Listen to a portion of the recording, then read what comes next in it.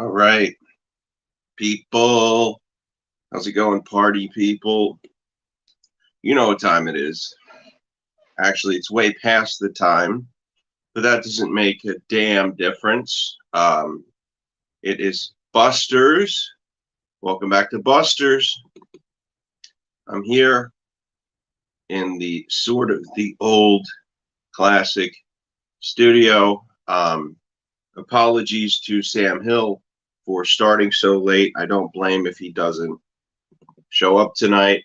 Um, I did the stream last night over at the Shaw channel. Um, and so I was, found it interesting. I thought, oh, look at this. We're talking. And I was kind of doing it because I couldn't, I had a probation meeting the next day and I couldn't sleep anyway. And I just said, fuck it. Let's just do this. Let's hang out. Let's do a stream. The HB hat doesn't really work too well with this background. It kind of blends in. So I don't know if it even makes sense to wear, but I'm wearing it for the moment. Good to see you guys. I thought better late than never to do a stream, so here I am. Good to see you, Andy Cruz. So I heard Ross and Gay Guitar Guy and Jings were fighting it out on the air a little while ago, and Ross was hiding behind a character the whole time. Limonade, it was her channel. I think she did a good job of letting the boys, fight and not pick sides. Next time, I would like you to declare a no bullshit zone where people aren't allowed to just do ironic wrestling characters to get out of whatever's being said to them, because that kind of is a little problematic. It's like, if somebody's like, hey, fuck you, you're a piece of shit, and you're like, I'm not a piece of shit, I will kill you. It's just, it's a kind of a hack bullshit way to do it. I've seen Jim Renam do that. But more importantly, I'd like to go to Men's Warehouse and say, I like the way I look already. I don't need one of your damn suits. I think it would be a big hit. But as much as I make fun of the whole man up mentality, I find myself falling into the same trapping mindset myself. When I'm around super manly men, I find myself talking in a deeper voice. And when I'm around truck guys, I start talking about, this is 4-wheel drive, this is 2-wheel drive, all that kind of shit. And I don't even know what I'm talking about. It's just a thing that I do. I don't even know what the fuck they are, like I said, but they just sound like something a truck guy would talk about. So I talk about them. How's it going, Daniel Berry Sports Highlights? Good to see you. People say, hey, why do you do what your enemies do? Well, sometimes you have to give them a taste of their own cough syrup. That's what I always say. When I have a guy come over to work on my place, I feel a certain way, all of a sudden I feel like, and maybe I should always feel this way, but once I got a guy working on my plumbing or whatever the hell, I feel like the laziest piece of shit who ever existed, Even if I want to sit down, I don't, because I start thinking, this is how real men work, and this is how you're supposed to act. Why don't I be a real man, god damn it? But I might change. I've talked about alpha males and all that stuff. I might change alpha to alpha in my own way, because being around a plumber makes me feel like a beta, because I'm definitely not alpha in the plumbing department. I do want to know, though, am I the only person who doesn't know how to clean marble flooring? It's so chaotic. I don't know what's part of the pattern and what's actually dirty. When you've got black streaks all across it, it's kind of hard to tell what's going on. But guys will pretend, sometimes they'll pretend they don't care about physical strength, and that it's not what the modern man is all about. But honestly, if any guy had the ability to have Superman strength, those kind of abilities, would any guy really say no to that? I'm one of the biggest couch potatoes out there, but if I could just snap my fingers and become the Hulk or Superman, I would be all for it. Maybe not the Hulk because I already have anger issues and I don't want to intensify things, but any of the other superheroes would be up for grabs. Um, I used to think that I didn't have self-awareness, but I realize I do have self-awareness. It's just that it's overpowered by my self-delusion. I am initially aware that I'm a dork-ass nerd bitch, but then I quickly overwrite that with my cool guy self-image. I have two competing self-images vying for attention. It's like I have an inner Stefan and an outer Urkel, and I can't reconcile those with one another. If you don't know Stefan and Urkel, you're officially too young to be watching this show.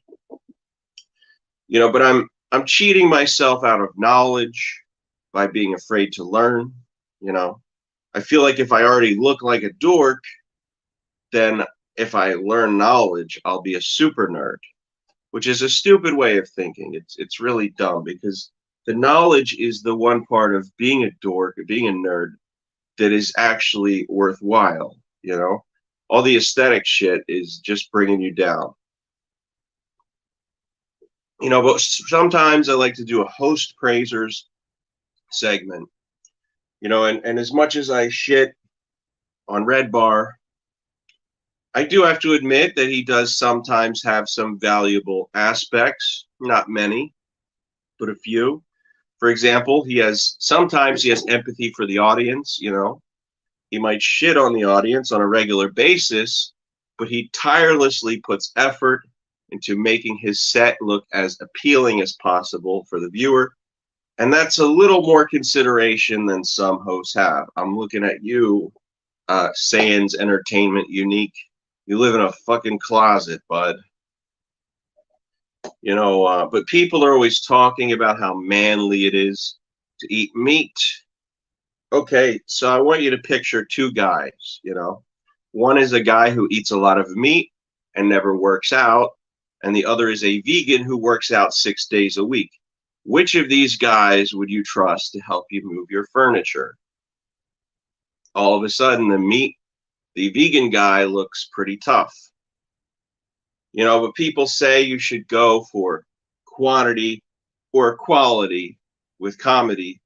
And I say that I'm in no position to answer comedy advice, but hell, since you asked me, my answer is that you should go for quantity because if you write 1,000 jokes, odds are, I would say that at least one or two of them will be worthwhile.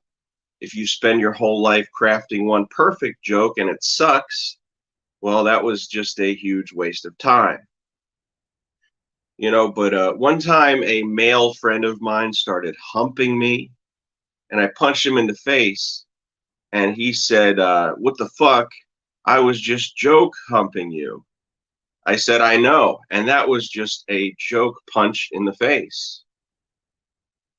But this guy, Red Bar, he's, I don't know if you know this, but he's so racist that he won't even use dark mode on his computer. He calls it N-word mode. When somebody shits on my generation, I get annoyed. But if I were them, I'd probably be shitting on my generation too. So I'm not really sure why I'm so annoyed in the first place. But if God made us in his own image, he must have really made us crude versions of himself. If he's a PS5 character, we're PS1 characters. We're rough around the edges. And if you pay attention to how janky human beings are, it's not pretty. It's not a good sight. A lot of us look disgusted. It would be a real shame if we got into heaven and God looked just as deformed as we do. But talking a guy out of doing something that makes him feel manly is like flying an airplane. Sure, it's technically possible, but it takes a lot of skill and technique, and most people aren't cut out for it. But I have all these rules about how guys should act, and sometimes I apply them to other guys and not myself. Like I remember thinking this guy was a real fruitcake for having a rose as his phone lock screen. And then 3 weeks later, I had a purple lotus flower as my lock screen and thought nothing of it. Sometimes I do the $1 billion ideas segment. And one idea I had is a skate gym. Skateboarding is a sport these days. It's time that we actually treat it like one and have a skate gym with personal trainers available. It's time to act as if it actually matters. But I don't think people should be racist. But why is it that it's bad for you to make jokes about Asian people, yet it's perfectly okay to make fun of people with small chins? If you say Asian people can't drive, you get in trouble. But if you say men without chins should be put to death, nobody will even bat an eye. They'll say, yeah, those chinless fucks deserve to go to hell. But this guy Royce from Revenge of the Cis, he says that there shouldn't be lesbian priests because churchgoers don't want to look at that shit. But to be fair, me and Royce are fat guys, and a lot of live stream viewers don't want to look at that either. So why are we subjecting them to that? Some people feel like they're larger than life. I feel like I am smaller than life, not physically, but personality-wise. I act so small and quiet sometimes that it's like I cease to even be a human being.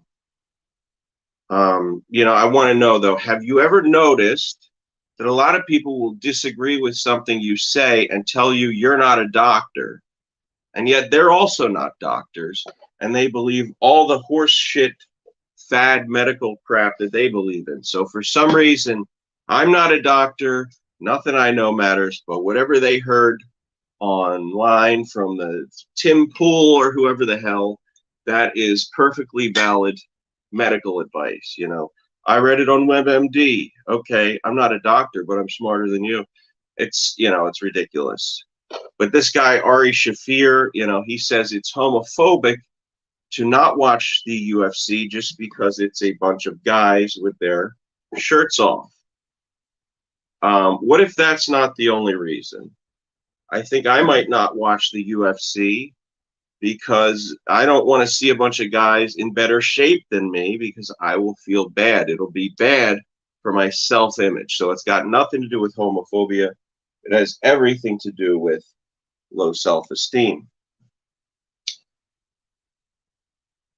And it's a confusing process when you try to iron out your kinks as a human being because you don't know what kinks to get rid of and what's just part of being a human being. Anger problems, they're bad, except for when you want to defend yourself. Then it's important to get a little pissed off. If somebody steals things from you and you're like, I don't want to get my temper up, that would be a real mistake. All right, well then have fun having people steal your TV and your car and everything to your name. Doesn't seem very smart. But for now, to be human or humane is, it's considered a positive thing. But once human 3.0 with robot heads and robot brains comes along, all of a sudden, if you're like, I'm only human, people would be like, yeah, you are only human, you fucking worthless animal. We don't really deal with humans around here. And that'll change. But, people say that comedians are bad actors. truthfully, they're actually great actors because they say a bunch of horrible, true things on stage and then act like they're just joking. And people often say on their shows, kids, if you're watching, don't do drugs. I just want to say, kids, if you're watching, stop watching. This ain't good for you. Go watch Sesame Street or what other crap you're supposed to watch, because Buster's ain't a kid's show. Some people are cinephiles. I'm not. I could never get that much into cinnamon. How's it going, Coon Handler? Sam Hill's probably not here because I started way, way, way late, hours after we normally start. So he probably didn't expect me to even do a show tonight. My uncle, my uncle's an interesting guy, and I'll cover him in a minute. But a lot of guys say that women are never funny. So you're saying that only men can provide you joy. Sounds a little gay to me. But my uncle is a closet racist. If your closet door is painted black, he fucking hates it.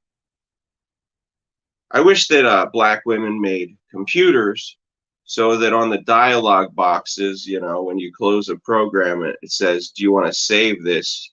Instead of saying okay and cancel, it says, and hell no. That's a little joke for the black people and the racists out there. What's up, Russell?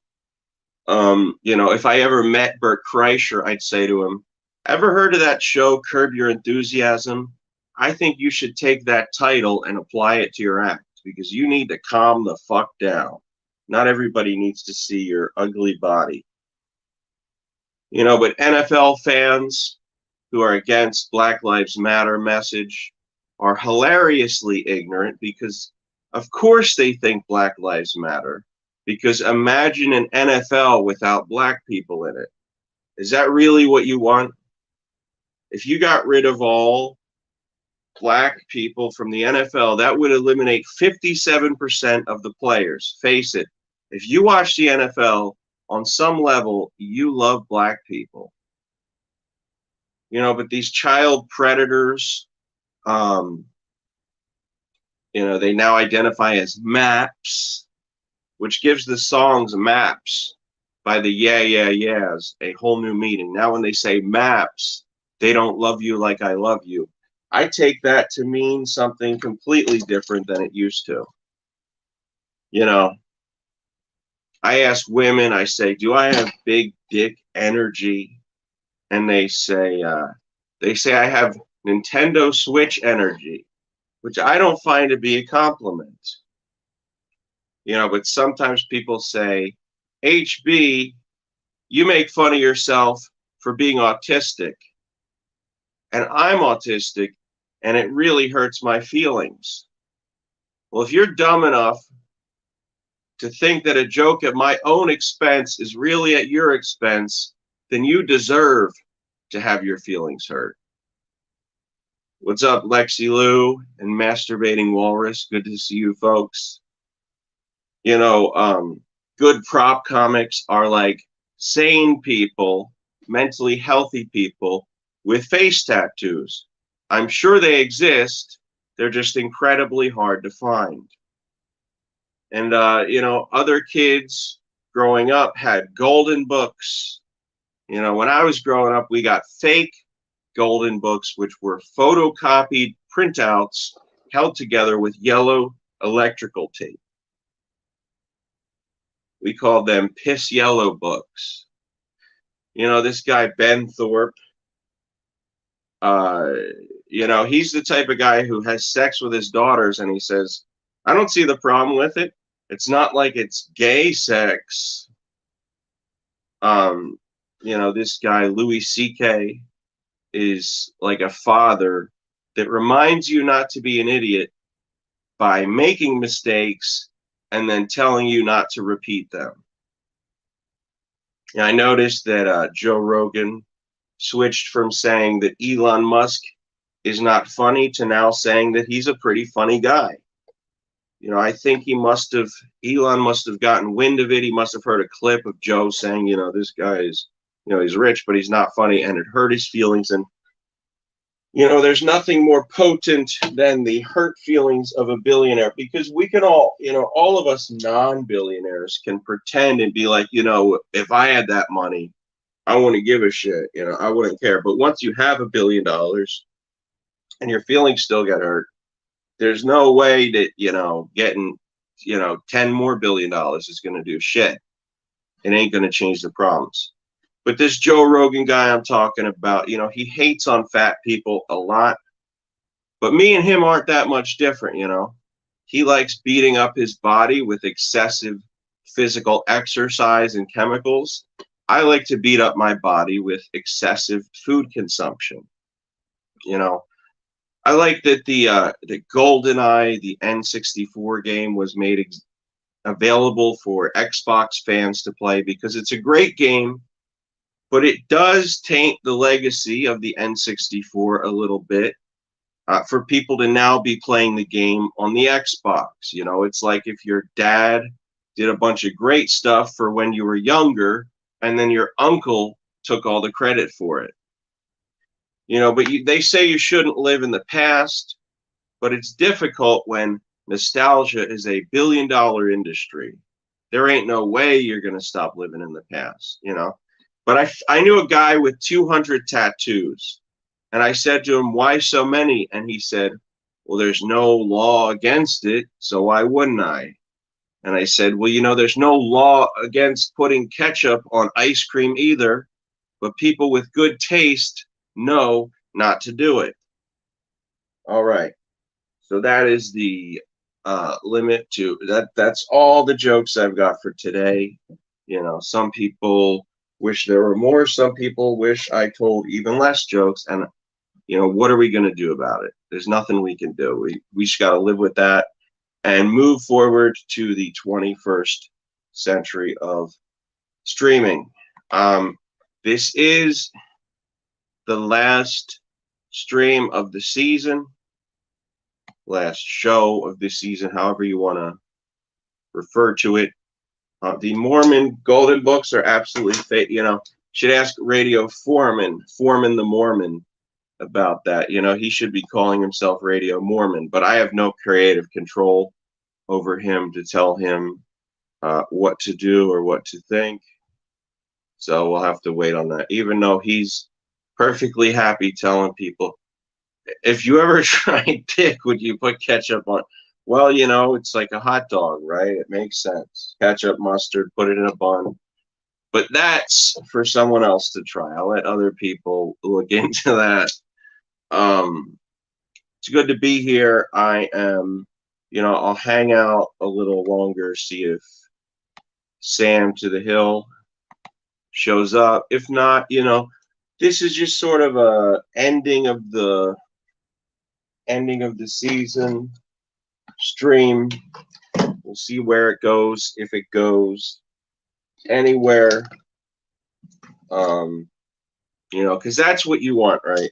You want a broadcaster with no feeling or sense of direction, no idea where he's gonna move things. I might have, let me see if I do have another $1 billion ideas segment, because I try to do that sometimes.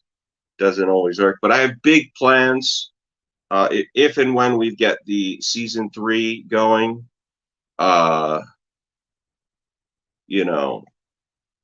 we'll see if more segments, more longer monologues, maybe. I don't know. We'll see what happens.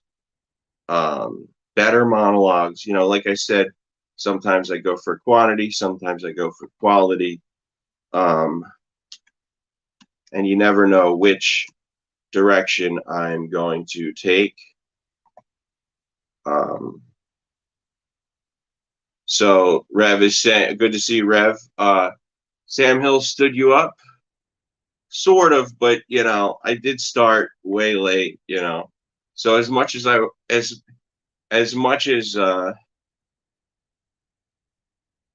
as tempting as it is to throw stones at other people, and believe me, I like to do the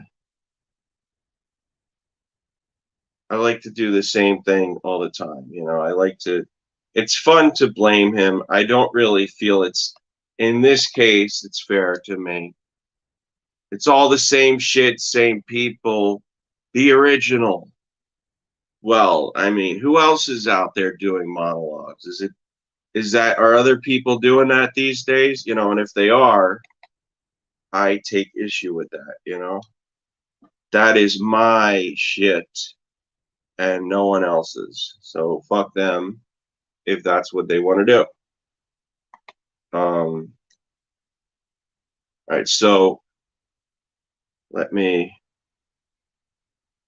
get this going and then we'll see, you know, because when I want to do, if you honestly want fresh content, fire Sam Hill immediately. You know, I'll see when he gets here what he, if he gets here, what his take is. But I do feel like the Russell versus Sam arguments are really heating up. You know, things are going somewhere crazy, somewhere, you know, possibly amazing. There's so much going on between you guys that I don't know. I don't know who did what. I mean, like, you know, what I mean by that is he gets mad that you say things about him, and he also says things about you to push you intentionally to that level. And, you know, I'm trying to get some honesty about the situation so I can understand, you know, why he feels aggrieved, why things are happening. But you know, I don't know.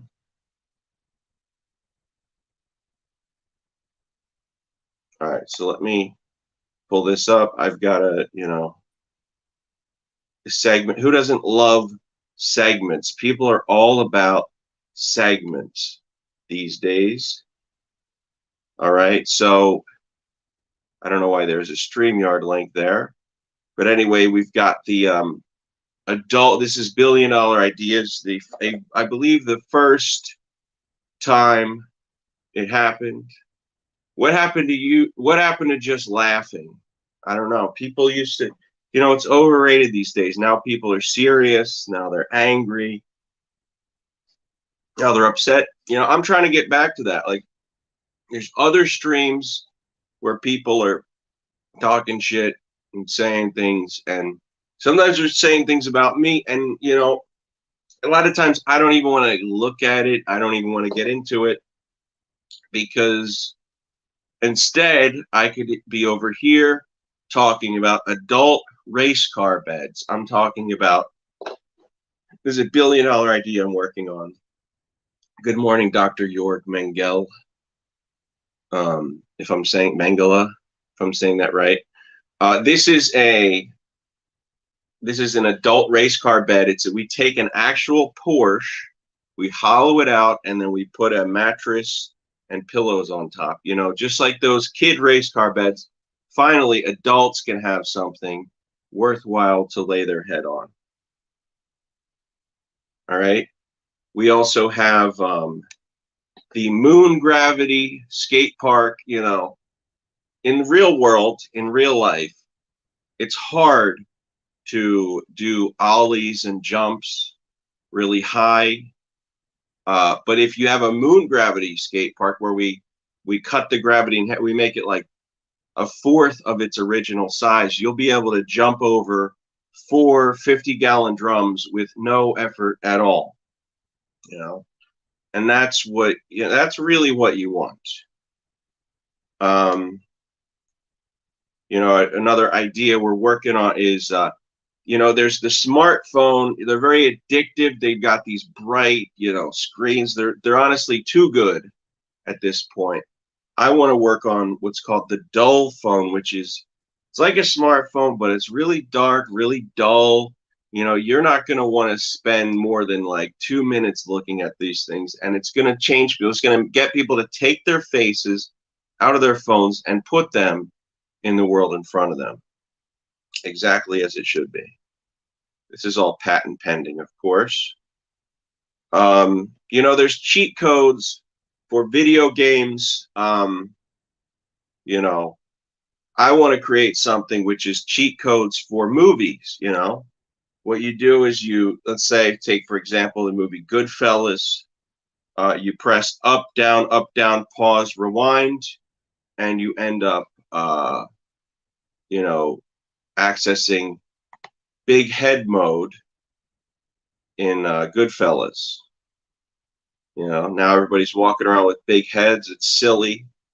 And it's good for people who are afraid of all the violence. It's harder to take it so seriously when people look silly, And the next one, we'll have this thing where you can press, back button, menu, pause, fast forward, and then suddenly everybody in Home Alone will be Chinese. Wouldn't that be fun?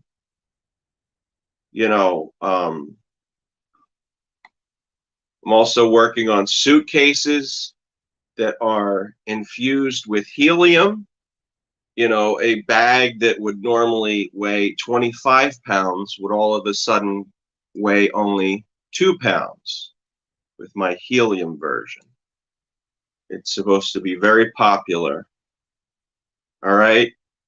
Next thing I'm working on is Grand Theft Auto Skate, or Grand Theft Skate. It involves skateboarding and killing people. One of the best games of all time, but it also involves skateboarding, which is the missing piece that would make it a fully, a game for, honestly, a game that would be too addictive for people like me, and possibly Rev as well.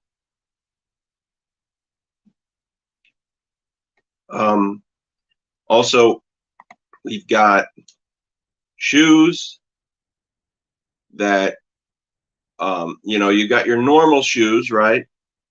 These are special shoes that only sit right side up, using the same technology that's in Weebles that stops them from flipping over. All of a sudden, your shoe is upside down. It flips right back to the proper way. So if you have OCD, you never have to bother your partner or your friend and say, flip that shoe over right away. That kind of, of course you can get mental health help, but who wants to do that? Nobody. I also have these, I'm working on this dial-up, external dial-up machine for your computer, because if there's one thing that your computer experience, your internet browsing experience is lacking these days, is the old dial-up screeching sound. So we would finally bring it back, and you'd be able to have the fun that you used to have in the old days of streaming, or in the old days of internet use. All right. Don't know what happened to that slide. I guess it was blocked by the children of the right. This was supposed to show you the LGBLT, which is a bacon, lettuce, tomato sandwich made exclusively from queer pigs. Because we want representation for everyone. I'm working on a bumper sticker agency, and what it does is it sends you the right bumper stickers to pander to whoever lives in the particular area that you live in. If you live in San Francisco, we'll give you a coexist or a pro-women, pro-choice. If you live in Quakerville, Indiana, we'll give you a Blue Lives Matter sticker. If you live in a black neighborhood, we'll do Black Lives Matter. If you live in anywhere in California, we'll do Kale, yeah, I'm a vegan. And if you live in Georgia, it'll say pro-life, have a heart, don't stop one. All right. Now, people have luxury cars. Some people have luxury cars. Some people you don't. These are removable exteriors for when you park your 40K plus luxury car in a bad neighborhood. Nobody would bother to break in or steal it. You take your car and then you slowly put a uglier car cover over it, and nobody's going to want to steal your old Cutlass from a long time ago. Or if they do, they won't end up with the car they want, So you put it on, and then you slowly just take it back off of that thing, and you've got your car again. It'll work well in South Philadelphia. Here's another invention. It's canned ravioli that doesn't taste like it's 5 years expired. All of a sudden you will be able to eat something that doesn't taste like shit.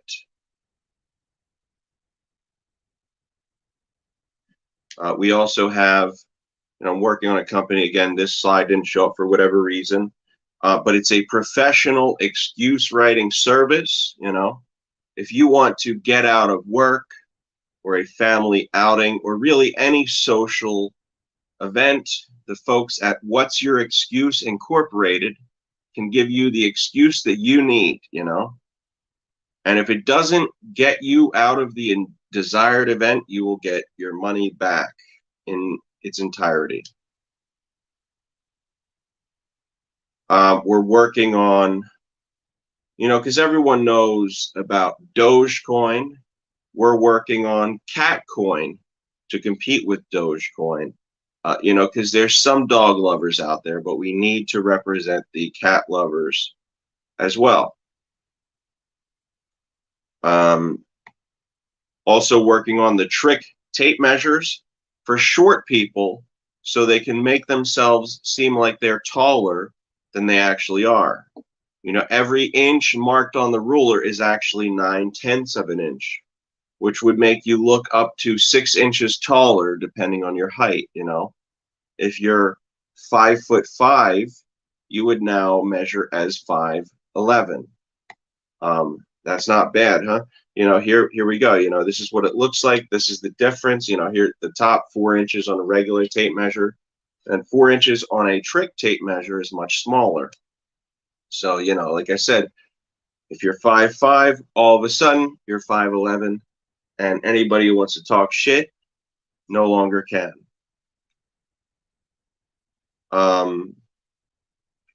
This is the Mario symbol, of course.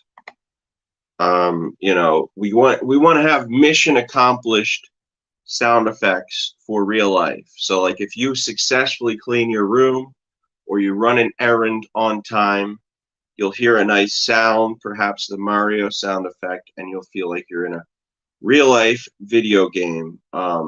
Or perhaps the Zelda opening a chest sound effect, or maybe the winning a fight in Final Fantasy sound effect. Really whatever you're a fan of, whatever, or the GTA Mission Passed sound effect. Anything you're into, we will make sure to take care of it. Now there is the we're going to work on the Who Funds Me website, and this is a website that tells you who funds various media personas, so that you get an idea of how they financially benefit from spreading different ideas on the show. So like you could see Joe Rogan funded by Traeger Grills, Cash App, the National Rifle Association, or Dave Rubin, he's funded by the Ayn Rand Institute, PragerU, the Conservative Political Action Committee, or Ben Shapiro, Ramsey Solutions, Noom Weight Loss, Express VPN. You get to see exactly where these biases are coming from. We're also working on the Netflix for sneakerheads. Super high-end pairs of sneakers that you can rent and you get a new pair as soon as you send them back. You will be looking like somebody much richer than you actually are. You know, people talk about the Joe Rogan experience. I think it's getting a little stale.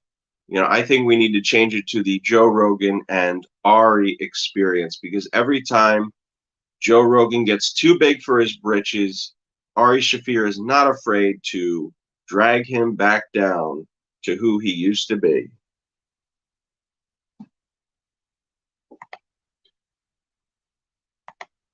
Also, his slide is not showing for whatever reason. Is this is the Carlos Mencia Presents series, where he steals comedy, but it's from disgraced comedians like Bill Cosby, so it doesn't really matter. You know, you see him stealing from Bill Cosby, Woody Allen, Brian Callen, all of those folks. We're also going to do inside the actor's studio apartment. You know about inside the actor's studio, where they typically interview successful actors. These are failed actors who live in studio apartments, and those are the people who are going to be interviewed. Now, we also have the, because a lot of times when you get honked at by somebody, it's frustrating and it's angering. This would be an angry horn button on the left and a friendly horn button on the right, so that you get to pick exactly the horn that's based on whatever mood that you happen to be in. We're working on the electric car races. It's just like NASCAR, but only with cool-looking electric cars, so that people finally start to think that electric cars aren't just for total pussies. We would have, the electric Porsche, the Cybertruck, the Corvette, all the fancy electric cars, because people seem to think that if you have no gas in your tank, then you must have sugar in your tank. The National Skate Basketball League, where you, or the Basketball League, where you ride around and shoot basketballs while on a skateboard into a net up the ramp. That is the future. And there's also a lack of real, political parties in this country. Instead of just conservatives, Democrats, we need to expand it. We need to have the liberal Democrat, the conservative Democrat, the centrist, the liberal Republican, and the conservative Republican. I think if we have that, because it makes no sense when people just lump themselves all together. Like, just because you feel one way on gun rights, you must feel the same way on abortion and taxes. That's like saying, oh, you're into basketball, you must also believe that people should have gun rights. It's like, what the fuck do those two things have to do with each other? But speaking and support for humor, you've heard of the Speaking for Funny YouTube channel. He's the YouTube guy who plays Tetris and talks about people in the Opie and Anthony universe. My channel, Talking in Support of Humor, would feature me playing columns and talking about people in the Howard Stern universe. Similar, but different. All right. And, you've heard of Norton antivirus. Wouldn't it be better if there was a Jim Norton antivirus? At first you would be frustrated that you've got another virus on your computer, but then Jim Norton's silly head would pop up and he would talk about AIDS. It'd be like, you got AIDS on your computer. And then you would be still a little annoyed you got a virus, but it wouldn't be as upsetting as it used to be. Brett P says Jim Norton quit, but is on every stream. Yeah. Well, whatever. Everybody quits. You know, that's just the name of the game. That's what people do. People, you know, just like when Jeno said that he was totally, you know, out of the game, he came back. We'll see what happens with him in the future. When David Walsh retired, he came back. It's what he does. Jim would be the alpha virus. I agree. You know, that's what he's all about. He's the alpha. You know, because it's easy to act like a tough guy when you're big, like Jesse Ventura. When you're a little shrimp, it looks like a literal worm, like Jim Norton. It's a little more impressive to actually do that kind of thing. You know, we'll see what happens. Also working on Buster's music. You know, Russell had some recommendations. Busters can find a way. Busters can find a way. Busters can find a way to 1 million subscribers. Somewhere in the world, people listen. Do do do do do do do. Eventually, they will join and have lots of fun. Cosmic Cam sucks dick. Cosmic Cam sucks dick. And he plays a tiny little instrument like this. I don't know how to actually play, you know. So, but my goal is to master the, you know, master that little thing. Now, Sam Hill's recommendation, and I don't know if he ran it by Walsh yet, but he said that, you know, he said that he was interested in having David Walsh join the stream as a third mic. We'll see what happened with that, and if it actually exists. You know, we don't know yet what's going to happen with that, and that's fine. You know, we don't know. Nobody knows. But I'm getting through. You know, I'm getting through the whole thing with, you know, all the stuff that's going on with all the crap, you could say. So I'll hang out. Look, there's no replacing Sam Hill on the show. I know that you want to do that. I know that you want to take the reins. I mean, unless Russell wants to be the replacement. That's the unique exception. But in general, you know, we'll stick around and see what happens. I really wish that, you know, there didn't have to be a wrench thrown in the system. Everybody needs significance, you know. It's like if Sam Hill is the one hosting, then Walsh can't host, and if Walsh is hosting, Sam Hill can't host. And if Russell even exists, God forbid, then Sam has to tear him a new asshole. So I don't know what that's all about. I don't like it. You want to replace Russell? I feel like you're getting a little too eager, AOC. You're getting a little too eager to be the new figurehead, the new second mic, and you're starting to sound like Foreman, who won't stop sending me links to his server. You know, it's too much. It's way too much, and I don't like it. Sam, would Judas shame? I don't give a fuck, you know. He's gonna, whatever, he's gonna get angry. If I, you know, he was nice to me on the stream the other day, and I wouldn't be shitting on him, but he's probably asleep. He's probably, doing whatever, and it's too bad, you know.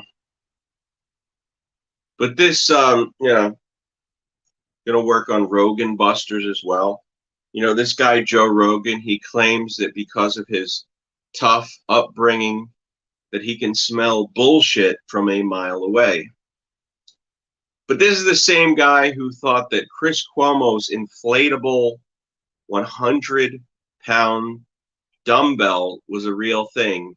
He thinks that Alex Jones is a good journalist, and he thinks Tucker Carlson is a straight shooter. So does he smell bullshit? He might, but he's lying about it. And Joe Rogan, speaking of Joe Rogan, he's the type of guy who's going to give you medical advice while he's hammered and smoking a cigar. Imagine if you went into the doctor's office and your doctor had a cigar or a cigarette hanging out of his mouth. I can do that because I don't give people medical advice for a living or even as a hobby. I know my place when it comes to that. But, Joe Rogan, people complain about Joe Rogan. And they say, he should stop his irresponsible platforming of far-right creators. And I think they're right. What he should do is he should stop doing that, and he should go back to doing something much more wholesome, like making people drink jizz on Fear Factor or watching women bounce their tits on The Man Show. But Joe Rogan is the type of guy to defend Andy Dick being a sex pest while condemning people for stealing jokes. I guess violating someone physically is not as severe as violating the sacred creative code that the special clowns follow. But Joe Rogan is the type of guy who says that the desire to be a king is a bad mindset. Meanwhile, he lives in a mansion, and he owns any consumerist product that you could imagine and eats the finest cuisine on earth. He's just a king without a crown. But Joe Rogan is the type of guy to say that rape culture doesn't exist while being friends with Brian Callen, Joey Diaz, and Chris D'Elia. Rape culture doesn't exist. He just happens to run the town hall where all of them gather, all the rapists, But Joe Rogan, he talks about picking yourself up by the bootstraps.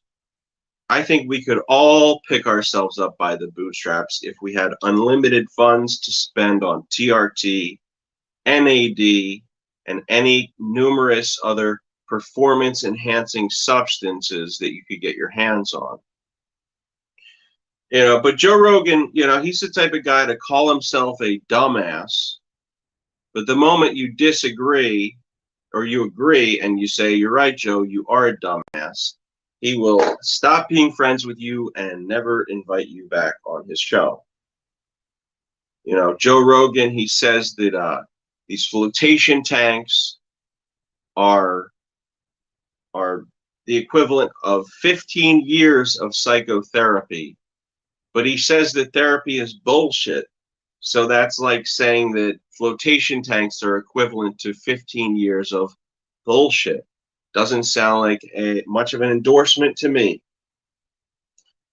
But Joe Rogan also says that anyone who has ever lived would be better off being raped than murdered, That's only true if heaven doesn't exist, If heaven does exist, then taking a quick trip to heaven is much preferable than having a hellish PTSD-filled life, Also, anytime you say that, and you argue that murder is worse than rape, it kind of makes you sound like a rapist justifying your past actions, thinking, look, I raped people, but it's not like I killed them. Okay, so we have to calm down.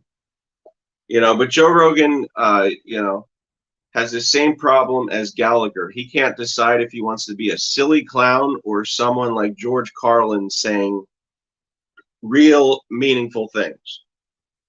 You know, but in the comedy game, Joe is kind of smart in the sense of like he knows how to make himself look good. Like he's kind of a genius for co-headlining with Dave Chappelle, like their comedy great. That would be like if I hung out with Ryan Gosling or Brad Pitt and said, look at us heartthrobs over here. I'm just like that other guy, you know. But Joe Rogan hates actors, but he acts all the time, When Joey Diaz is on his show, he acts like Joey is the funniest guy in the world. When Anthony Cumia is on, he acts like Anthony is not a pedophile.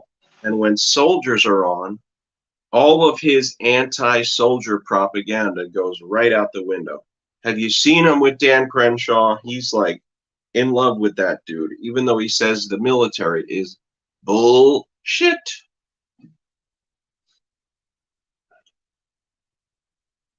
But Joe Rogan is all about gender equality, which is why he lets men and women's jokes both go right over his head. He doesn't discriminate on which jokes that he totally ignores.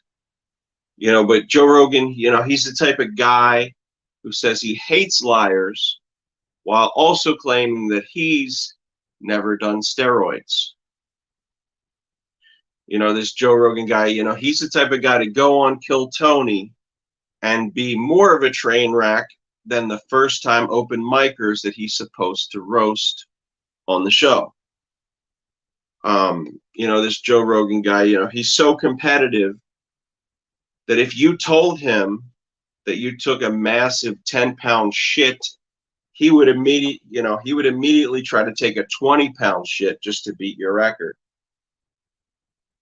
This Joe Rogan guy, like I said, he's crazy, he's pro-gun, but he's anti-thumb ring.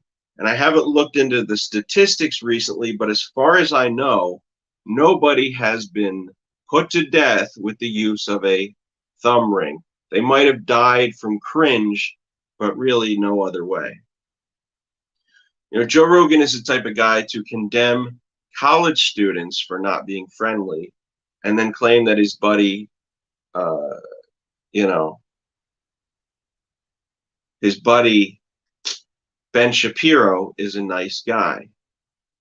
And he's also an expert at compartmentalization. If you told him about Kevin Spacey, he would say, I don't like all the raping, but that motherfucker can act. And Joe he's very vulnerable to nice people. If you're on his show to promote child slavery, you could probably get him on your side if you just act polite and tell him you want to go out for drinks later. He is very easily tricked when it comes to that kind of stuff. And that's why we love that silly ape of a man. He also calls black people apes, but he couldn't resemble them more. He couldn't resemble them anymore if he tried, any less, I should say. Yeah, so I hear that, the folks at RDA Incorporated are streaming, cover them if you'd like. And I'm not saying I'm not saying that Kevin Spacey is not talented. I'm just saying leave that conversation for another day when you're talking, like, if one of you murdered somebody, I wouldn't the next day be like, he did murder somebody, but he's a great live streamer. Although I guess that's what people do with me. I guess they're like, look, he did bite a guy, but once in a while he has a good joke on his show, and that's what really matters. Um, I do want to open up the panel in a little bit. I just want to figure out where to go with it. But it's just like, and also when we talk about how great Woody Allen's movies are, I just feel like it kind of is like, it's not saying it directly, but it's kind of implying that, as long as he puts out a good movie once in a while, he's allowed to ruin the lives of as many children as he pleases. I kind of want to cover Red Bar's show. Sometimes I do that, sometimes I don't. It all depends on the day and the time. AOC, you're getting a little too cocky, and I think that, you should just, do your own competing show if you truly want to show, what a big draw is, what a big draw you have. Is Jules still hot? I have no idea. I don't know what she looks like. I heard she was on camera, so we could take a look and see if that is the case or not. Let me.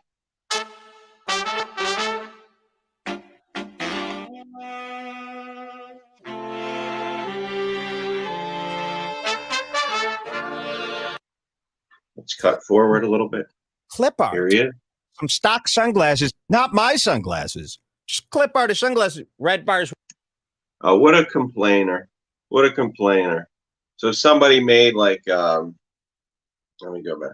It's about clip art. I'm very unhappy with the submissions. So it was so funny. We had so they were taking some kind of submissions, and yeah. Oh, that's nice. We had a couple guys that didn't get picked. We had like two. He's got a Moses is my homeboy shirt on. That's Moses from H3.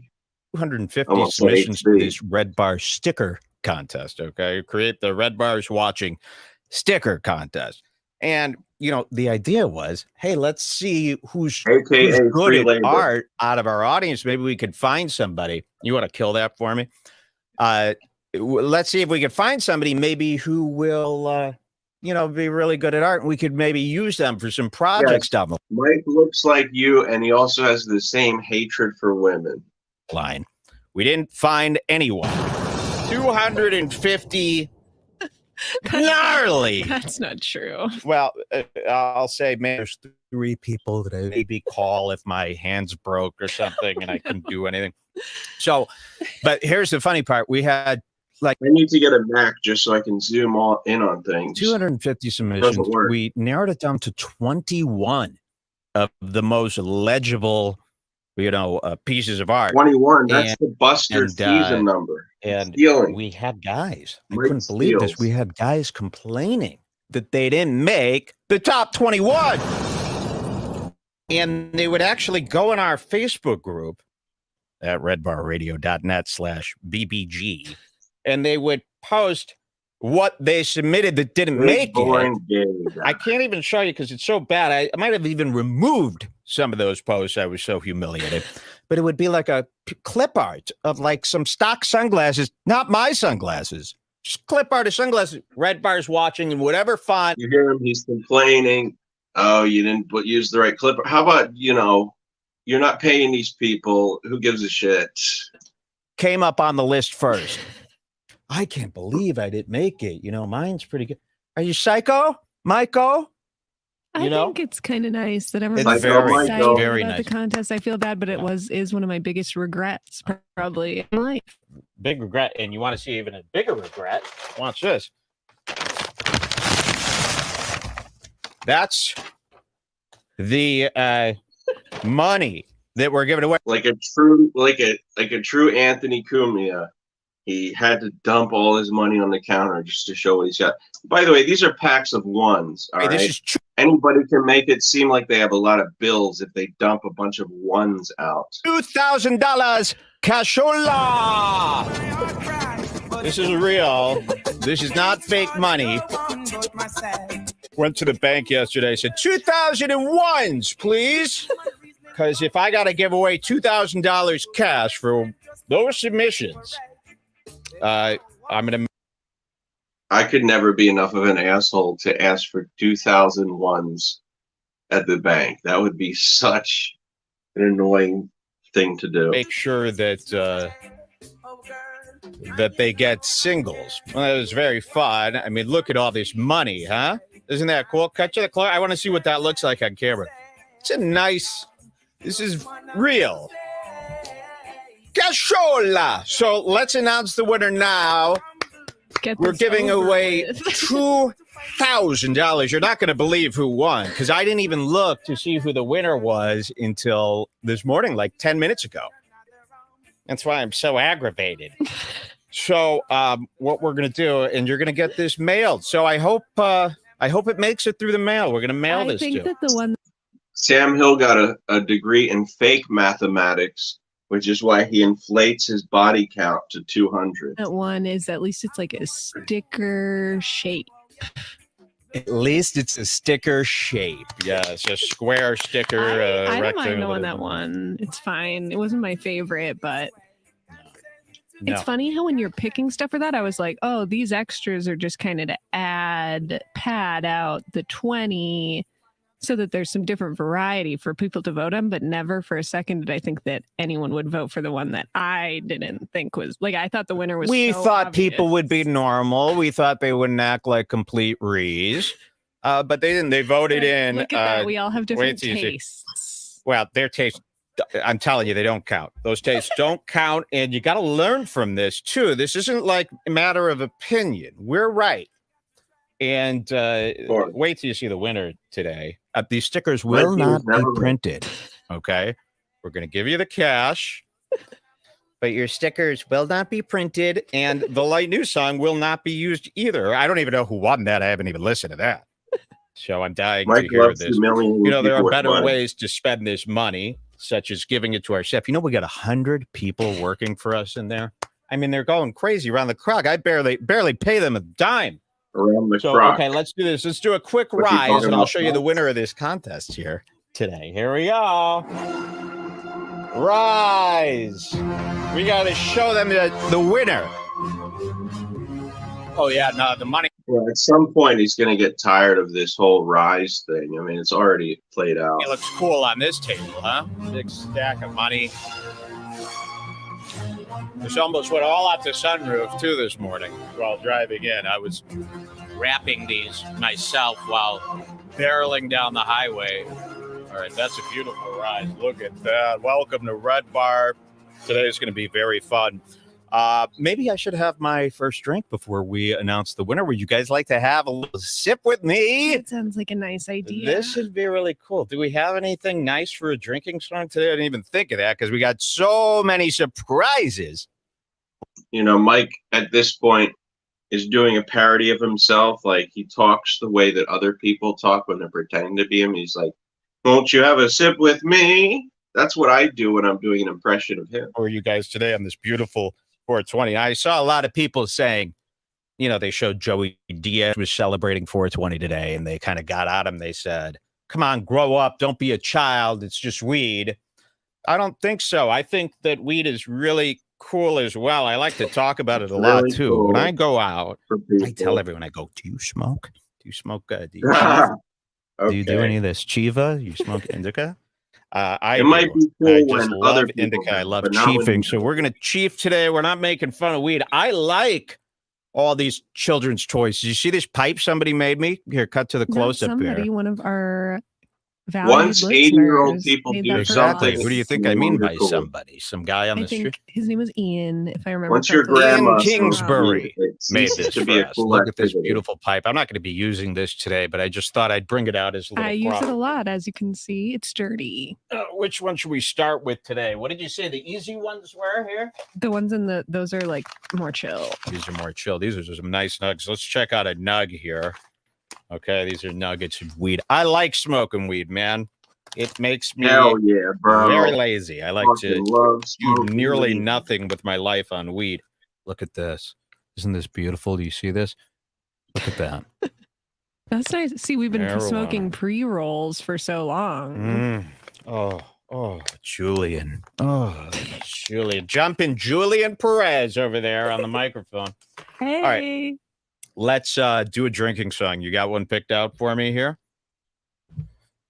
Oh, yes. Okay. Get it on there. Yeah. Okay. We're going to get a nice drinking song. Drink along with me. We're going to do 2 at the top here. And then we're going to smoke some weed. And wait till you hear what we got going on today. All your favorites today. Plus more. Dave Landau, my favorite comedian. You know, he's a working comic.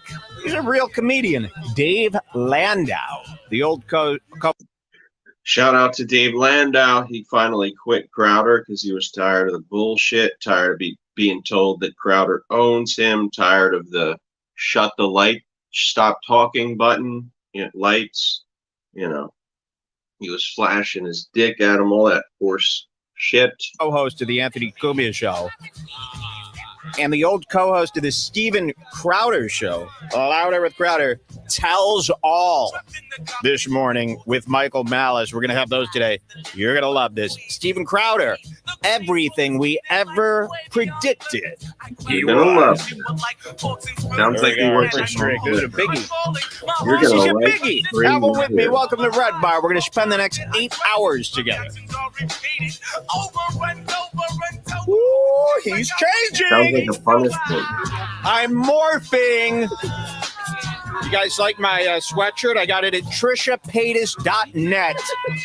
Wow, look at that. You like this? Look at this. What does it say? Moses is my homeboy. Moses is Trisha Paytas' wife. Also, Hila Klein's brother from Israel. He married Trisha Paytas. They have a baby together. He finally came out with his own merch. This arrived today. Do people like it? Cheers, everybody, to a wonderful Red Bar, okay? I got a haircut, too. You see my haircut? Does anyone like my haircut? Good. Show them from the side, Jules. Look at that. Ooh. You like that? It's a little more hip. I found a new barber. I love this barber. You've never heard me say that I like a barber. It's a woman, a lesbian woman.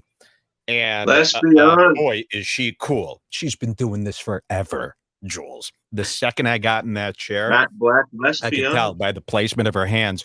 She knew exactly what she was doing. She could do this with her eyes closed. In fact, she did. She was half the time she was filling a cooler with liquid death while she was doing my haircut. Liquid death. People really massage. No, there was no neck massage. But I was going to this. I was going to this salon for a long time, and I had a young girl cut my hair. A young girl cut my hair. And I'll tell you something. What I realized, now that I'm so old, I'm one of the oldest people out there now. I don't want my barber to be younger than me. I don't like that. I've never really been in that position. All my life, they've been older than me. Because I was so young. Like season 19, I was young. Now I'm old. People can't believe it. You look at a show from 1.5 years ago. Yeah, Mike really did in like a year or a few years' time. He aged 10 years. It's crazy. I was very young. You look at a show now, I'm very old. So this barber is at least 1 year older than me. She has to be because she's been doing this for so long. She was so fast. You know how long this haircut took? 20 minutes. 20 minutes versus an hour and 40 minutes in the other chair. At that last place, I would sit there. What the fuck is he doing in an hour and 40 minutes? Asleep. And I can't use my phone because it's all pornography. So 20-minute haircut. I found my barber. I'm going to be like every 3 weeks this time. Yeah, I've never done that. My whole life has been, let's get a haircut. I'll be back in 2 months. And then it's 6 months later. So I'm very, very happy. I've got my new sweatshirt. I've got my new, very cool haircut. And I said to her, I go, this is what my hair normally looks like. Can you hippen it up a little bit? Can you make it a little cool? And she did. She went like that. See that? It does look much more hip. It's a little bit hipper. I could even go a little bit hipper than this next time. But you know what? Some of these right-wingers, they see this haircut. You know what they call it? A hipster haircut. They still think like anyone who's not like a Walmart guy is like a hipster. Okay. Well, maybe I am hip. All right. Let's show you the winner of this contest for all this cash. Cut to the TV shot again. That was a good way to see all the cash. $2,000 cash. We're going to give $1,000 to the winner of the sticker contest and $1,000 to the winner of the Light News theme song contest. I really didn't like, I'll tell you this. I didn't like the arguing that I saw on the last show. I heard, I barely look over at the chat during the show out of fear, but Jules was telling me a lot of you guys were arguing about the imagery on the winners, and I couldn't believe it. I don't want to see that. At Red Bar, we do not fight. We all get along. Promise that this contest was stupid. They're getting the money. Yeah, this contest was very stupid. Don't discuss it again. Every contest we hold is retarded. You understand? I've never held a contest that makes any sense. I just lose money. I get nothing out of it. I might print 10,000 of these stickers just to waste a little bit more money and then throw them all in the trash. Right. I also might, let me show you what. If Mike had any economic fluency and ability to save money, he probably could have retired from doing these shows years ago. But he'd rather spend a shitload on bullshit, and which means he has to keep going with it. What I also might do here today for the winner, because I'm very mad at the winner, and if he accepts this money, no, you're going to accept the money. I don't want to bully you out of them, but I am on the fence here. I could either pick a winner, or would it be funnier to douse the $2,000 cash I have right here and set it aflame? It's covered up there today. Set it aflame. He is literally the type of person who would do that. Just fucking burn money rather than. It hurts him more.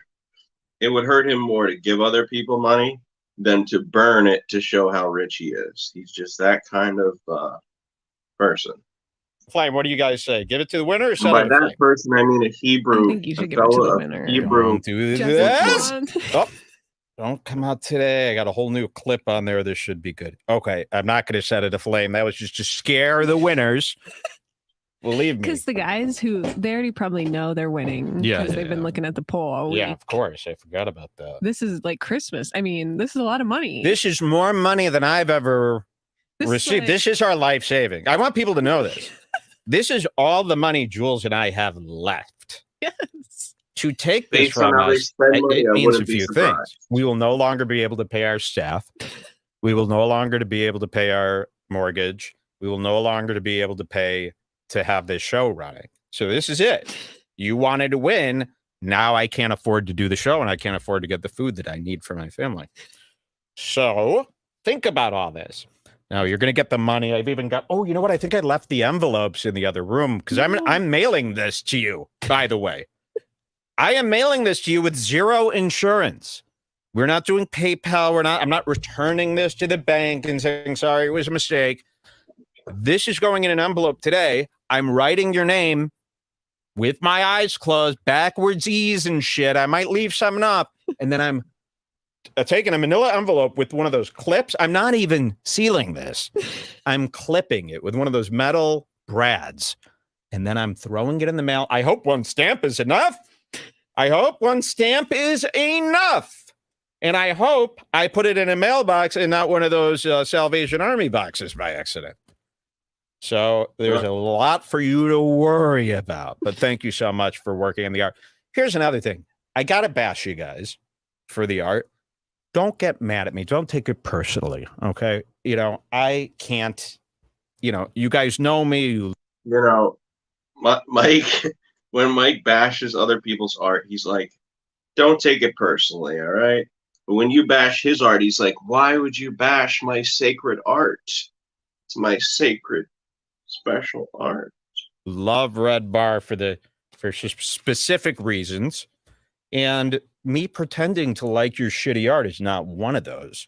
So you got to be cool with it, and you got to learn from it. That's what I'm here for, and yes. I love it all. You got to learn from this. When I tell you this art was terrible and most of the submissions were terrible, you must believe.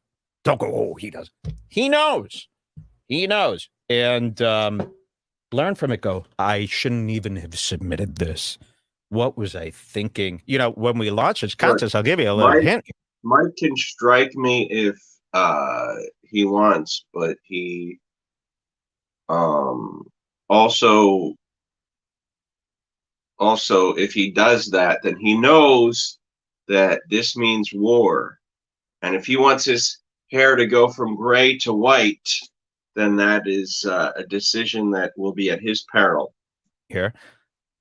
I meant it for actual art, like people who do art to do it. Not just take a stab at it, open your computer, download Photoshop, and have at it for the first time. But that's not what I meant. Real artists are too busy with actual work. Well, I didn't think they would be that busy. I thought they would love this. I thought I was going to be buried in art and have merch designs for the next 2 years. But I got nothing. I'm empty-handed. You want to see the winner of this shit? Hell yeah! But yes, please do not get mad. We're just kidding. And I'm serious. I love a lot of them. By the way, I might even be content.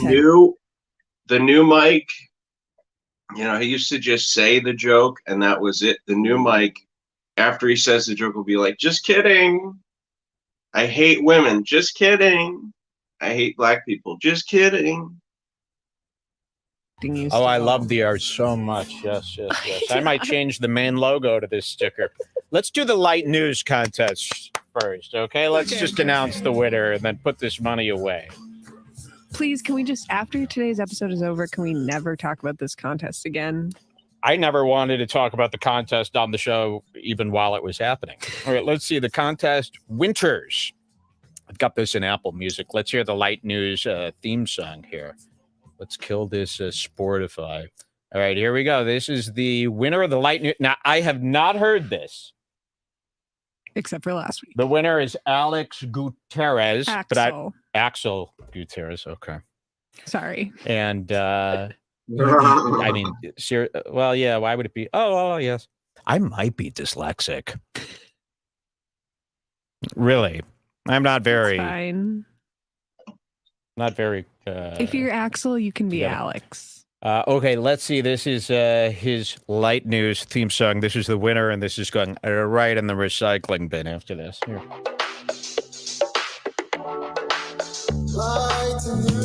Okay, yeah, I remember this one. I like this one.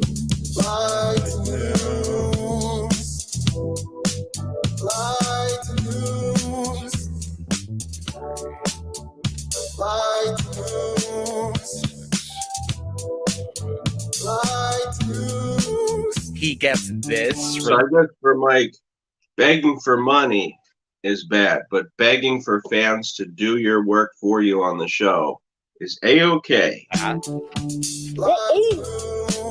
falling apart. I gotta do a recount here. Jeez, it's everywhere. It makes sense now. That's very good. Awesome song. I love it so much. 1, 2, 3, 4. How many hundreds are in a 1,000? 1, 2, 3, 4, 5, 10, 6, 7, mathematically 8, 9, 10. He gets this for that Red Bar, where everybody can have their dreams come true. Isn't this nice? Congratulations, Axel. Please. All right. I don't know, but it rules. Remember we were playing the song from that show Shrinking last week? Did anybody understand? We were playing that as a joke. This song rules. What is this? Oh, It's Aerosmith. Cool. All right. Should we see the winner of the sticker contest now? Let's check this guy out. The winner. Oh my God. I can't even believe I'm putting this on my screen. Okay. You can cut to the other screen now. And there he is. This is Krezmir Pirik. Congratulations.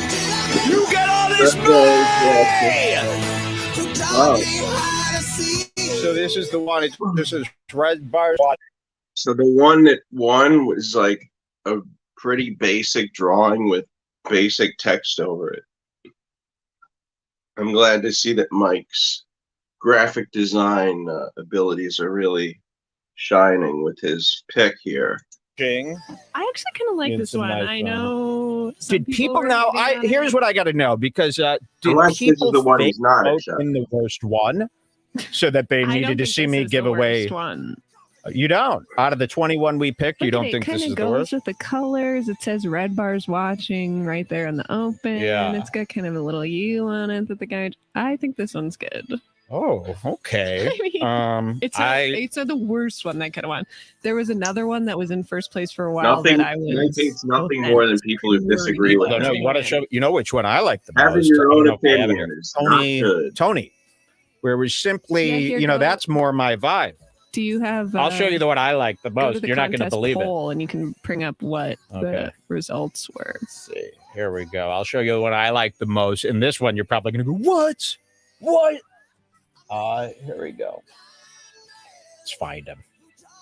Give me a sec here. Yeah, this is the one I like the most. Will it? Oh, here. I'm going to have to do a zoom in. There it is. This is the one I like the most. I love that. That's more my style. Red Bar's watching. That would look nice somewhere, and that's what I would have chosen. Well, I wish I entered this contest and put like hundreds of hours of work into it just so that it was the best one, but that he would refuse to pick it because I was the one who made it. This guy will get a job with us. Maybe he didn't get the 1,000. Wait, can I say which one I liked best? Oh, sure. Yeah. Go ahead. I feel like obviously Miles McGrady was the best. Okay, which one is his? I thought, keep going. Yeah, tell me when to stop. Orange and yellow one. Orange. Oh, this, yes, of course. This is one of our favorites as well. That's the best. When making this poll, I thought there's no way anyone else could beat this one. And I thought that he was a shoo-in. That's what I thought. It's a photo of some man looking into a microscope, and then there's a little Abraham Lincoln. But the art style is very cool. He's fucking Abraham Lincoln. He did Lincoln. not win. Those are our favorites. But you know what? The finalists are all going to go home with something today. You're going to get a Red Bar gift card to the store. $3. Oh, wow. Yeah. Nice. Yeah. Wow. So here is the winner again. And this is this guy's name, Krezmir Pirik. Not even an American person is winning all this American money. Maybe I should get this, whatever your native heritage is, maybe I should get it transferred to that. Now everyone in the chat is going, Miles should have won. Well, where were you? Where were you to vote? So I think what happened, this is what I think would happen, is people tried to vote in a bad one to screw us. So what were the results of the poll? Like, how much did this one win based? Here, I don't know. Let's just move on. We got a big show today. Congratulations, Krezmir Pirik. Change to the name. Change the name. It's no good. And there it is. Red Bar's watching, a slogan I don't even like anymore. Thank you so much. Okay. Very nice. I'll write that in everybody's stream. Red Bar's else. Thank you. Anybody who hates him. Watching here. Are these falling apart? Look at this. Money. Money. Whoa. Money. Look at all that money on the floor. Oh, please be careful. It's very fun. Oh, yeah. I don't want to knock on that. Wait. Welcome to Red Bar, everybody. Big show today. So much fun stuff on the show notes. I feel like I want to do one more drink with everybody today. Can you get something funny on there for me? A nice song? We'll take a smoke of shmee as well. Do a little bongo hit. Why don't you give me some of that? Turn off the Aerosmith is playing off your iTunes. Yeah, that's right. Here we go. We'll kill that. And why don't you guys do some shmee with me? What one is this? Let's see. Can never read. Blue Dream for our first hit on 4 20. You know, everybody likes to go, oh, it's Hitler's birthday and all this crap. Just smoke the weed and shut up. You're lucky that there's a holiday for drugs at all, which is crazy. There should be a holiday for every drug. There should be a holiday for Adderall Day, sobriety, where everybody jacks off to infinity. You know? Ooh, I like this. You can tell we're a drug-filled country when we have multiple holidays for drug use, but not a single one for sobriety. This is big. I like to smoke so much weed. Let's smoke some weed at the beginning of the show. I'm gonna grind some up here. I'll show you how to do it because a lot of our listeners are kids. Any rumors or gossip while we do this? Any big rumors out there in the chat room? In the chat, quickly type your favorite rumor. Yeah, what's your favorite piece of gossip from this week? Your favorite rumor? Let's hear it. I'd love to know. I'm going to grind this up really quick. I guess I can talk while I'm doing it. You know, I saw Anthony Cumia playing Call of Duty, and he's talking up a storm. He's playing the game, and he's talking. I don't know how people do two things at once like that. I can't. If I'm doing something else, I cannot think of a thing to say. So, very cool. And shout outs to all the Twitch streamers for being so talented. Asshole. It's a very cool thing. I think playing video games on streaming on Twitch is so cool. And I just wish I was doing that one day. Not. I hate games. Let's pack up this bowl and take our first hit. And if you've never smoked weed before, wow, is this stuff?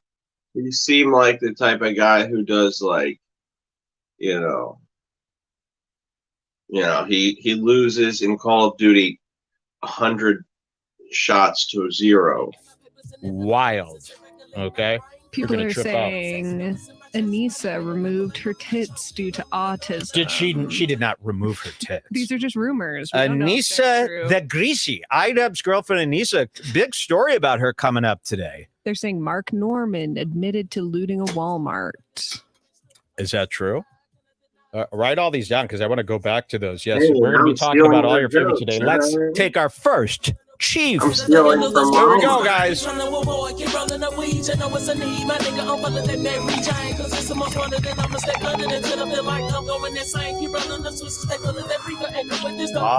Yeah, now we're cooking, huh? Patrick Melton once saw me using this bong. He was making fun of it. He was calling it a girly bong. Do you guys think this is a girly? It's just slightly girly. I mean, it's not like a 10 out of 10 girly, but it's a little girly. I mean, Mike's the type of guy who doesn't think pink shirts look girly at all, so I don't know what to think.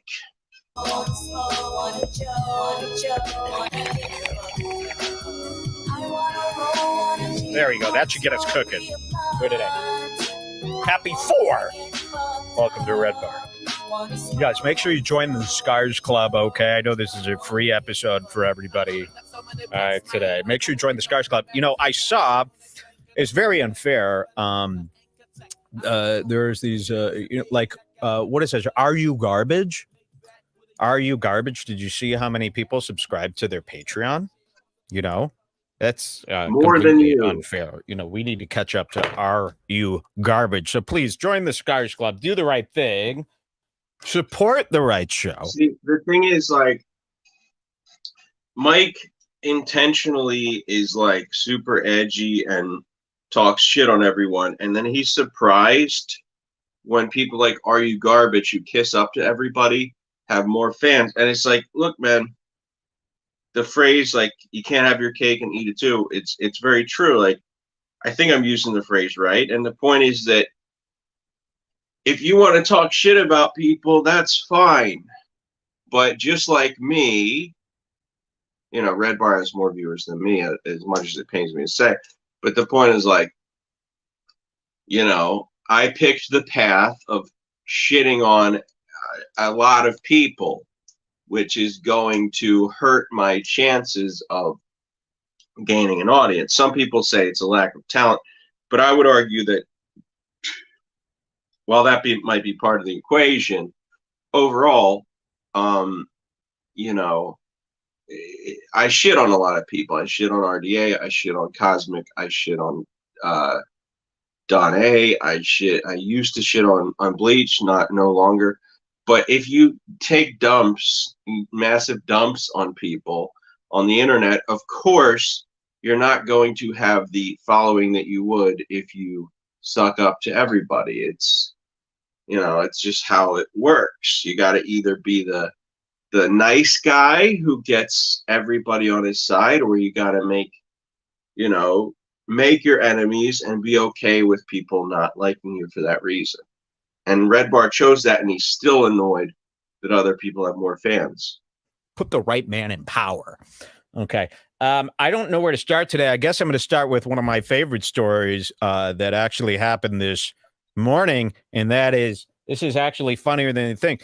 Twitter removing everyone's blue check mark. Yeah. Most everybody that we cover on the show are main fools. They love Twitter.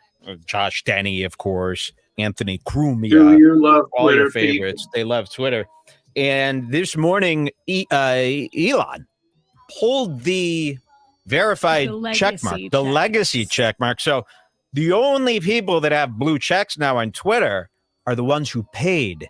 Is it $8 a month? $8 a month? Yes. The only people who have check marks now are the ones who paid $8 a month. So we thought it would be fun to see who's paid on a new segment we call Who's Paid here at Red Bar. Okay. So let's see. Who do you guys, what's interesting, not just who's paid, but who hasn't paid. So I guess it happened this morning. Do you know what time it happened? Did it happen at the crack of dawn? 7 a.m.? When I woke up. So this is interesting. So all the celebrities who had check marks, they woke up this morning, their check mark was gone. The only way to get it back is to now join Twitter Blue. And you pay for it. You get a couple of features, which they're going to claim because of the features that they bought this. But you'll find our study to be quite interesting. We found that the people who have blue check marks now, the ones that paid, seem to be a certain type of person.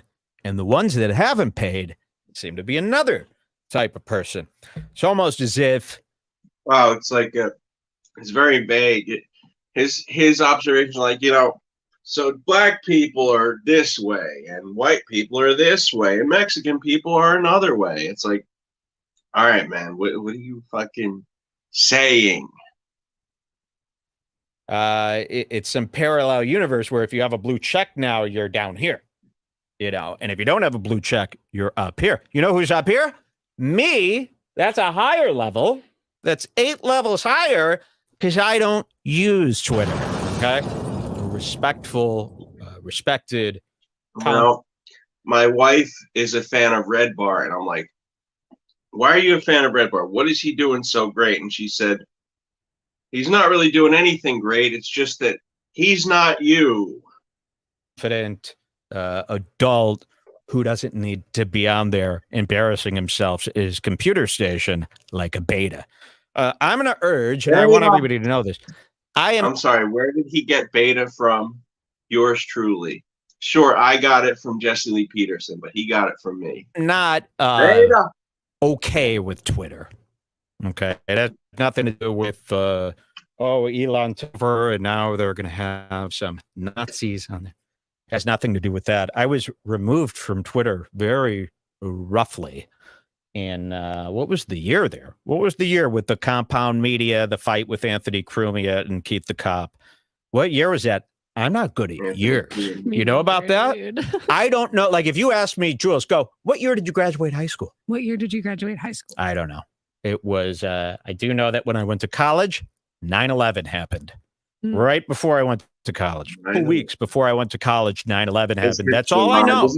Outside of that, I don't know when we got married, when we met, when my dog was born. I only know my birthday. I don't know any years for anything. So he's got rough. He's looking older in his hair, but he's got the hands of a baby. But it was years and years and years ago. I was banned Both from in Twitter. And this size is and in before softness. anyone got banned. People did not get banned from Twitter, right? Like nobody got banned. Only the absolute. And you didn't hear about it. You know, there was a time where people weren't getting banned from sites. To get banned meant, whoa, are you like a terrorist? And it all happened kind of behind. You didn't hear about it in the news. Terrorists? Nobody talked about anybody being banned ever. And I was banned. That's why I trust PSOX. He has the hands of a 60-year-old guy who worked in a mine. War for entertainment purposes. Let's be very clear. This was a show. I was in a tweet war with Keith the Cop, the manager, the guy who ran Compound Media at the time, and Anthony Cumia. Oh, I already got Cottonmouth here. You can't hear that in the mic, can you? Am I getting a little like, hey, everybody, you hear a little slight buzz at the end of my tongue? I like a lisp, man. I'll tell you, at the end of the my more tongue. gay I sound and feel. Don't worry, Red Bar. You sound plenty gay. You don't have to gay it more up. fun I'm having. I'll tell you that. That's a finding I've found.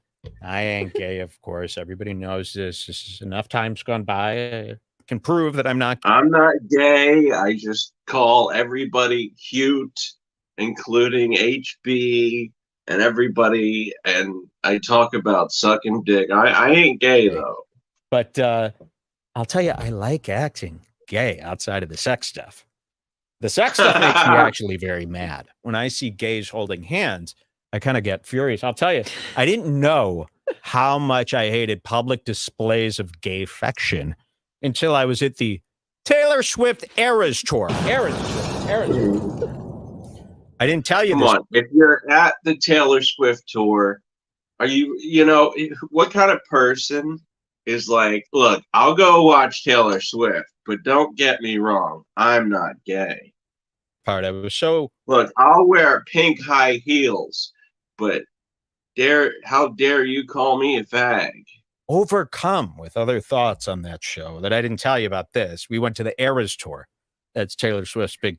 Unless you're sexually attracted to Taylor Swift and you want her to stomp on your balls, you have no business going there as a straight man. Tour. We sat on the floor. That's Taylor Swift's floor seats. And no joke. It was 2 rows in front of me, but my view wasn't obstructed. 2 seats in front of me is a gay couple, and not just any gay couple.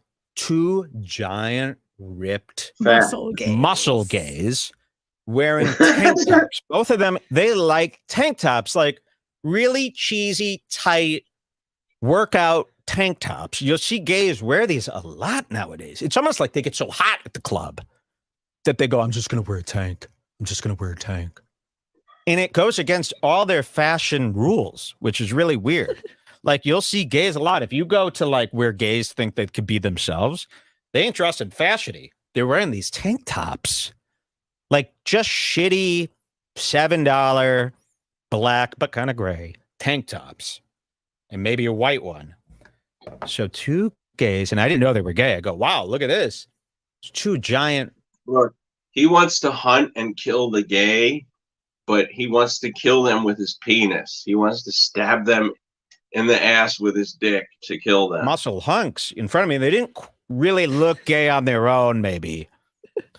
And because I was very interested in who was going to this concert. Like I was looking around. There were no guys there, only queers.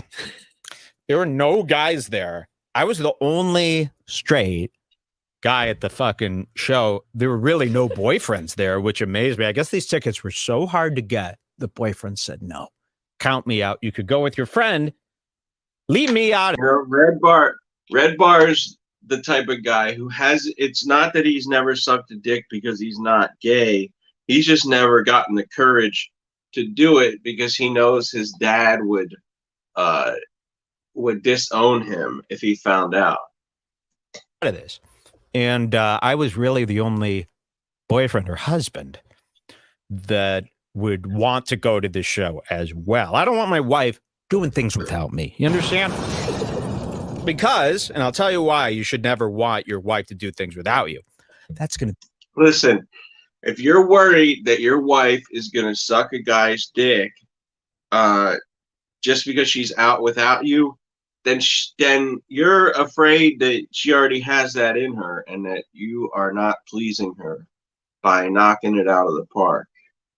To be one more stinking story you got to listen to from her. So go with your wife. It's way easier than hearing her tell a story. Yeah, Red Bar's the type of guy to do 8-hour streams at a time where his wife has to listen to him. And then she spends 5 minutes being like, hey, honey, this is what I did today. And he's like, shut up, you whore. I don't have time for this. Story all wrong.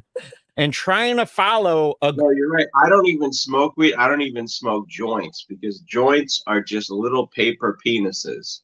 And I don't want any of that gay shit. Girl story while you fake nod for hours. So go. And you go and you experience things with your wife. Maybe you guys will actually become friends instead of so disgusted with each other. But that's not going to work either because you've married such an ugly. Listen, if you're not friends with the woman you marry, that's a problem. Ugly person. You all marry such ugly people that I don't know how you could get along with them. So I'm at the Taylor Swift concert, and remember, it was just boom bodies, which means women over 500 pounds. It's a boom baddie. I got that. Listen, I'm a hypocrite. I smoke joints. I do smoke joints, but I know during that time that I smoke joints, I am actively being a homosexual. And I accept the gays. I don't want to hunt and kill them like Red Bar. From Family Guy. Then gays and just stupid fucking bitches that you don't even want to look at. They're not hot. They're nothing. Bitches. And nerds. A lot of nerds. A lot of girls that probably want to kill themselves, but that's like too triggering to even think about. So they just nerd out and shake. And basically looked like H3's Reddit. Okay. H3's Reddit. And again, 2 rows in front of me, but with, I could see these guys. These rows were very close. 2 muscle gays, as Jules just called them.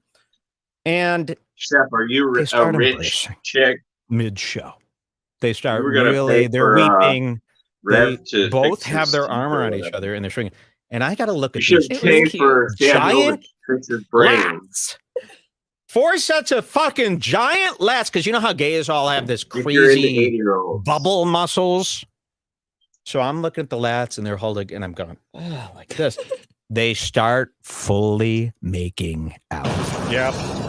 And I'm going like this. I can't see the content. I'm just seeing 2 gays. So all around me, giant fat bitches, gay guys kissing. Red Bar's the type of guy to wear assless chaps and a chain around his dick that connects to his nipples and be like, I don't understand why people think I'm gay. Tell you, I'm just fancy. It's like the old saying goes, I don't want to see that shit in public. You know that saying? They could do whatever they want, but do not. It's like saying, look, I love black. What he's saying about gay people is like, I love black people. I just don't want to see them anywhere. Those fucking N-words. Do that. And that's, even Barack Obama said that. They could do whatever they want, but do not kiss in front of me. Congratulations, you can marry Anita Bryant. Who said? Is that Kobe Bryant's wife? Yeah. I'm being totally serious. She basically invented that idea. I love that idea. Don't kiss, don't do it. Is the thing that they should have done. I wish that those. Here's the problem with. I got kicked out of a Starbucks for too much sexual activity. And I was like, what am I doing? And they said, if we have to tell you, you got to leave. And I got kicked out of a Dunkin' Donuts too much. Apparently I was slurping on my straw too hard.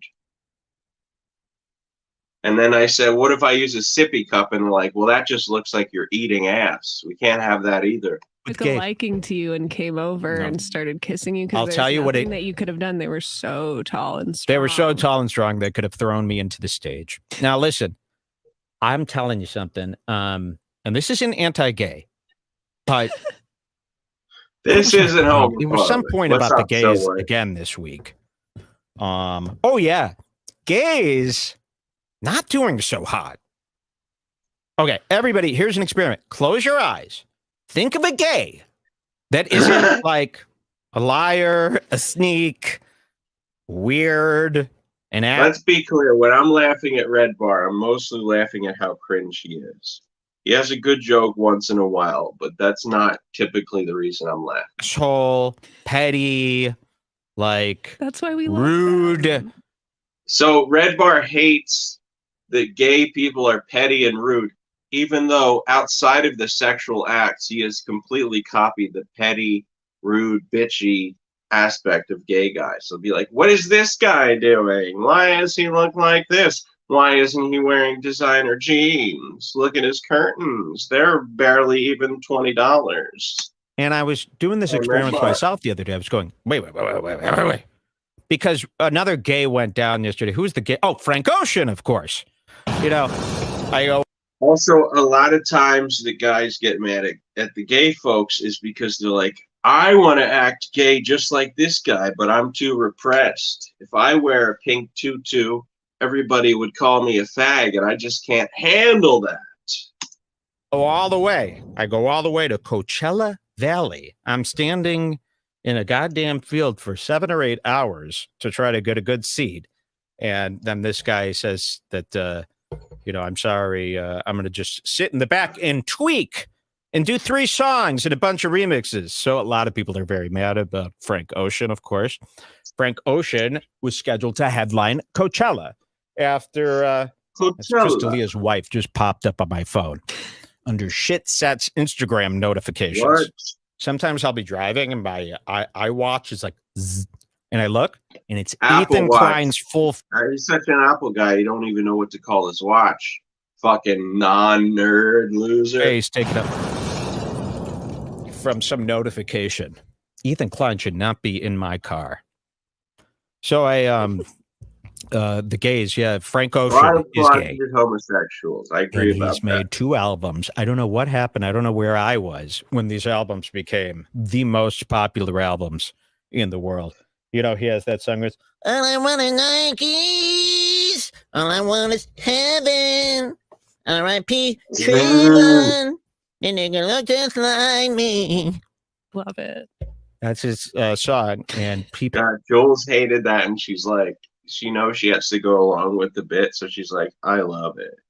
I love it when you say, all I want is Nikes. That's not annoying at all, blasting in your ears. Well, he hasn't performed in, 7 years or something like that since 2000. It's like when Ethan goes, I don't like that either. And he thinks he's being funny, but he says it 20 times, and people are like, dude, we know you're your boss, and we are a boss, and we know you give us a lot of money, but could you consider shutting the fuck up? Would that be an option? 17. He's one of these guys who hides out. He hasn't put out any new music in years and years and years, but everybody claims they love him. But he's like a retarded gay. Before he's even, I don't even know if he's gay. It's probably just so retarded gay doesn't even know he's supposed to suck dick. He's like, I thought gay just meant watching musicals. I didn't know I was supposed to do all the gay stuff. Retarded that he's just kissing whoever. He's got that famous picture you might have seen on Instagram. It's him with shaved head. It's like bleached. And then on his shirt, it says racism, sexism, homophobia, transphobia needs to go. Okay. No, wait, he just did a JLP. Come on. JLP's thing is there is no such thing as racism, sexism, homophobia, Islamism. No isms. So keep that in mind before you start talking about how awesome Frank Ocean. Also, have you noticed that every time Red Bar goes after somebody, he calls it busting them? Yes, I know I don't own that word, but he definitely didn't say that before HB started trashing him. He's more known for that damn T-shirt. And yes, I don't know. I think that yes, he did make some good songs. Beck, if you're still because here, he was so mysterious and hard to see, coupled with this other side, not us, but there's another side of people who really built him up for that racism, sexism, homophobia stuff. He's gay. They really propped him up. And then that kind of bled over into the people who liked the songs But now in their mind, he is like the biggest thing in the world.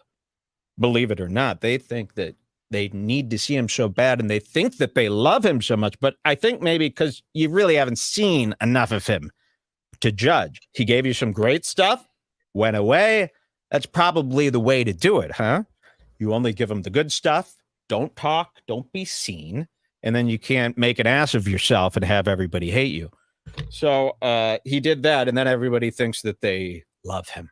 So they all, from all over the world, they flew to Coachella Valley, and they bought hotels, and they had to sit through, every one of Will Smith's kids performing. And the Euphoria soundtrack was on about 8 stages, was a guy from Euphoria. There was not, there was one saving grace to this concert. I can't even believe I'm saying this. Do you want to come to a party? My friends pick me up at a truck at 11:30. Things that I've heard us, but people are cruelly reluctant to follow. But I never dreamed there would be someone there who would catch my attention. And wasn't out searching for love or affection, so I paid my 3, and the girls got them free shine the beer for tequila, and we headed into a party. Thank you, Blink-182.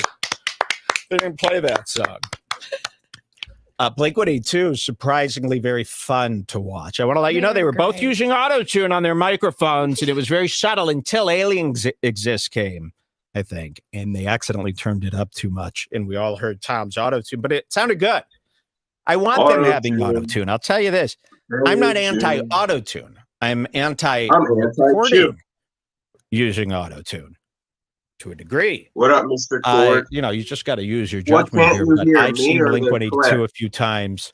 There's a lot of bands that I liked. I used to listen to punk music, Jules. Blink-182, I remember when they first came out, they were a bunch of losers. Everybody hated them. That was like what's up with all that other kind of punk music was very pandering at the time and very, very light. And I remember everybody said, no. Blink-182, they're gay. They're gay, okay? And this was when the first album came out. They've gone through a lot of periods of people saying that they're gay. Meanwhile, they're now headlining Coachella. They're taking Frank Ocean's spot because Frank Ocean bailed. I didn't even say the Frank Ocean story. It's just a bunch of bullshit. You probably heard it a million times. Frank Ocean, he messed up all of Coachella. Read about it somewhere else. But Frank Ocean is gay, isn't he? Yes. And then I'm thinking about every other gay. Don't they all because we're rewatching the series Girls on HBO. They don't make gays look too good in that show. I mean, they portray it throughout the whole series. There's kind of a through line of gays are like deceitful, weaselly, vindictive, little sneaky, evil, whorish, they have no morals. They're moralless people. And I go, why would a show, who claims to be, such a ally to the gays depict them in that way? And then I go, oh, wait, they're not they don't think that's bad. That's what it is. They don't think that's bad. When I see a guy with no morals and acting, he steals out of people's wallets and stuff. To me, that's like a sneak. If a straight person did that, then you would be very frightened of them. So I ask you, present me with a gay today, and whoever could come up with a gay on the show is going to win 1,000. No. But please think about this long and hard. Present me with a gay person that is purely good. Okay. Purely good. And because I don't want to say that isn't a piece of shit, because I'm not saying that's a piece of shit, but I'm just saying there's no good, decent gay. I mean, I haven't met one, and I don't know of one, and you throw me a celebrity gay name, I could tell you 3 things about them that were crazy that they've done. Now, is there a way for that? Do people look at that? If you're watching this in horror right now, they'll cut this out of the clip. But if you're watching in horror right now, you probably think this is an anti-gay guy. Not at all. Because trans people, listen to this, trans people are better than gays. I think gays are the real problem in this country, not trans people. I base this on one Robin Tran, of course. Yes. Now, here's how I figured this out. I go, Karen from Philly. You always Yeah. forget her. Because we were discussing in the car the other day how, like, I can't think of one gay that's good. And Jules goes, Robin Trent. I go, she ain't gay. Robin Trent ain't gay. Robin Trent fucks chicks. She doesn't do guys. The brain is still there. Or I don't know what that means. I didn't mean to say the brain is still there. I meant that, there you go. So I consider Robin Tran to be a good person, normal, regular, nothing wrong with her, in my opinion. But yeah, she's not gay. So that really starts making sense there. Then you start really making sense, and you start going through the list of every gay you've ever met. And you go, oh yeah. You could count 5 or 6 things. So I'm not saying that doesn't mean I hate gays. That means I like them more. I'm just saying I care about them. And what I'm saying is that that's just interesting that gays are doing the same type of stuff. Now, I don't know. Does it come from a life of having to tell a lie? Because a lot of these gays, they keep the secret. They don't want. And who could blame them? Why would you want to be part of that community? You know, I would lie about being gay till I die. There's no point, unless you really like that. But there's got to be millions of gays out there who don't like gays. Get it? Like they don't like the, hey, how you doing? Like they don't want to be a part of that. So he doesn't like if they have to tell people they're gay. Now they're gonna hang out with those guys. They don't want to do that, so they just act normal. There must be millions of people who refuse to come out of the closet, and we've all met them, right? Here's a way to tell if somebody's gay. If you think a guy is gay, he's gay. He's gay. All right, well, I think you're gay, Mike, so you're a victim of your own logic. If you think they're gay, they're gay. Get it? Tony Hinchcliffe, he's gay. Any guy that sounds or acts gay is gay. Okay, they just haven't either admitted it or maybe they have admitted it. Who the hell knows? These are just things of interest. There's no, this is where everyone makes it goes too far, as you say. Well, that means it's not hate. I don't know what it just means. Factual. But Frank Ocean, add him to the list of another guy who fucked over the country because he was gay. He fucks gay at butts. All right. I run a festival. I don't know. Let me throw a link out there to headline because you don't know what they're going to. I don't take pills. What are you, crazy? Use. And Frank Ocean, I mean, listen to this. He didn't just mess up at Coachella. He lied about hurting his ankle, when I'm sober. And that's why he couldn't ice skate. We don't need you to ice skate. You were walking all over the stage like you were on ecstasy and acid mixed. But I did eat some. And you're fine. Medicine. So let me know if the sound is better. Because my brother died 8 years ago. Every black person's brother has died. That's not an excuse. If you're black, your brother better have died. Otherwise, are you even black? Or are you lying about that? So I just liked. We know he lies. We used to always put out merch and then never. That's what Frank Ocean used to do. It's a web of lies. It's been going on for so long. Even his own fans are finished with him. They hate him. You said the audio is bad. And, tell me what's up. He continued to lie. He kept people waiting for an hour. Only Kanye West is allowed to do that. Nobody else. I don't need. This happened because I was so crushed when I heard that the live stream was canceled. Anyway, what are you, the pill police? When it all went wrong, yes. I was like, thank fucking God. We're so happy about this. No one can. Yes, exactly. And that's the way I go. I learned that lesson from early on when I watched that movie, David. That was the story about the kid being burned alive in the hotel by his dad who just got divorced. They were going to take custody away from him. He said, if I can't have him, no one can. And he burned his son alive at Disney World. What? So I'm not a pill user. When I was a kid, I was watching it. Obviously, the dad is bad. That's why I've been a cop. Hey, this is on TV. His ideas were was important enough to make a show out of. It stuck with me. And what was the even slogan? If I can't see it, no one can. We said that for Coachella. So Frank Ocean took himself off the streaming. We spent the whole weekend watching Coachella live on our TV. Charlie XCX was phenomenal. And Frank Ocean, they say Coachella live stream the whole, promotional period. And then, of course, he was off. Why lie? Because it's none of your fucking business, died bro. 8 years ago, Coachella, by riding his bicycle around the Ferris wheel. Okay. Just took some melatonin to get me in a good place. If we can't see him, we were looking forward to that, and then it was taken from us. Then, yes, we want him to fall of Coachella, and he did, and he canceled for this coming weekend.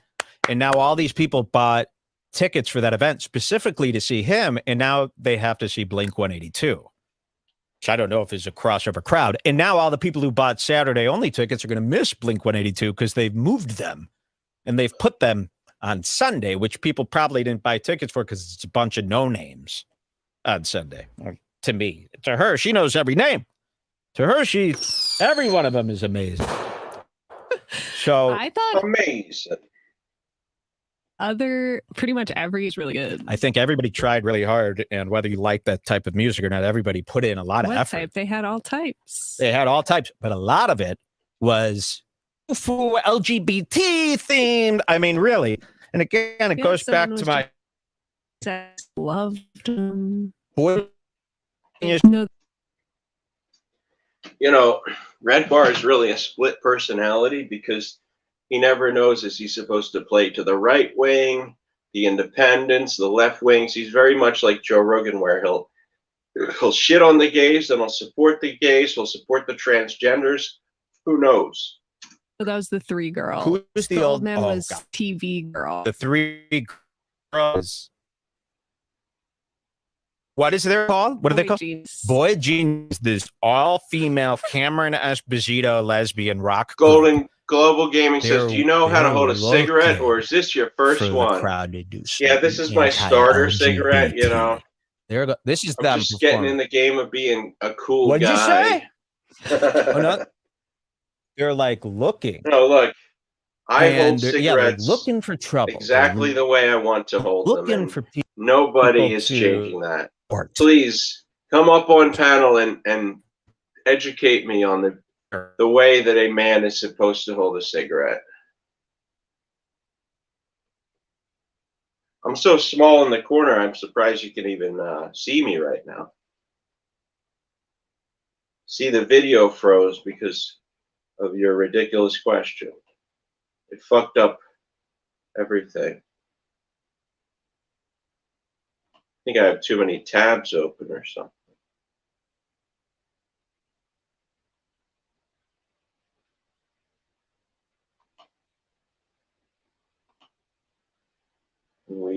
A headline, because you don't know there we go. What they're going to come up with, what lie they're going to use. And Frank Ocean, I mean, listen to this. He didn't just mess up at Coachella. He lied about hurting his ankle, and that's why he couldn't ice skate. We don't need you to ice skate. You were walking all over the stage like you were on ecstasy and acid skating is for fags, right? And you're fine. Don't start saying, "Oh, my ankle hurt because my brother died years ago." Every black person's brother has died. Said I hold cigarettes like a crackhead. If you're black, your brother better have died. Otherwise, are you lying about that? So we know he lies. He used to always put out merch and then never ship it. That's what Frank Ocean used to do. It's a web of lies that's been going on for so long. Even his own fans are finished with him. They hate him now. And he's going to continue Web of Lies. Wasn't that a TV show? Waiting for an hour. Only Kanye West is allowed to do that. Nobody else. I don't need. This happened because I was so crushed when I. There's a guy. Kanye West used to be called Kanye East because he had no sense of direction. I heard that the live stream was canceled. I almost cried, and then when it all went wrong, I was like, "Thank fucking God." And people are like. They said Kanye West, his school failed. It's like, really, a musician sucks at running a school? I'm so surprised that a guy who has no history in the education business doesn't know how to run that.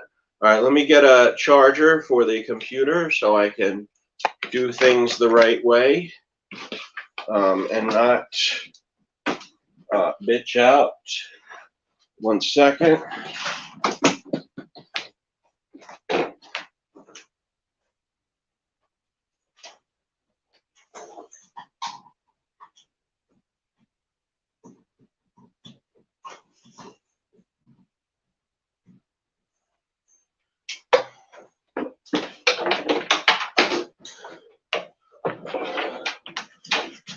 Here we go.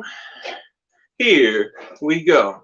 Once upon a time not long ago, when people wore pajamas and lived life slow, when the laws were stern and justice stood, people were behaving like they ought to good. There was a little boy who was misled by another little boy, and this is what he said. Hey, you Tice, making some cash, robbing old folks and hitting the dash. They did the job, the money came with ease. Cops, blah, blah, blah, having disease. You got another and a sister and a brother. Tried to rob a man, it was a DT undercover. All right. We get back.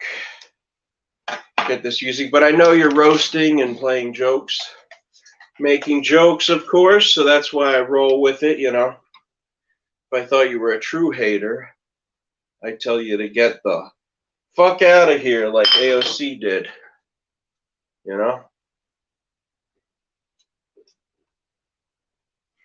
Anyway, what do you guys think of the red background? Is it enraging? Is it upsetting? Does it bother you? You know? I want to know. I don't just want to know, I need to know, because people people tune in and they're like, wow, this guy is either great and unique or he don't know what the fuck he doing. But I had another probation officer visit today. What happened to the door frame? It looks damaged. Yeah, dude, look, I don't own this place. I don't care. But who cares about global gaming? I'm sure you're a great person. What's up, Presley? Smoking indoors? Yeah, that's right. Some people say it's loser. You say it's alpha. I'll take, you know, I'll take your opinion over those fucking fools. You know, I told you I wasn't doing a stream tonight, but then I saw other people doing streams, and I'm like, you know what? I might as well do the last stream of the season. You know, I was just feeling like, you know, because we do 21 episodes a season, and that's just like what it is, you know, and that's just how we do it. Alex says, stream sniping you, homie. Well, if you're stream sniping me, then you're no homie of mine, because you are a beta, you know, but you know that, right? Like, you know that you are that way. I was thinking about stream sniping you a minute ago, but then my computer shut off, so I was like, all right, I can't really reverse stream snipe a person if I am on here. I got a little more red bar stuff. Yeah, I'm trying to do the stream every Thursday. We'll see if I might take a break after this episode for the next season. I haven't decided. That will be the orange season, and we'll do it. I was covered before you got here. I was doing the red bar thing, covering red bar a bit. So we'll take a look some more at his stuff, and then we'll maybe check in with Alex or RDA. We'll see what happens.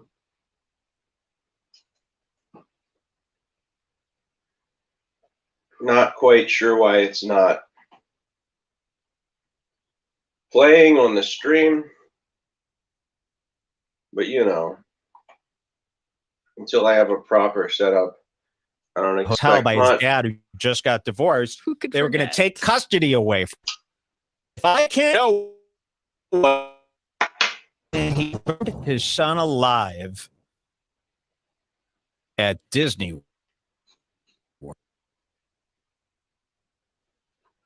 That was ingrained in me. When I was a kid, I'd obviously the daddy burned David, but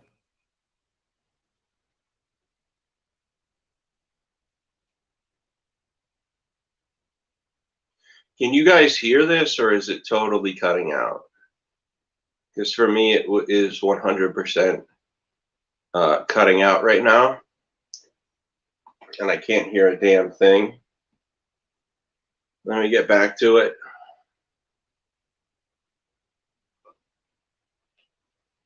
And people say, you know, why do you stream when you have less than 10 viewers? Well, that's because I'm committed to the art, you know. I'm here for the art. I do it from the heart. Streaming is pretty much the only thing I commit to in terms of activities, you know. Even when I did stand-up, I would just call out of shows sometimes. It's border hopping. All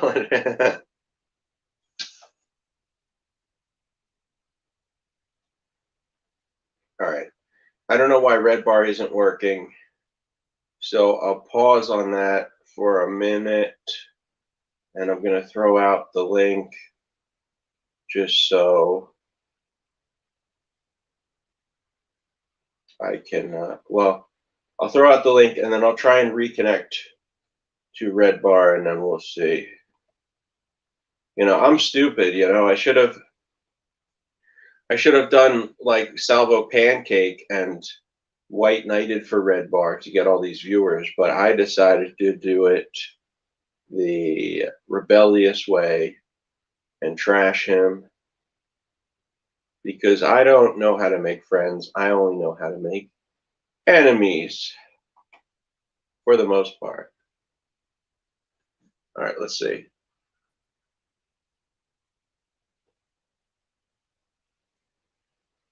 Wait, did I share the wrong page? Yeah, I did.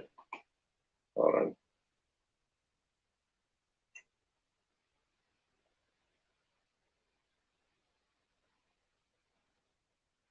I'm using a laptop and a phone because my laptop sucks, but in conjunction with the phone, it seems to work. So that's what I do. Got to get a better computer, get some better technology going. Presley is top tier. It was good to have you on the show.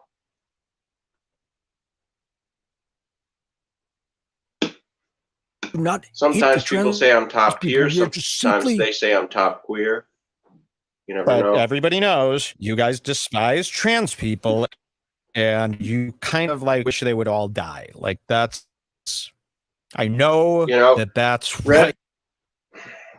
It's interesting because Red Bar wants to hunt and kill the gay, but when it comes to trans people, he loves them because I gave him a bunch of shit about it. The Chilean Stain showed this Bud Light thing last week. She asked me about Jules. Yes. She goes, Mike, what do you think of that? And I go, what's the Bud Light?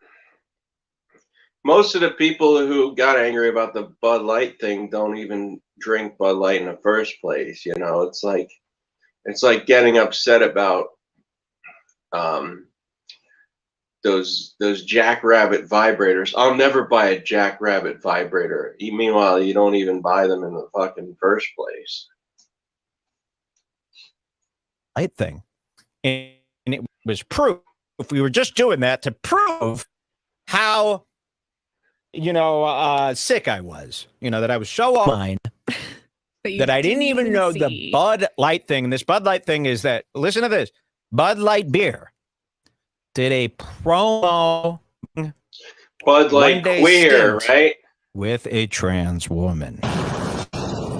Remember, I showed you this last week and I didn't know about it. And I think when you showed me it, I just said, oh, the woman. Yeah. I didn't know how serious this was until this week when everybody, they boycotted Bud Light. Kid Rock is shooting cans. Joe Rogan said Shane Gillis was crying because his favorite beer did this. Did? Yes. No. You know, I want to know, will Shane Gillis have the balls to keep drinking Bud Light, or will he be like, well, I have too many conservative viewers. I would be embarrassed to buy Bud Light. Everyone. Why? You know, just luckily, out of the blue. Luckily, I'm out of the beer game for legal reasons, so I don't even have to worry about being embarrassed about buying Bud Light. You know, I would still buy Bud Light, but I do wonder sometimes how would the people at the supermarket that sells Bud Light, how would they feel? Everybody. What does Shane have a reason to be? They should be giving it out for free. Shane Gillis was in tears. Was he joking though? I mean, because why would Shane care? Because Shane's favorite beer is Bud Light. I know, but he hates trans people. I guess so. They all do. And the ones that don't. Look, if your favorite beer is Bud Light in the first place, that's your fucking problem. Talk about it. Just do it behind closed doors. That's crazy. Joe Rogan hates trans people. We got to be clear here. This isn't. No, he doesn't. He's just pointing out simply. He's not pointing out simply. And I'm not going to even get into that. I won't even waste my time explaining that. I'm just going to go ahead and say these people hate trans people. Yes, they do. They're obsessed with hating them. They're going nuts. This Chris thing with Mr. Beast. Did you see Mr. Beast? And this is so great. I hate Mr. Beast, right? I've hated Mr. Beast. Who's Carrie Sontag? And now all the right-wingers hate Mr. Beast because his sidekick or somebody who works on a show, Chris, went trans. Listen, you know, and now Alex, I gotta be like, no. I thought you were stream sniping me. Now all of a sudden you want to be on the show. I don't know if I like that. I don't know if I like your audacity. You know, you want to say all this shitty shit, and then you want to be a part of the show. That doesn't really fly with me. Like, I was cool with you until you started to be like, you know, like I thought you had potential. I thought it was interesting, but you really jumped the shark. You really, you know, like I thought you were one of the premier live streamers, but you became, you know, you're not even, you're on, at this point, you're on Cosmic Cam tier. You're like Cosmic Cam combined with, you know, I don't want to be rude, but you and Cosmic Cam should start a show called Short Guys That Don't Matter. You know, you guys just fucking, you know, you're drama queens. And I honestly think it's got something to do with, and I get that genetics control your height and everything, but you clearly, when you're a guy of smaller stature, you feel this need to compensate by being tough and being cool, and it don't count, bro. It doesn't count. You know, for example, when you went after Caitlyn for abortion, that was the gayest shit imaginable. I don't mean like gay homosexual. I just mean cringe, dude. Like, it's just, oh, now I'm short. I get it. That's like I call a guy gay and then all of a sudden he calls me gay. Like, you don't, I'm not trying to be rude. I'm just being factual. You have the Napoleon complex. You know, you talk about being a man, but it's just because you feel like you're not a man. Like, I never have to worry about that because I don't feel like a bitch. Maybe I am a bitch to some people, but in my mind, you know, I'm top tier, bro. I don't need to be fucking gay. I don't need to attack women for horse shit. Like when you're like, oh, Caitlyn, you're one of those guys that you have abortions. Meanwhile, you don't give a fuck about abortions. You don't give a fuck about children. You know, you're fine with Red Band being with Jimmernan being a pedo. Only thing you care about is the fact that she left you and you don't have anybody interested in you, and that's a sad situation. But that's not my fault, dude. And you can rage out like the way that you do, but that's your fault, not mine. I hate Mr. Beast because he's a fag, not because Chris is trans. No. I don't want to be lumped into that. I hate trans people, so now I hate Mr. Beast. And they do. They're doing this early. They hate Bud Light now. They're not kidding. They hate Bud Light. So, and I don't want to be like too political, but first of all, she said 3 abortions, but I don't want to be too political. But here's my opinion: if you eat meat, you're ending a life, right? So if you eat meat, you have no reason to in your words, moral fag about abortion if you eat meat, because let's be honest, what has more feelings, a living chicken or a living cow, or a fetus that doesn't even have the ability to you know, to feel anything? A fetus, and I don't want to upset the abortion haters, but a fetus doesn't have any emotions, whereas a chicken, even though they're an animal, has a life. They have, So as long as you eat meat, to moral fag about abortion is some bullshit. Bud Light for one day did a promo with some trans nut. And you know why they did this? Because when you all go crazy like this, the numbers go up. They just go up. M&Ms did this to you. You fell for that. Where's all the apologies for being wrong about the M&Ms? People are mad about M&Ms, but, all right, so let's say you have, let's say you don't like abortion. Well, then definitely don't eat chicken, That's all I'm saying. Yes. Remember when they said they're taking away the M&M? By the way, I can let anybody up I want. I don't have to let up other people. It's called curating your channel. Maybe when you get to the level where you feel the confidence to decide who you let on and who you don't, you will understand. But until then, work on it. M's characters, and you all flipped out. They came back a week later, just as we thought they would. Nobody apologizes or winds it back and says, "Oh, I was so wrong about the M&Ms." By the way, if you weren't such a fan of me, you wouldn't be so ardent on being on my stream. Let's just get that straight. So every time these outrage, and you've heard this before, every time the outrage thing happens, the companies make more money, whether you think boycotting them or not. And you're right. I'm afraid of a math dork who makes jokes about people, oh, you're 10 Walsh units. Okay, a math joke, queer. More money when you all go crazy. Whoop, whoop. So they've tricked once again. I mean, I think Bud Light knows what marketing campaign is going to work for the most part. But before I end this, I must remember my point. Hating Bud Light. Listen, when we get to hour 3, I'll consider letting you up, you needy fuck. Hey, for the marketing stunt with the trans person, if you hate Bud Light now, that's crazy. That's too far. That's nutty. We got to stop because nobody else is stopping you. They're all too afraid. What I'm saying right now will get guys really furious at me. They'll want to hit. I don't know why they'd ever want to hit me. I can't even imagine one of our listeners who's been sucked into this world hating me. I think that if they started hitting me before you...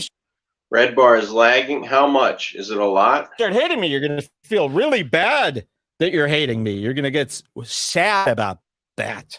Don't even go there. But thing is more interesting. The Mr. Beast thing. So now the language just gets so much more crazy each time. All right, let me take a break from Mike David. Let's see. Let's watch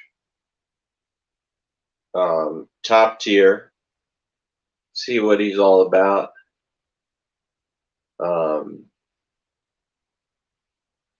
I will check it out.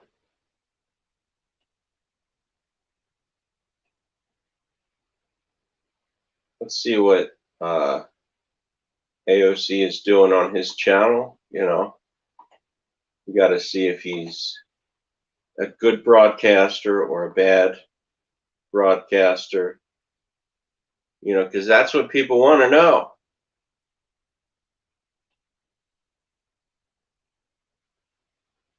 And honestly, with 161 subscribers, he needs all the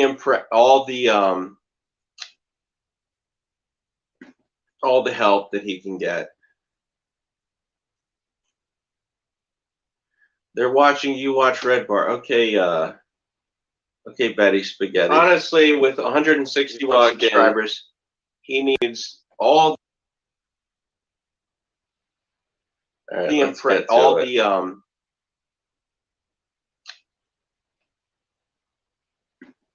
the help that he can get.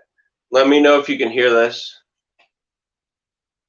They're watching you watch Red Bar. Okay, okay, Betty Spaghetti. Honestly, with 160 subscribers, he needs all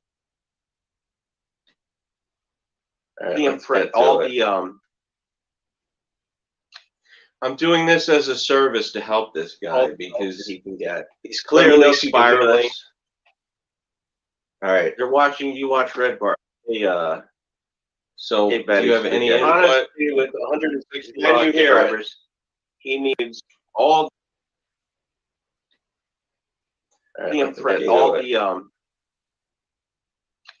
I'm doing this as a service. So he's not saying anything. Let's wait and see. All right, they're watching you watch Red Bar. Yeah. So hey, Betty, do you have any input? Honestly, with 160 subscribers, he needs all. Hold on one second. I'm doing this as a service. All right, so he's not saying anything. Let's wait and see. All right, he's not even. Right, what's the point of me showing him? All right, let's see you. Let's see what you got. Let's see what you fucking have to say. All right, Alex, you're here, right? You're laughing it up. What do you got to add to the program today? This is funny stuff, bro. I'm doing you know I'm stream sniping you, so you go watch my shit, so you get an infinite audio loop, you idiot. Of course, you're the needy fuck who told me to do it. I'm so mad. You're so angry. No, you're just needy. Angry. You're so mad, bro. You're so fucking mad. I don't know. Maybe because, why am I needy? What am I needy about? What do I need? What do I need? Let me up. Let me up. Let me up. Let me up. All right, you're here.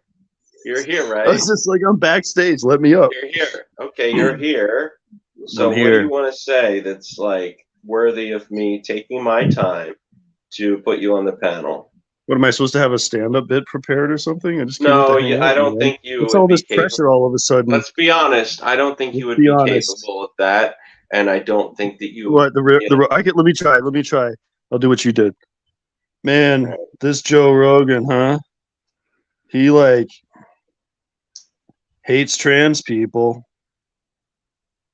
And Ari Shaffir also, and Tony Hinchcliffe. How about those guys? Why is all your material from the Joe Rogan universe? You're doing an excellent job if I was fucking retarded. You know, and I'm not saying I'm not completely retarded, but you're the type of guy that I can call retarded because, like, even on the retard level, you're like 10 degrees less than me. So let me ask you, why do you care? Why are you so invested in what a woman does with her body?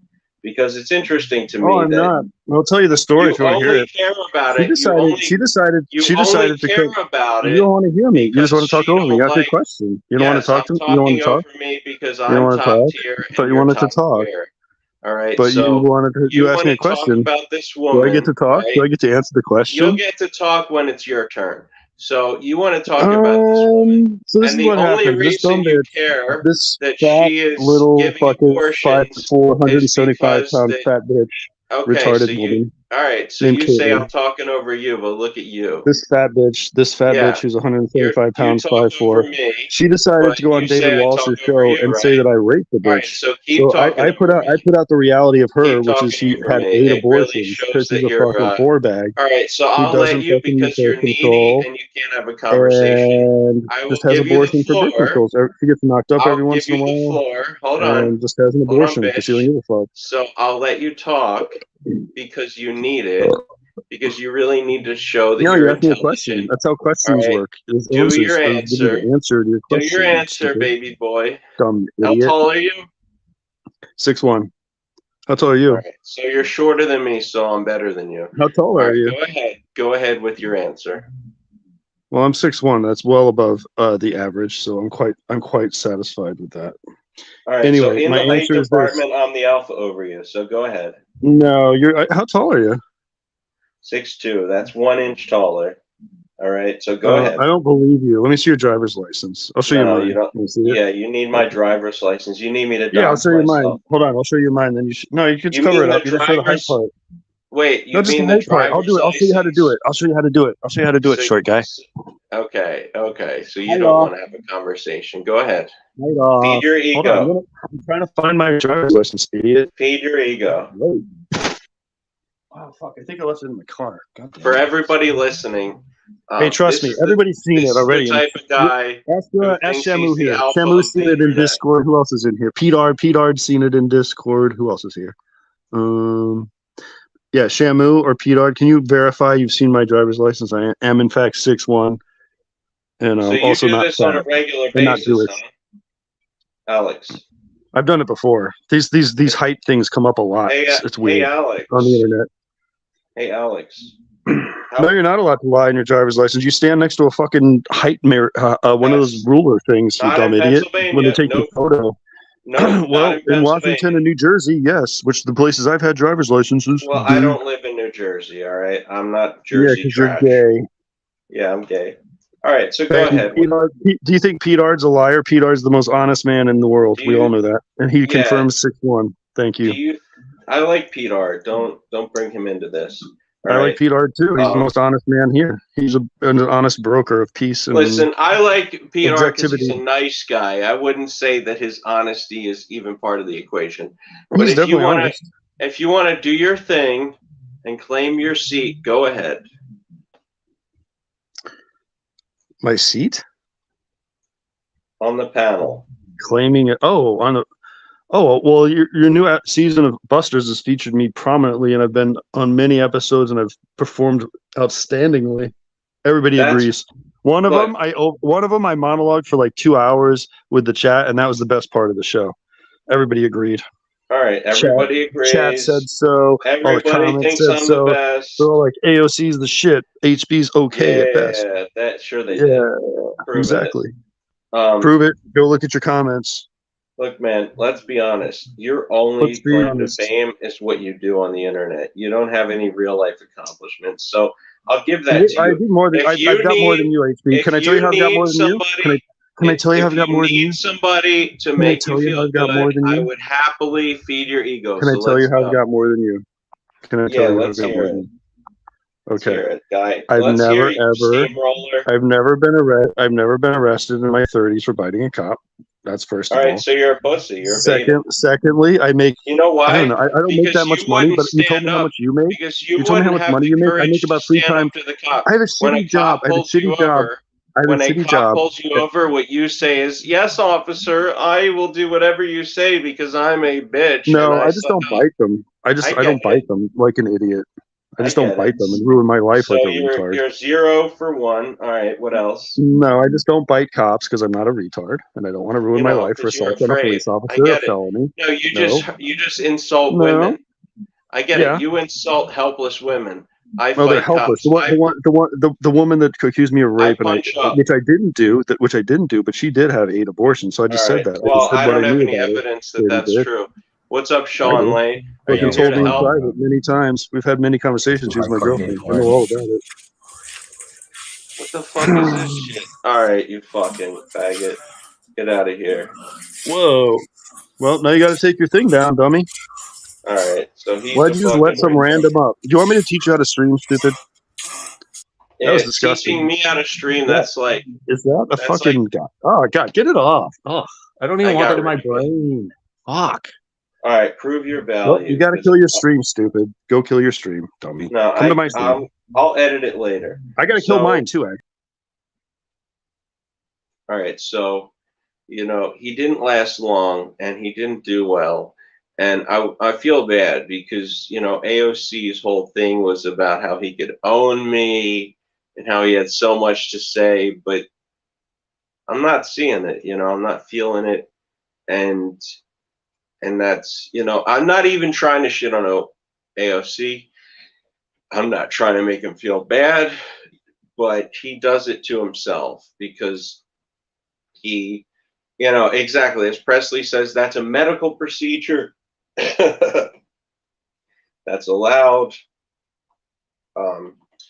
If anybody with any kind of, you know, meaningful discourse would like to join, you're welcome to join. I'm not even sure what I was watching just then, but you know, I only have one strike on my channel, so if I get one strike, it's not the end of the world. But let's just pull up Red Bar again because, you know, AOC, you know. Shout out to Lexi Lou. She's a fan of the anal procedures. I know she likes to send videos and pictures about shit. No, I don't see an issue with it. You know, if people need to let medical procedures be known, well, let's just be clear. Alex is very similar to Red Bar in the sense that, I mean, not Red Bar, these other people, he's very similar to all the people that do this kind of shit because he's needy. Like, he thinks I'm great, but then all of a sudden, he you know, because I don't like him up on channel, all of a sudden I'm a loser, I'm a fag. Look, this ain't my first rodeo. I've had this same thing done to me by Sam Hill, Ross Dog. You know, they say you're great, and then once you admit you don't like them too much, they get upset. All right? I don't want to watch an abortion because I don't want to make Alex cry. All right, so let's just watch a little bit. As if we'll watch a little bit more of Alex Jones, and then maybe we'll get into some RDA. These people did something wrong. They're going at it like they have completely forgotten what this is about. They would have never done this with the gays. There used to be a time where nobody would ever talk like this. BRB. You know, whether you hate them or not, how could you say those things out loud? It's getting nutty. So please, I say this only because we were thinking about it. We go, nobody else is saying how crazy this is. You know, you got Joe Rogan every week talking about trans people as if they should all be killed. I mean, it's really insane. And he does it so casually. And people look up to Joe Rogan as a voice of reason, as like, this guy's got it figured out. And when he's on there so casually just talking about trans people as if they should be wiped out, it's weird. And you must have somebody butt in to say, listen, at the very least, again, forget what you think about trans people. You can't talk like that in public. You gotta behave. I just think the Mr. Beast thing rocks because his whole career, he's been making sure to get all of his episodes out all over the world, subtitles. Yes, this is so funny. This is so good, too. The algorithm in any way he can to make sure he has the most views and the most fans. Yes, you know what he does? And he now does. This thing has fallen in his lap that is going to cut his audience in half, especially in other countries, like not even all the transphobic people in America. Dubai! The beautiful, wonderful Dubai. Have you ever been there? That's a beautiful place. He has little kid fans from all over the world, and their parents yes. let them watch him anymore. So this is what killed Mr. Beast. And again, I'm still celebrating he that. He just has to sit there and go, okay. Listen, I'll tell you this. This is killing him. I'm still celebrating it. Yes, I'm so happy. I'll be the first one to say it. Yes, Mr. Beast now has less fans because his partner is trans. I don't care what they say about trans people. I'm just telling you It's insane. It does, you know, just because Joe Rogan and all these other people say it doesn't mean it's not insane to be saying. At the same time, I think being trans is insane. Get it? Oh, sorry. My headphones aren't doing so hot today. I think being trans is insane too, and I really hope Robin Tran isn't planning to get the surgery. I was thinking that. You know, it's none of my business, Maybe but I will say this: that's that 1,000 and pay. Can we up. take a quick little break? Put on some music. I got to fix a few things. You know, I got bounced. One sec. This, I got to fix a few things. This Sean Lane should stay in his own lane. Am I right? We'll put on a song. We'll be right back.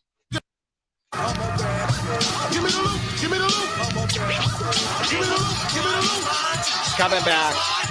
Big up, it's a stick up.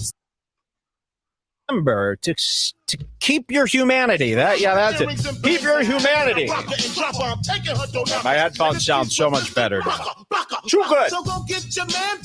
We've been doing a lot of upgrades to the studio lately. Yeah, we're really getting into things here for season 20 phase 2. Yeah, season 20 phase 2. Some new stuff coming up this week. We've been at the studio every day this week, doing little sneaky things here, sneaky things there, to make this show ultimately uncopyable is my only goal. And once we're there, we just got to hold tight until they start catching up again. So yeah, surprises in store for you guys coming very soon. Thank you for your patience dealing with me while I've been so old and crippled. Exciting stuff coming up today. Big scandals coming up today. I just finished watching this Dave Landau interview that ruled. I can't believe I'm saying this because, you know, Dave Landau, do you know Dave Landau? He used to co-host the Anthony Cumia show. In fact, he was so lame and gay that two of our ex-listeners, gay was he? Used to be listeners, two ex-listeners showed up at his comedy show and measured him. He was so short that he needed to be measured. And they met him. He was backstage shaking hands. They came up with a tape measure, 5'2". Dave Landau. Have you seen him? He's Steven Crowder's old co-host. He was the guy who sat in the chair. Thank you, Steven. What is it? I don't think the Rangers going to like this, Steven. He's terrible. He was Cumia's old co-host. We used to torture this guy. He hates Red Bar, right? He despises Red Bar, Dave Landau. You know, we couldn't have been more excited when he quit the Anthony Cumia show to go be Steven Crowder's co-host. We couldn't even believe it. You know, our whole life is a dream. Almost everybody we talk about on the show, like, does what we need them and want them to do eventually. And then they all meet each other. Like, doesn't matter who we mention on the show. It could be the two most polar opposite people from different universes. They will eventually find each other. Taylor Swift just broke up with her boyfriend. I'm half expecting her to start dating Denny. Exactly. It's going to be something like that. And every person we bring up on the show seems to either make the news or something. You know, nobody was covering Dave Landau. Nobody. And now he's everywhere today. Ally Alexander, Piranha. Remember Piranha? Ally Alexander? He was. Do I have the Piranha music on here anymore? That would have been so good. Piranha Alexander in the news every day. He created January 6th. Wait till you hear why he's in the news now. Big Ally Alexander Piranha story. So the weirdest little Josh Denny, of course. Josh Denny working with Gavin and Cumia. These were from two separate universes. All right, we got Peter in the house. What's up? What's up? Hello, Mr. Hostbusters. Yo, hello. Good to see you. How's it going? You know, I can't not take an opportunity to take as many swipes as this at this elderly child grooming piece of shit that goes by the name of Red Bar, Michael David. Yeah, dude, he's now. Have you? I mean, other than the fact that he's a Jew, do you have others? I mean, his child grooming. So you're aware of that whole situation, huh? Oh yeah, yeah. And in fact, it's very funny. Before I even knew he was a Jewish person, I detested him. Everybody, like all my friends, would be like, "You got to watch Red Bar. You got to watch Red Bar." And it was just him talking about like pop culture and just not being entertaining. I think he's just lame. Yeah, no, I agree. I mean, he's always about the I don't know if he still does his music show, but he covers like, Mike Majlak and all those people, and like whatever Jules tells him to watch. And what got you? What was like? What did you see him do where you were like, all right, this guy is a fucking loser? So, Porcelain had me watch one of the episodes, and he talked about Jake Paul's Facebook post for 15 minutes. And I said, Wow. This is unwatchable content. I only know of Jake Paul from boxing. And he's sitting there like, and if Jake Paul wants to do, he's like moral fagging about fucking Jake Paul. Like, what does he say? Like that he went to that suicide place? Or like, I'm not sure if that's what, because it was so long ago, but I remember that was the time when I was like, I don't think there's going to ever be a thing that I like that he's done. But I got to give him props for the DuckTales song. The DuckTales song is good. So he did a song about DuckTales, or did he just sing the DuckTales song? Wait, you never heard the DuckTales song? Oh yeah, DuckTales, woo, right? No. He does a version where it's pretty much all the N-word. It's really good. Yeah. Now, okay, so what do you what groups? I'm just curious. What streaming posses, crews, what groups do you associate with these days? Are you back in the Rex and RDA world? No, actually, the guy I've been watching doing streaming, his name goes by Glitch Poacher. He's kind of smaller. I think he's got like 1,000 something subs. He does like Hassan Watch, where he just watches like all these like, bread tubers and just makes fun of them. I really like his content. That's been like the mainstream I've been watching. Oh, and what did you say his name was? Glitch Poachers. Okay. I actually made a community post to like have everybody subscribe to him because I want to see him succeed. All right, cool. I'll check him out at some point. Is he like does he live stream or does he make videos? What's his deal? He does both. He does the live stream and he does the videos, but he watches like all this stuff I would never even know about. Like these people he shows, like he showed me this guy, Big Alex or something like that. And this guy, something go green. Like there's a bunch of like he's introduced me to a whole another world of cringy people. So it's also good that he's expanding my horizons. All right, I'll have to. I'll follow him. I'll subscribe to him on YouTube, see what he's all about. Because I mean, I think you follow people on a different side of the internet. You're always telling me about new people. Like I don't even remember. It's just something Turkey Tom, right? Oh, Turkey Tom, a big Turkey Tom guy. Yep. Yeah, I remember that guy. And so you watched Red Bar at one point. You were a Red Bar viewer. Everybody tried to get me into him, like, because it was like soon as the O&A stuff broke up, like all of the O&A people I talked to were like, Red Bar, that's going to be the new thing. Red Bar this, Red Bar that. And like even people from like Internet Blood Sports back then, like there was a girl that we used to hang out with, Moon Bitch. She was even like, you got to watch Red Bar. And I've just never gotten it. I've never, I think like he's too flaky. He doesn't like hold any real opinion. He moral fags way too much when him himself is a degenerate, like you can't moral fag and be a degenerate. Yeah, it doesn't work. No, I know. I feel like he's all about the money, so he's worried about being like, oh, I like right wing stuff, I like left wing stuff, I like, he doesn't even know what his own opinions are. So like at first you might think, oh, he's based, he likes the shit I like, but that ain't him, you know. So, and No, you he even figure went that after out pretty Naklo. quickly. He went after Naklo because Naklo was lightly trolling him, and he had to make like a whole like 20-minute bit about Naklo's a crazy person. You have to watch these people. They're gonna go shoot up schools. Like, and that's just a view. Yeah. It shows how petty and like lifeless he is. He doesn't have a real life. Oh yeah, I mean he's a and look, I'm not like a 10 out of 10 like go out in the world person, but I feel like even less than me. He don't do shit. Like his crew is his viewers and that's it. And Yeah, I do mean, you do streams?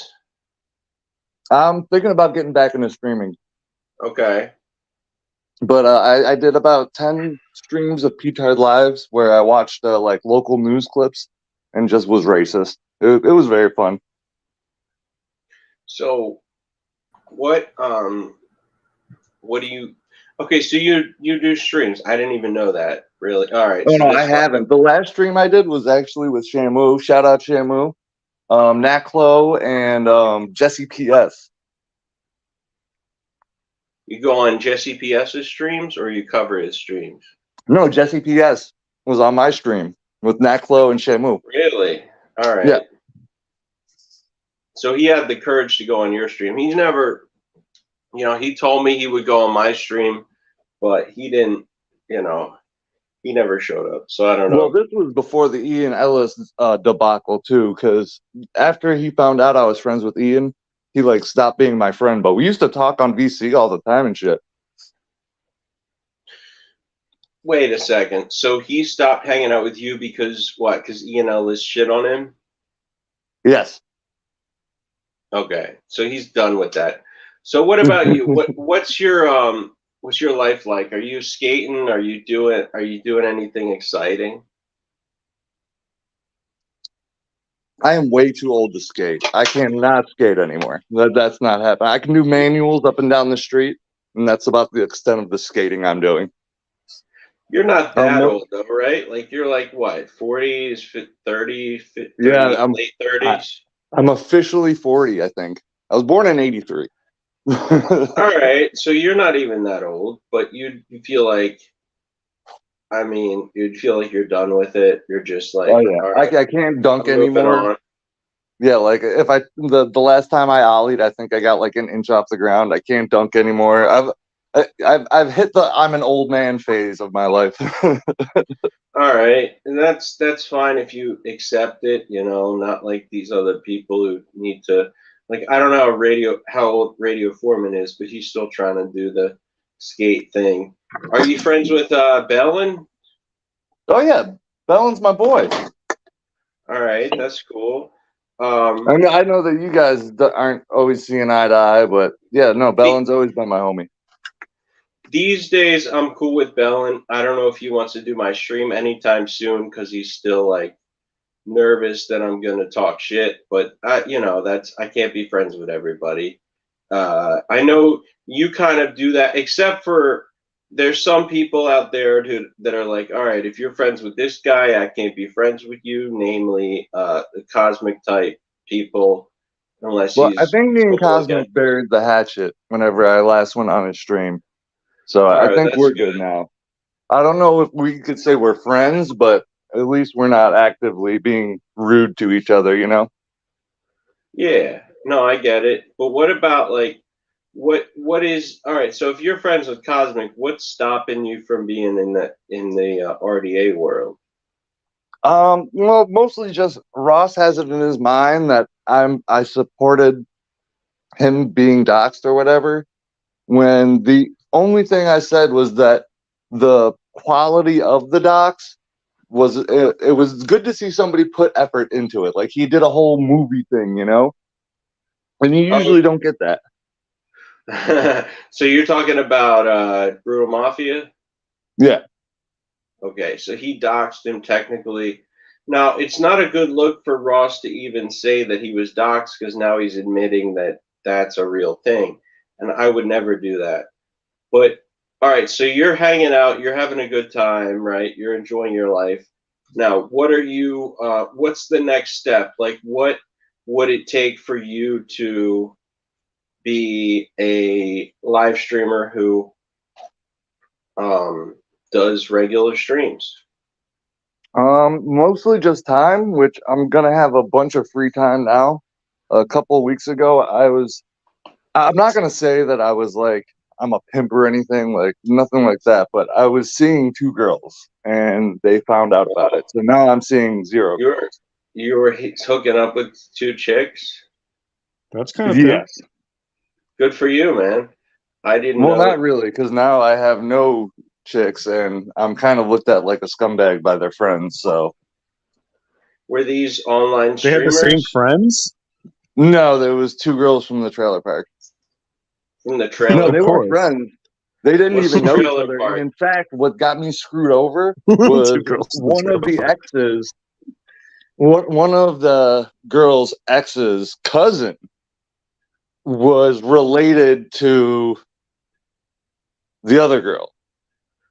Now, when you say the trailer park, is that where you live, or is that like a name of a server? No, it's in my house, in my town. It's a trailer park. Do you feel like people have too many judgments against trailer parks? Like they think it means Yeah, you're I would a certain expect type trailer of park person? girls not to care about that. I'd be like, they're trailer park girls. They care about. Well, yeah, but I live in a They nice expect trailer park. Like exclusivity? that's the difference between like a Florida trailer park and like a Buffalo trailer park.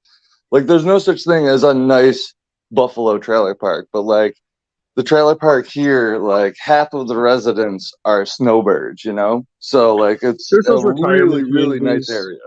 Yeah, there's those 55 and up Okay. retirement communities that are technically trailer parks, but they're not the same thing. You're not gonna have the same Yeah, method. and that's what this trash used to be. It living used to there. be 55 and over until actually my Yeah. old landlord sued and got it to be all ages. So wait, so a snowbird, is that I'm not up on my lingo. It's a Is that person who snowbird is retired like- there from the north. It's a Yeah, it's rich retiree, an old people that person don't want retires to there be from the north. cold. So they come down It's an south old there. Jew. in the It's an old winter. Jew like you who moves down there they're from old Philadelphia. people? All right, you can shut the Yeah. fuck up. Well, It it's was true. a good joke though. Come Fucking on. Florida, dummy. That's what it is. Alex, That's what it you is. need You to ever know go to your Boca place. Raton? You ever been there? I don't Serious. know, dude. I know that I do. you I know. like to talk, but like Pete is the guest of honor here, dude. You need to know your place. Let's just be honest. Like He's You're- mad because I made a Jew you're comment. yeah. No, you're right. I'm really offensive. I'm really offended by Jew comments, which is You why I have obviously are. Pete, why I have Pete Art up who wants to kill and hate the Jew. You Yeah, didn't know what a snowbird was. I told You you. can Now you never know. you can never take Sorry it makes you mad. responsibility. Maybe I don't Sorry it like makes you you because mad. you're The low snowbirds are quality. Jews. Are you ever able to Jew birds. accept that you're just like low quality and maybe I don't? Why? Because You're like those people made who are a like, Jew thing? I'm I too know. You guys think offensive. They don't all us like me Williams because is I'm low too quality. offensive. You think we're supposed to be your slaves when you Yeah, take over the no, world? no. We know the plan. I heard about it. Yeah. All right, I get it. And you're making Pete laugh, and that's good because I want Pete to be Because I'm entertained. funny. Why don't you But- make Pete laugh? I don't know, Comedian. man. If you were like half as good as you think you are, you would be doing. Then why is he great stuff. laughing? The proof is in the pudding, stupid. Like I don't know. Maybe Pete has. I don't even know if he's laughing. I have a sweet spot for racism. The noises coming out of his Listen. mouth were laughs. So he likes racism, but like, what have you That's done? anti-Semitism, not What racism. have you done that's great for streaming and is bringing it to the, to the next level? Good What have point. you done? Other Is that than for Is me that my or goal? for fag? To bring streaming to the next level? What have you done? Am I that supposed? Is isn't that supposed to be our moral goal? fagging? No, I don't I know. guess if you I think get more views than you, though. I know that. I guess if you think moral fagging is You what have, brings like, streaming you have to about- the next level. Wait, I got I 160. get more views than you. What's 1,200 divided by 160? I You get have about more 13. views You than have about 13 times as many subs, and I get more Yeah, views. so In you the middle of the moral night, same time. fag, and you complain. No, I don't and moral you're- fag. You moral you're a fag. math You were moral major. fagging before for fucking Caitlyn because there were a Anyway, million let's get abortions. back to Pete. You were moral the man of fagging the about hour. abortion before, weirdo. Let's get back to Pete, the man of the hour. Okay, go ahead. So I don't mean to Pete, interrupt. I'm gonna what mute. have you been doing? Have you been putting out any kind of any videos covering people?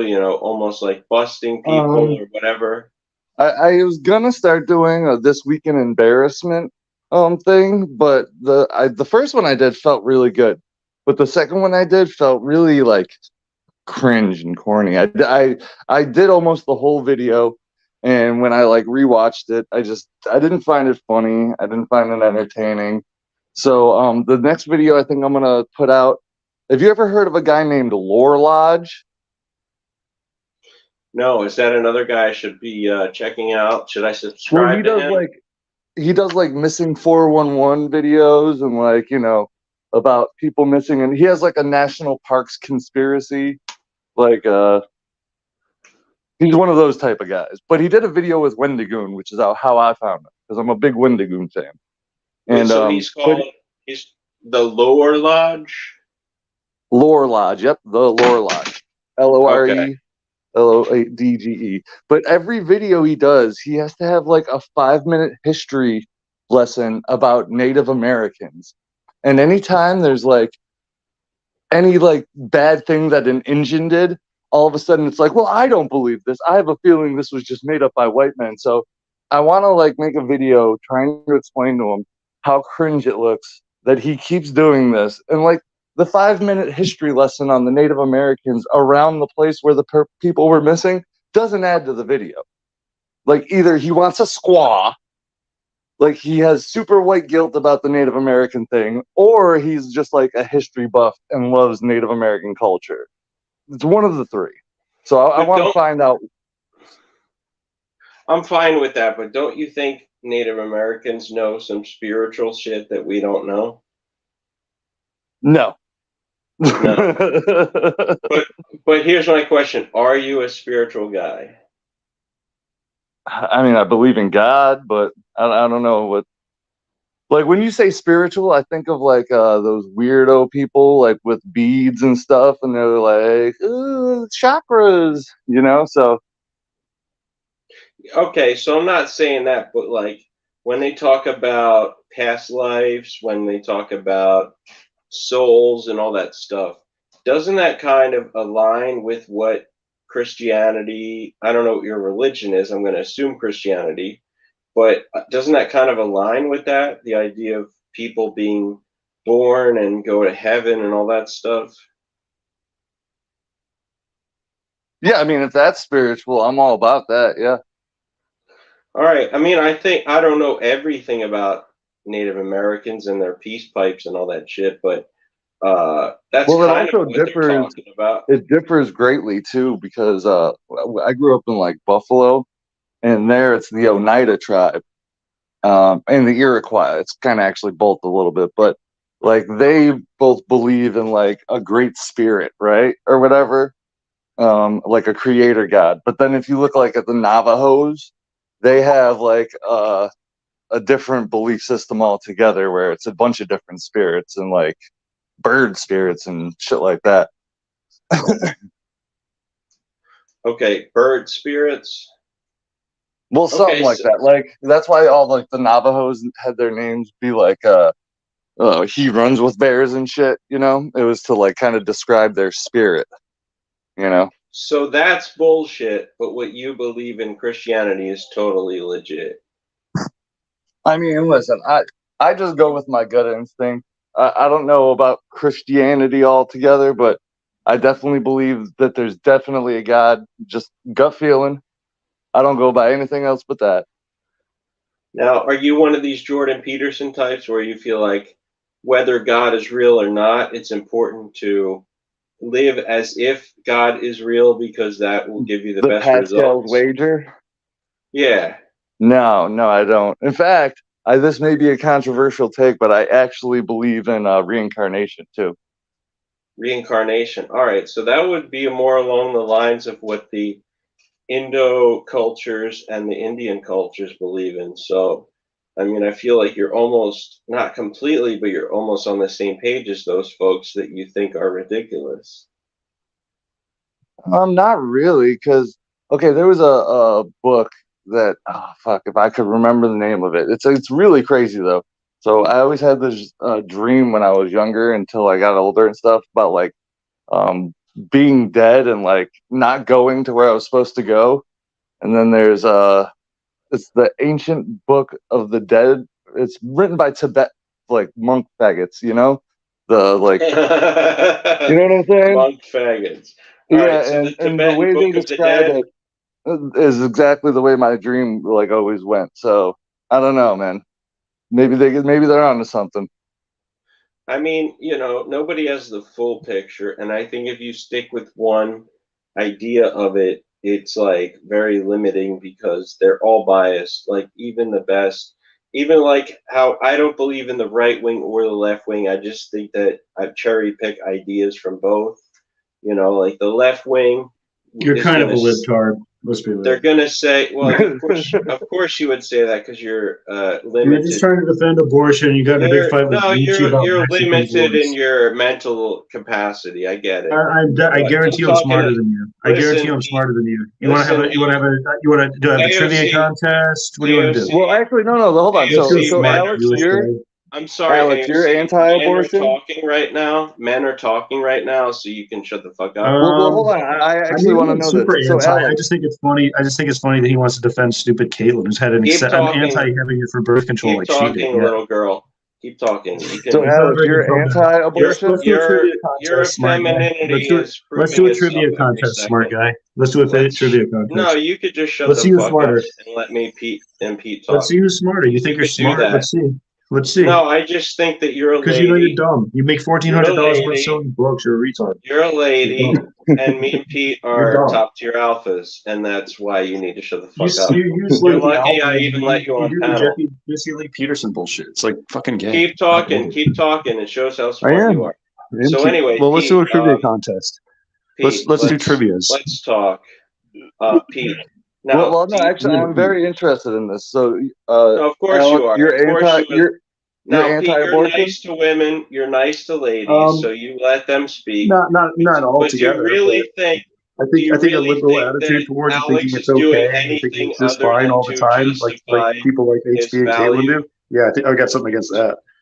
That's fucked up. Of course, because it's it's definitely not influenced in any way by the fact that you don't like Caitlyn. You definitely were exactly the same when you were together. You know what?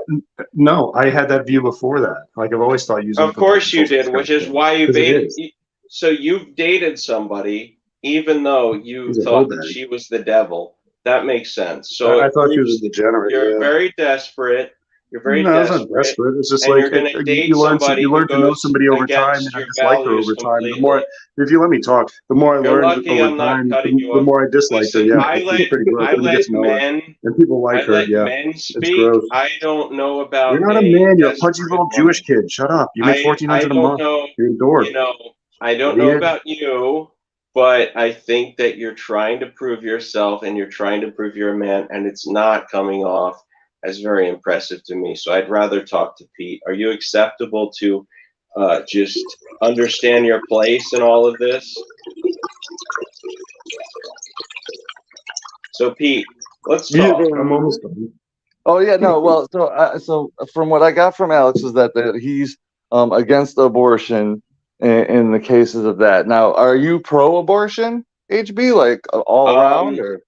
I think that if you eat meat and you're anti-abortion, you're a hypocrite because there's no evidence, in my understanding, that a fetus has any more intelligence than, say, a chicken or a cow with fully developed brains. I love chickens. If you're against abortion, you better not be eating any meat of any kind. That's what I'm trying to say. Now, my take has always been, it depends on the race. Like, I don't think any baby should be aborted. But all the rest of them, you're going to give the meme answer, and I get it. You've got them in the fire. You've got your opinions. But let's be real. Let's be real. Can we be real for a minute, or let's be really real? Pete, are you going to do the meme about black people are less worthy than other people? Like, I feel like you have a brain. That is the great brain racist. Let's all talk over people. That makes for a great show. Pete, I was just going to say, you have a brain, right? You have a brain. And so with that, do you really think that a black person, regardless of some of their crimes, has less value than, say, a fetus? No, see, I think that's the Grug brain answer. Like, because if you truly are a racist, you should appreciate the biodiversity. The only problem that I have as a racist is that they keep trying to mix it all up. You know what I'm saying? So if black people had Africa and got to run Africa their own way and do everything that they wanted in Africa their own way, that'd be ideal. If white people could run all their shit their own way, then that would be ideal. I always look at like Israel is actually kind of what every country should be like, where they're like, we don't want these other races, let's build up four different border walls, So you're a guy who hates the Jews, and yet somehow you say Israel has the right idea. How are those two ideas congruent?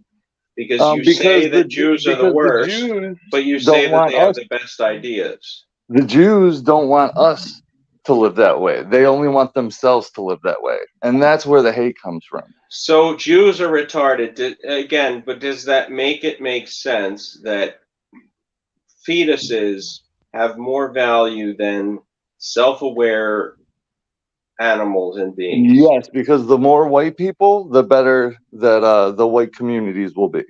So you're saying that white people who are low intelligence, raised by bad parents, are still more equipped to create a good society than black people who live in intelligent communities, like who are of where's the intelligent money. Black communities? I was about to ask the same thing. Talking about black people. Have you ever heard of President Obama?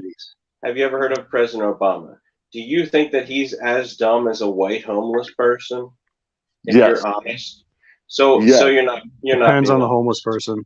You're not being honest. Like Obama. I have a feeling that Obama is. He's a good speaker. I don't even think he's a good speaker. Have you ever heard him speak? He stutters and stammers.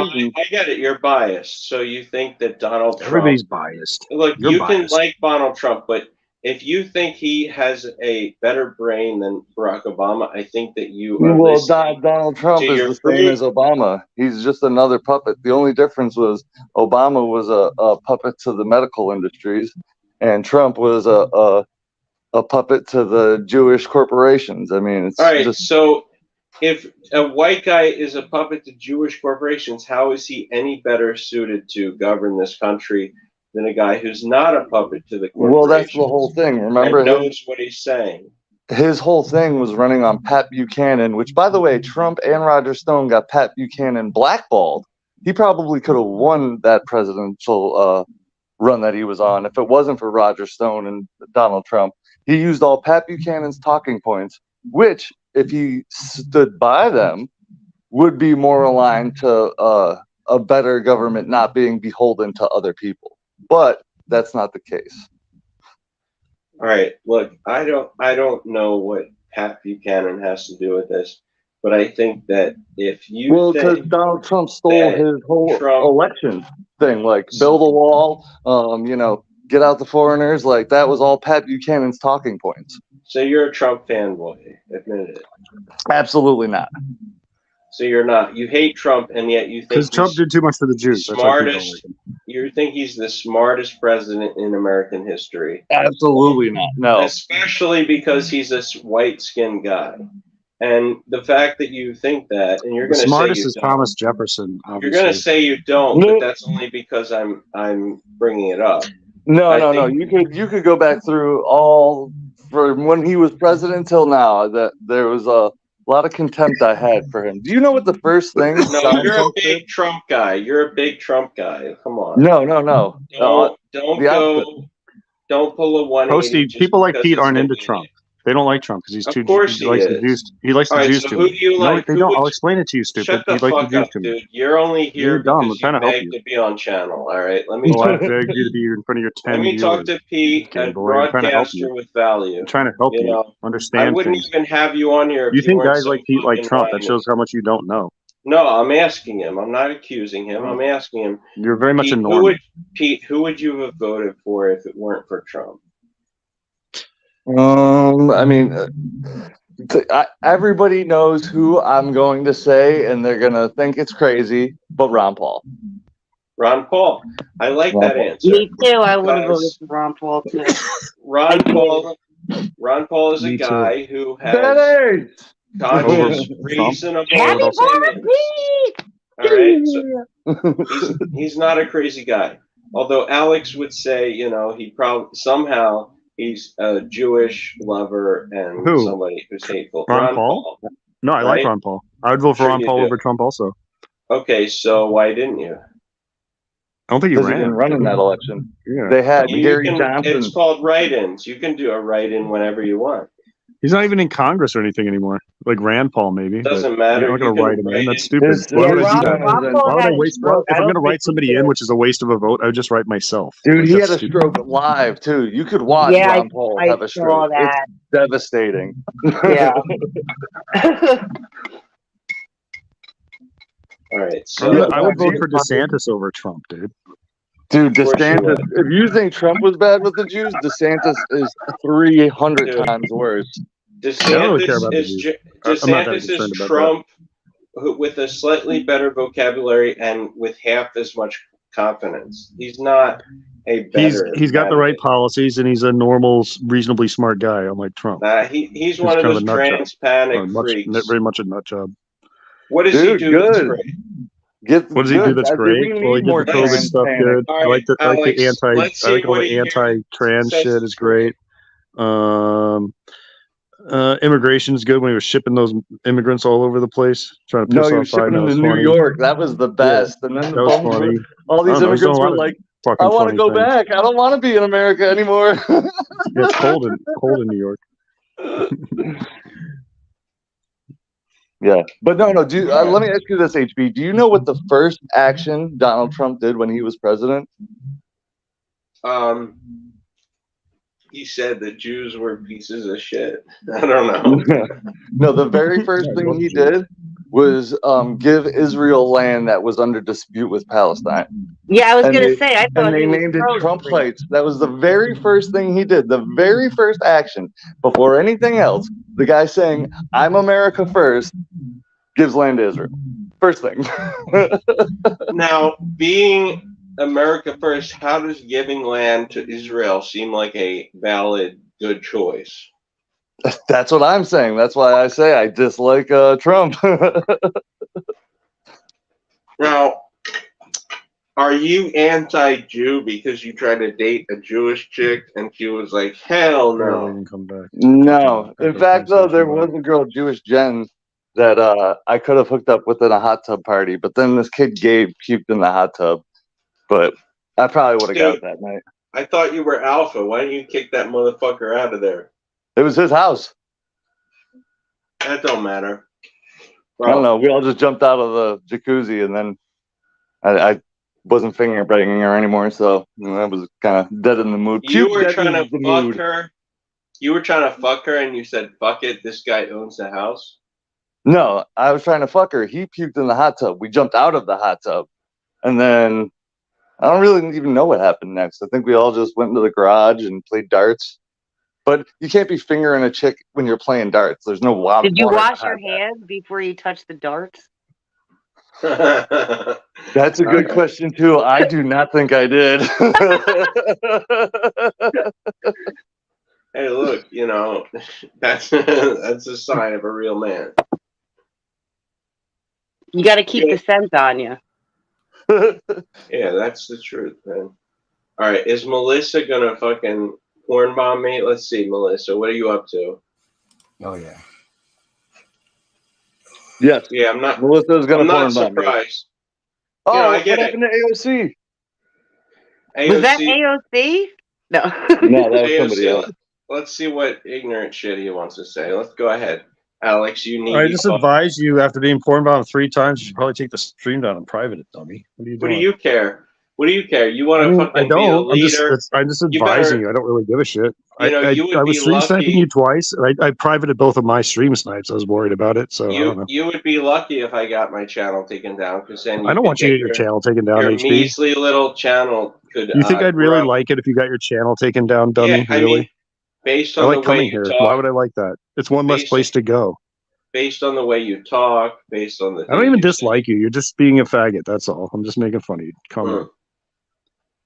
So I'm a faggot, but you love me.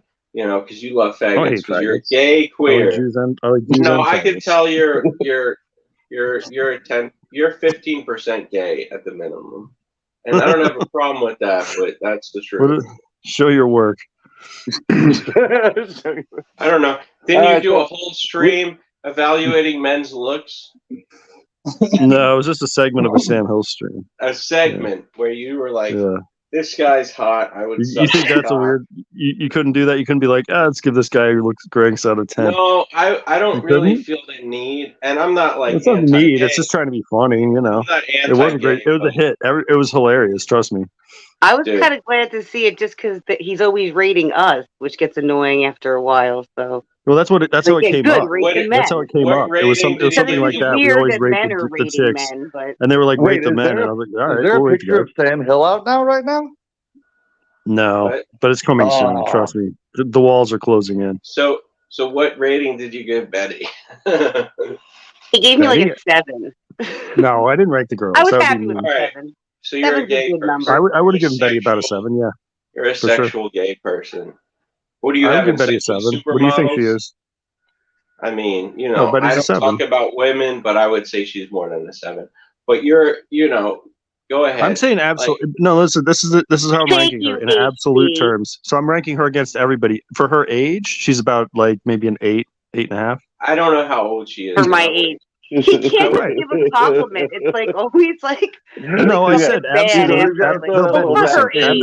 Listen, here's how it works. Because you're an old bitch now. No. I gave the absolute score, which is overall against everybody, is a 7, and then you're against people your own age, you're an 8.5. All right, so look at her. That's the relative score. Betty, I'm gonna need a picture of your vagina to truly score. I've seen you on cam. I know what you look like. No vagina pics. I've seen enough Italian chicks. I get. Betty's got a killer body. That's her main asset. I mean, she's very pretty too, but compared to most people her age, she's got a much better body than most people. If you looked at producer Jay, you'd be like, "Yeah, he's a fucking 9." I think we ranked producer Jay. I think I gave him a 4, I believe. I'm pretty sure. All right, so didn't you score Walsh? Walsh won, right? Didn't Walsh get scored? No, not Walsh. I gave Walsh like a 5, and Sam gave him like a 9 because Sam was in love with David Walsh. No, but you think you're afraid of Walsh because he's more alpha. No, I think Walsh is a goofy looking, like he looks like he's got those retard eyes like Andre the Giant. These down looking eyes a lot of Polish people have. I gave him a 4 or a 5. I don't remember, but Sam gave him a 9 because Sam was so fucking gay for Walsh back then. You think you're a 10 out of 10, right? Me? No, I think I'm like a 6 but about a 6 at this point because I'm fucking old. But when I was younger, I was a solid 8. When I was younger, solid 8 for sure.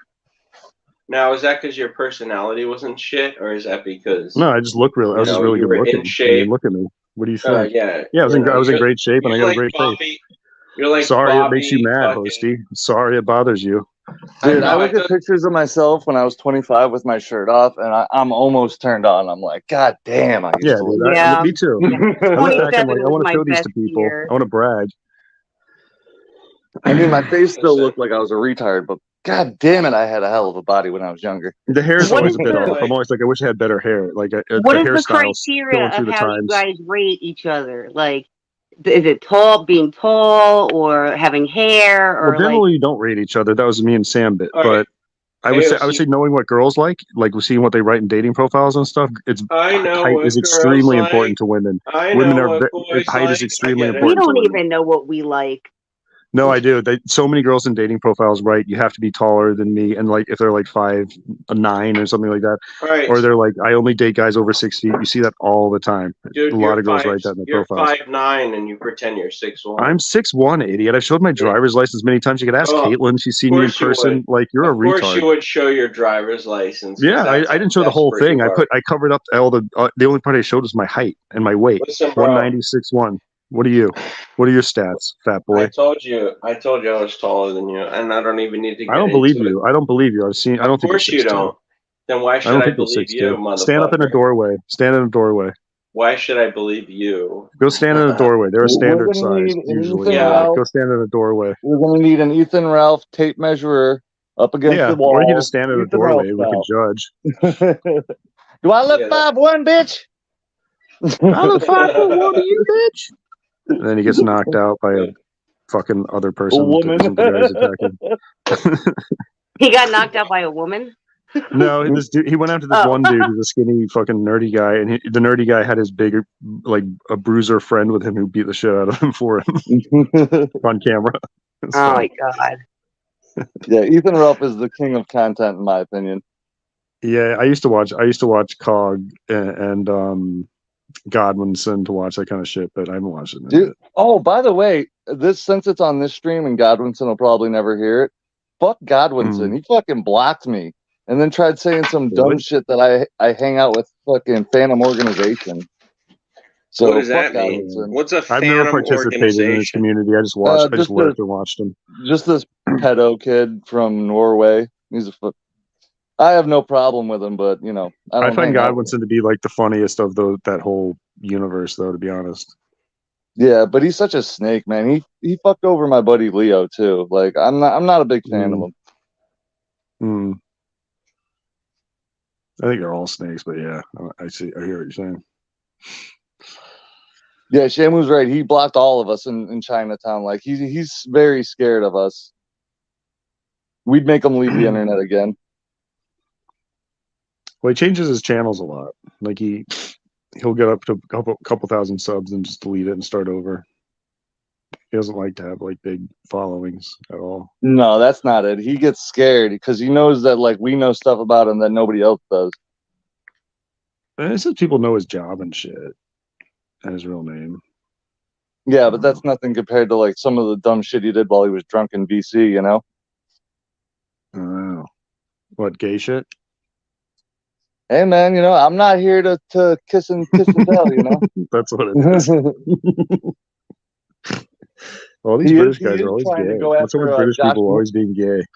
He is trying to go after Josh Moon's sloppy seconds, though, as we speak. This Elaine girl, that's crazy.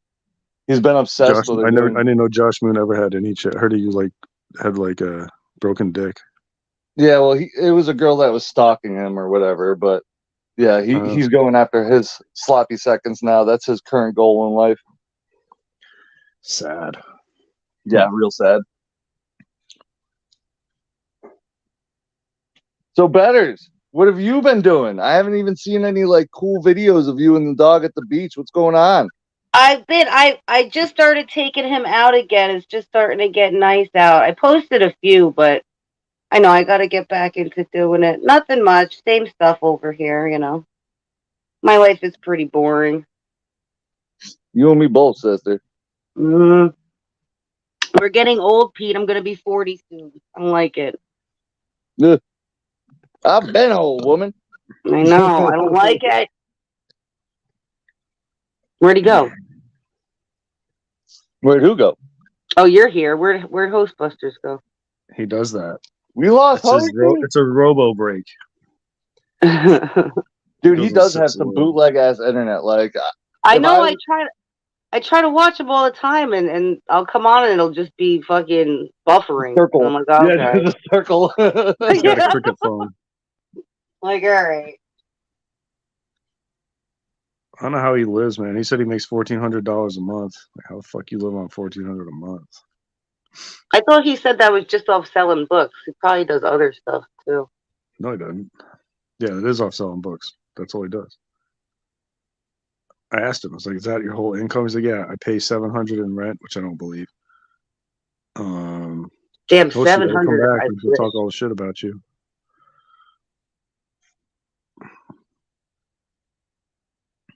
Yeah, I if I did have enough money, I would definitely buy him a better internet because we need more hosty streams. Yeah, I don't want his channel getting taken down. He's a dumbass. Yeah, I like when he streams and he panels. He does good monologues too in the beginning. He does like an actual monologue. I love you, B-Sox, but not a B-Sox monologue. What is a B-Sox monologue like? I want to know what that's like. It's the same thing always. It's ridiculous. Yeah, him just drunk, saying he's rambling. The best at everything, and he'll Listen, I'm good at G-check everybody. I'm good at G-check. He'll punch David Walsh's dog. No. Yeah. Did he really say he was gonna punch David Walsh's dog? Well, first he goes. I This is what he didn't said. hear that. He goes, I'm gonna pull up to your house, and whoever walks out that door, I'm just gonna knock him out. I don't care if it's your wife or your dog. I'm just gonna knock him out. Yeah, I heard the wife thing. I was like, oof. Yeah, then he said dog. He said the wife thing first, and then the next day he said his wife or his dog. He added the dog to it. Don't fucking punch his dog. That's good content. I don't care who you are. Well, yeah, I was giggling for a while. It's funny shit. So Walsh and Sam are friends again now? Until Walsh gets popular and Sam gets I believe so. I believe Sam is rotated to Walsh. He hates me and Russell. And wait, how could you hate Russell? That's what I'm saying. Right? Like, and he I don't even remember what originally originally started it. But Sam got really vicious on Russell just for no reason. And Russ was like, "All right, well, you're a fucking pedophile because you started writing your wife when she was 16," which is true. What started that? Because I don't even know what started. I honestly don't remember how it started. It was just some stupid Sam thing. Oh, you know what? Actually, yeah, there was this vicious fight. It was on my stream, I think. Was it on my stream? I think it was. Yeah, I think I remember that. But yeah, it was. It was on my stream. They had this vicious fight. Started it. They had this vicious fight on my stream, and then and it was vicious. And then everyone's like, "Oh, Russell destroyed you, Sam," which he did. And then Sam. Oh God, yeah. If he gets destroyed, he will hate you for years. Yeah, that's what it was. He got destroyed, and everybody in chat was saying he got destroyed. And then the next day, he went on his stream and was like even more vicious towards Russell, and Russell was just like, "All right, fuck you." And then, but even that, I felt like Sam had started that fight on your stream, because I remember right before that, a lot of people were pissed off with Sam. Like, I've been pissed off with Sam, and he was defending him. He would make little riffs, but generally he was actually defending him, saying, "Oh no, he's a good streamer," and I don't know, he was just kind of taking up for him. And then all of a sudden, Sam just went off on him. I just thought it was so mean the way he did it too. It was. He is. That's the thing. Russell's a very liked person, so when you attack him in a mean way like that, it was like, yeah, he's such I don't use this to be a pejorative either, but he is a sweetheart. He's a really, really nice guy, I know exactly. And people like him, so they're gonna side with him over Sam. Almost everybody did. I think that's why Sam gets like that, though. I really do. I think as soon as somebody starts, as soon as the person that he's streaming with or whatever, it starts to become more likable or more popular, then Sam starts to fuck with them. I think that's what happened with Rev too, Yeah. Well, he definitely insulted Russell's streams. He's like, "Oh, they're boring, man. You're just watching, reading." I like Russell's streams. Every time I've gone on, it's so chill. I like those a lot. Yeah, people like Russell's streams. They like the whole thing, like him talking about his albums. And he usually does that and then turns it into a panel after that, which is good. It's good. And he's doing his own thing. Like, Sam thinks he knows what to do. He's a fucking retard. That's what I was gonna say. Even if I'm not really interested, we don't really listen to the same music or anything, but I just like that he's doing what he wants to do. It's his passion. Good for him. Yeah, exactly. Sam got his shit on it. Just it's all about view. Who cares? The most Sam Hill will ever get at any time is maybe 40, and usually it's 20 or 30, the same as everybody else. It's just shut up. Who cares? I've refused to watch him ever since. There was a time when me and Aussie both completely criticized. There was constructive criticism too, but a lot of the dumb stuff he does. And during the criticism of the dumb stuff he does, he was doing exactly what we were criticizing him for. And he just does not get it. It will not go through his thick fucking skull. He'll never change. He doesn't care. No, of course not. He's a 71-year-old man. He's so set in his ways. He's so egotistical and arrogant too. He's just so snobby too. I'm sorry, I can't anymore with him. I just always feel like he thinks he's above everybody, and no, he does. It's bro, you won't even show yourself. You lie about how old you are. That's the most insecure thing you can do. He's so ignorant to the world. When you argue politics with him, he has no clue about what's going on. I went off on him last time. CNN. He's a fucking retard. Ugh. Yeah, it's frustrating. Fuck, I'm passing out. I'm gonna drop off. You guys Well, have it's a good good to night. talk to you. See, I haven't talked to you You too, since man. fucking we were in that VC whenever fucking you had everybody on your ass. Fucking that was a long time ago. That was months ago. Yeah, dude, check out my stream sometime, Pete. Here, shoot the link in the private chat, because I don't know if I'm even sub to it. I'm hopping down too. But Pete, it was great to see you again. I missed the capybara. All right. Yes, have we a need good night, to hook guys. up more often. Good night, yes, I know. I got to do Discord again one day. But have a good night, guys. You Take it easy. Pete, I don't think I can leave and grab the link without it disconnecting me because I'm on my phone. It'll drop me out of StreamYards. Are you on Discord still? No, but just search Alex Top Tier. Just do that, and you should find my channel. Gotcha, brother. Or do like Alex Top Tier and then put like B Socks or something in it. Just put like a person's name. That's actually a pretty good idea. You'll find one of my streams that way. Yeah. All right, brother. Thank you, man. Good talking to you, man. Peace. Adios. So now it's just me, and I could ramble at my phone alone like a crazy person. We could talk about all those mass shootings. I'll give you one guess of what color the mass shooter was. Any guesses? It was black. He was a black man. Black people shoot their guns off too much. And then there was another shooter. Do you know what race he was? He was Hispanic, and he was here illegally. A dirty Hispanic, shooting kids nonetheless. That's what you get for having these type of people in your country. The blacks and the Hispanics. I really wish I could play the Red Bar and make fun of him more. That would actually be fun, though. This is the Pete race segment. Also, what about those Asians? They always look like they're up to something with their squinting. You know, they look suspicious. Suspicious Asians. And got a funny smell to them, too. And who speaks Cantonese? Type of thing is Cantonese. I'm more of a yes, you Cantonese, not a Cantonese.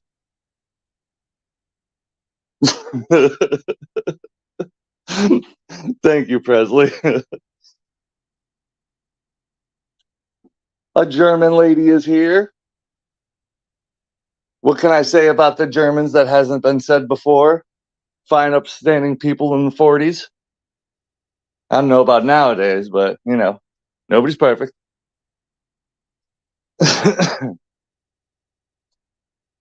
What other races we got? Shoot a race out to me, chat. I like that P-Sox. That's funny. Let's see. I'm bringing the viewers. Much like vehicular homicide from the DUIs from the Hispanics. Always driving their cars drunk because there's too much Modelo at the stores. Is it Cinco de Mayo? Oh boy. You know that somebody's getting ran over right now. Those Hispanics using white people as speed bumps because they drink and drive. They're alcoholics. Them and the Indians. A proud, noble race, my ass. They didn't even have the wheel invented in the early 1900s. Proud, savage race, my ass. They didn't even domesticate horses. All those movies you see when those Indians are riding around on horses, that's all bullshit. Europeans taught them how to ride horses. Just disgusting. And they lived in teepees, really? You know what I use teepee for? It isn't for sleeping in, I'll tell you that. What other races we got? How about Aboriginals? Did you know that Aboriginals' IQ rival monkeys? There's actually signs because they sleep in the road. The Aboriginals. I also think that it's very funny. Their whole like belief system is set up on like the big dream. So like they just equate like, okay, when you're dead, you're just sleeping. That's it. You know, it's a big dream. Oh, I know who P-Sox is now. Shout out P-Sox. There's my boy. Yeah, Abbo's really dumb AF. That's for damn sure. Mr. Medicare, who is a person that I know so many of you people love, he had a song that he would always play about not huffing gasoline or drinking gasoline. If you need a song to tell you to stop huffing and drinking gasoline, you really are at the bottom of the food chain. Did they really have no system of counting? Oh my gosh, that's horrible. That's horrible. What about them Indians? You know, the Dothead Indians? The Ganges River has so much fecal matter in it that it's actually a poison. If you drink the fecal-filled Ganges River, it will poison you. And they wash their clothes in it. Now do you know why all those Indians always stink? Like, have you ever smelled an Indian that didn't stink? They are just disgusting. Gross. What other races we got? Let's see.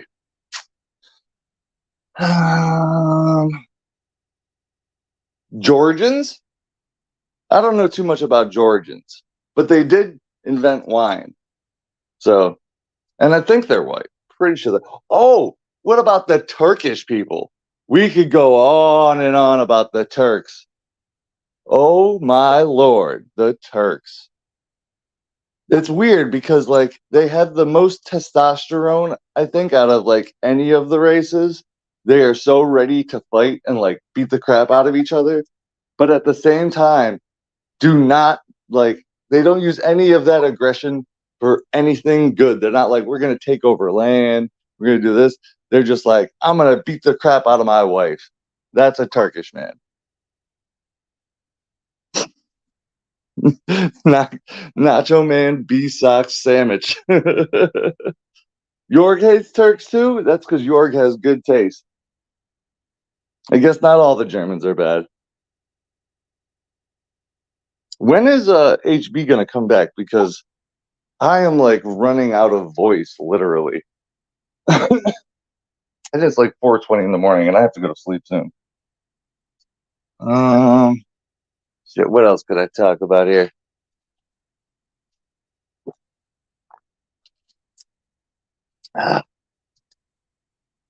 Oh, did you see that the press secretary for Joe Biden is a black woman? Oh, the nips. Please, can we lose half the nips and then curries? Do we need to? Yeah, no, we really don't need that many nips or curries. All right, my bad. Hey. Oh, good to see you. Pete R. Did you enjoy my racial rant while you were gone? Wow. I'm sure the folks did. I missed it, of course, but it's good to see you're the only one who stuck around. What were you saying? So I went from the blacks to the Hispanics to the Indians, Tomahawk Indians, to the Dothead Indians, the Abos. I talked about the Georgians for a little bit, and I finished off with the Turks. All right, so what the Georgians, are you saying the American state of Georgia, or are you talking about the country? The country of Georgia in the Caucasus Mountains. Now, what are those folks up to? They actually invented wine.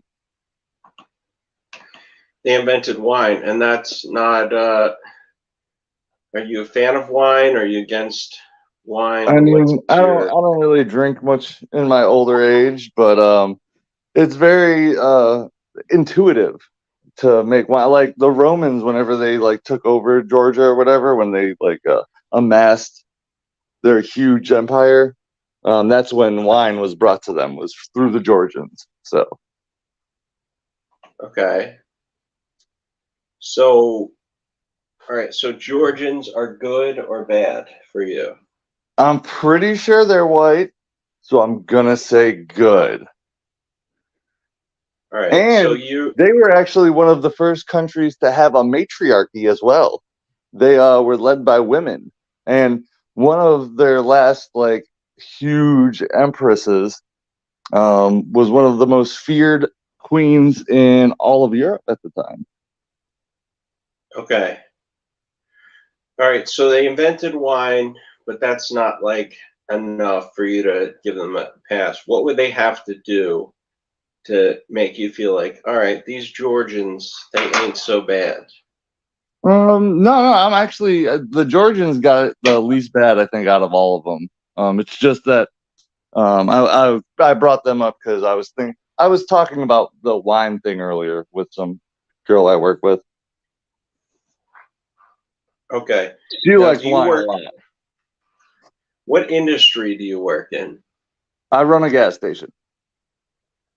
All right. So one of the people you work with is in that industry? No, she just likes wine, and I don't know how Georgie got brought up, to be 100% honest. Okay. Now, do you feel like when you talk about these races, is it just for fun to make conversation, or do you have a deep-seated, like when you're going to sleep at night, are you like, these fucking Georgians, these fucking Jews, all this shit? No, most of the time when I go to sleep, I'm usually thinking about like I watch animal documentaries and like space stuff when I go to sleep. So I'm usually thinking about like, oh man, I wonder if this lion's gonna lose his spot as king of the pride, you know? Now, if you found out that that lion was a part of his, because lions don't really have religious backgrounds, but if you found out that the lion was on the Jewish side of things, would you feel differently about that lion? Well, I mean, when I talk about Jewish people, I talk about them ethnically more than I do religiously.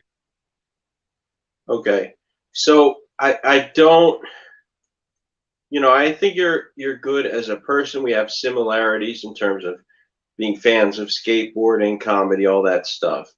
Yes. But if you were to ask a stranger who wasn't me, who was Jewish, what incentive would they have to listen to your critiques about the Jewish folks? Like, do you think that it's something that they could put aside, or like, for example, what is your not Jewish, but what is your racial background or religious, etc.? I'm a potato N-word. I'm German and Norwegian. Norwegian.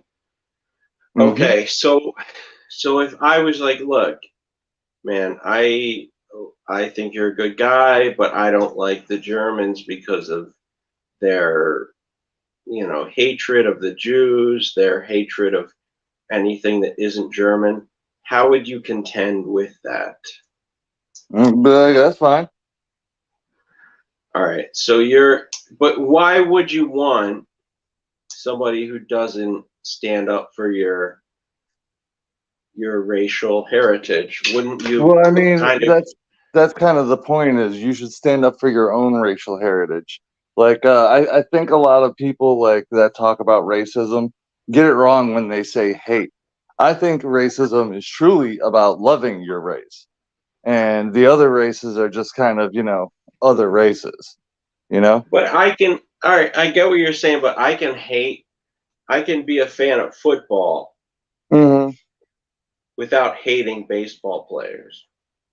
I don't feel like those are... Yeah. Like, when I'm walking down the street and I see a black guy, I'm not like, okay, I got to pick up a rock and beam him right in the head because he's not my same race, you know?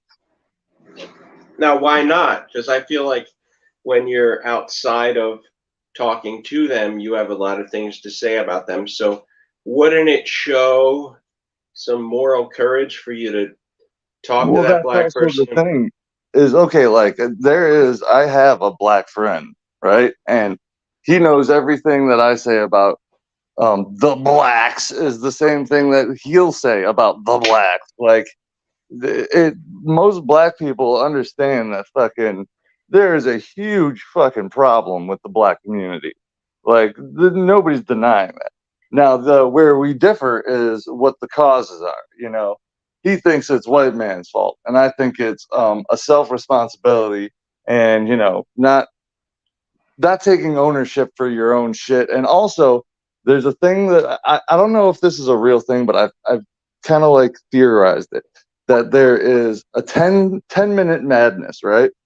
So, like, if you look at like these black people that are like just pushing people in front of trains at like the subway, right? Like, during the rest of their life, they're probably nice people. They probably got families, they probably got girlfriends or whatever. And they just get like 10 minutes of madness where they're just like, fuck it all, I'm going to do this. And that self-restraint is what I think causes black people the most problems. And you don't think that reparations would maybe not fix everything, but would calm them down a little bit? It would be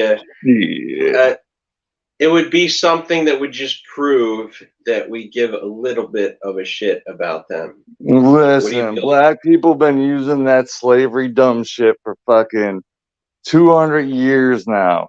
All right, if they fucking haven't figured it out by now, then they're never gonna figure it out. Reparations ain't gonna help them.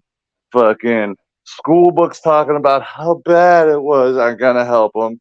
I mean, and they always try to think that like their slavery worse than anybody else's. Like fucking serfs and shit. That it was all the same shit. What other slavery has happened in America that is on par? We could talk about the serfs, but what other slavery? You do realize that the first legal slaves, in America, the first legal slaves in America were white, owned by a black man named Anthony Johnson. All right, I gotta look. A black man had slavery legalized in America. So one black guy versus every white person for a while is the same. No. This is what I'm saying. So if you look it up, I think it's Johnson versus the state of, is it Tennessee? I want to say Tennessee, but I could be wrong. You look up Johnson versus Tennessee, the way slavery was legalized was a black man who owned white slaves got it legalized in America. Wait, so you're saying Johnson versus who? It's the state of Tennessee, or it might be Georgia. I'm not 100% sure. I haven't looked it up in a long time. But Anthony Johnson was the first person to ever legally own slaves in America, and he was a black man who owned white slaves. All right, let's look this up because you're talking about it.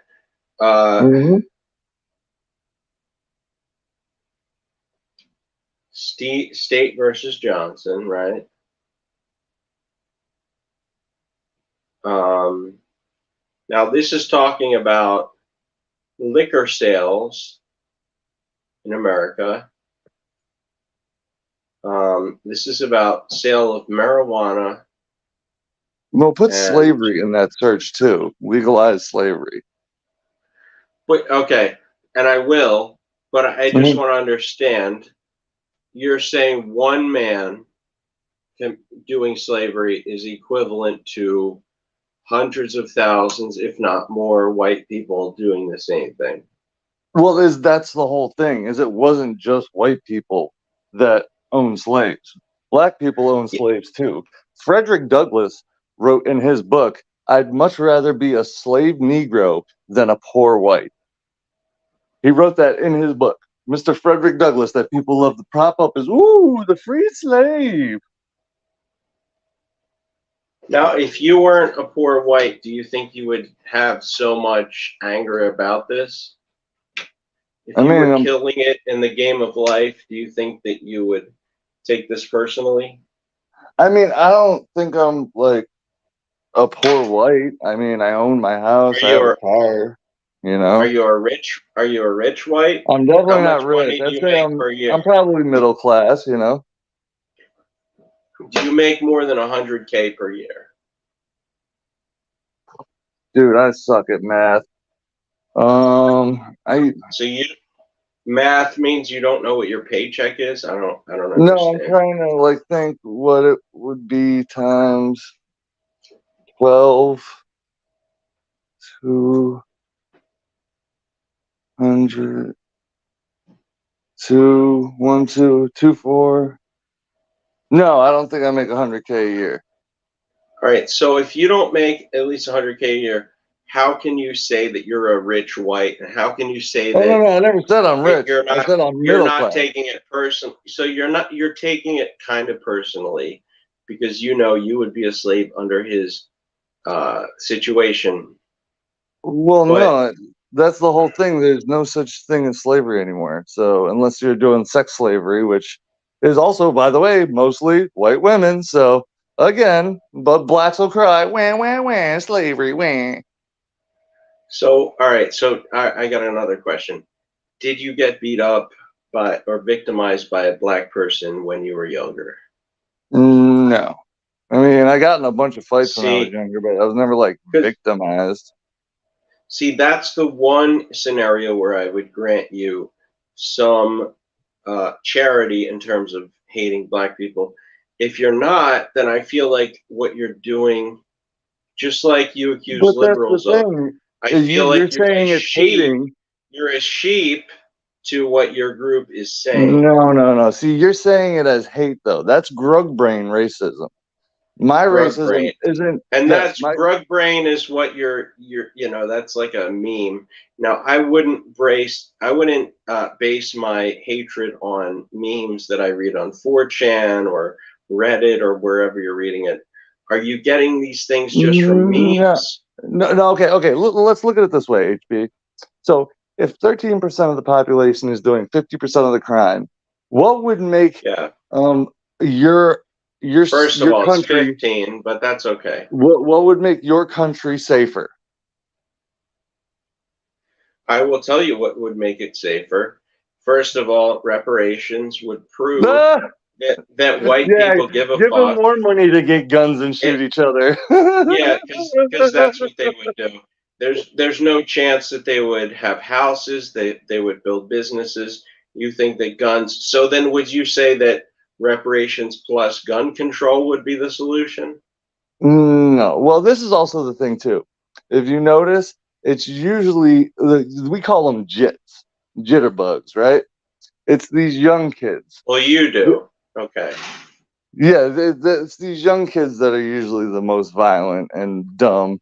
Like the older black people, they're not trying to, go out there and, murder everybody or, they're not influenced from the newest Foolio song or whatever the fuck these retards listen to, But you blame all black people, not just the young ones. You say black people. I've never heard you say young black people. I've heard you say black people are the problem. Well, that's what I'm talking about with the reparations. With the reparations, if you give reparations to all black people, all those jits are going to go out there, get themselves a gun, post it on social media, and then they're going to find their ops, as they call them, and then they're going to shoot each other. That's just what happens. That's just their culture. So you don't think gun control is the solution? Because a lot of these people, if they were crazy and mentally ill, like you say that these black people probably are, they probably wouldn't be able to get guns. So what would, wouldn't that kind of solve your problem there? You can get a gun easy as shit. Well, I could have got a gun when I was like 13 years old, an illegal gun, easy. Well, that's because of a lack of gun control. You know what I mean? No. The gun control. People who are bipolar can get guns, and the gun control doesn't stop people from getting guns, my dude. Like, gun control just makes it harder for the people that legally own guns. All right, so are you against the opioid epidemic and the control of opioids? Because that makes it harder for people with legitimate back issues, with legitimate pain issues to get opioids. Are you against that?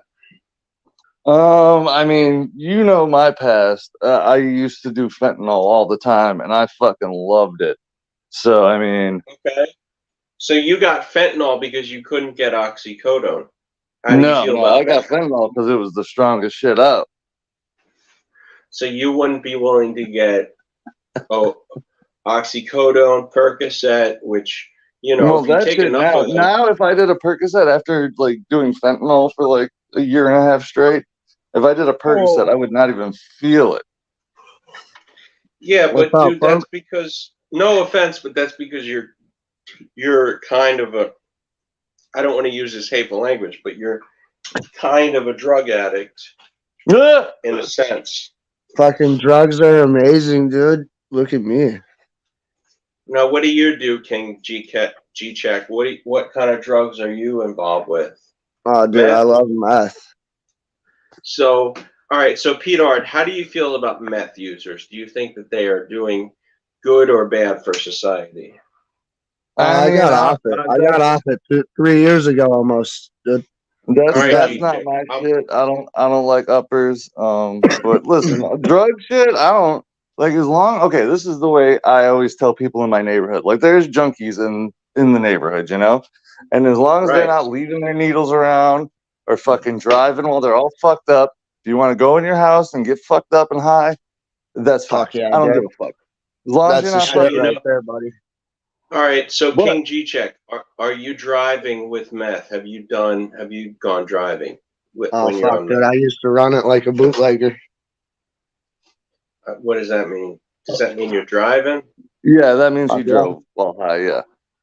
All right, so if G-Check is driving on meth, then that means he can't be the only one. And if that's the case, that proves right there that making all drugs legal is not a solution that is going to lead people to be responsible. It'd be like population control.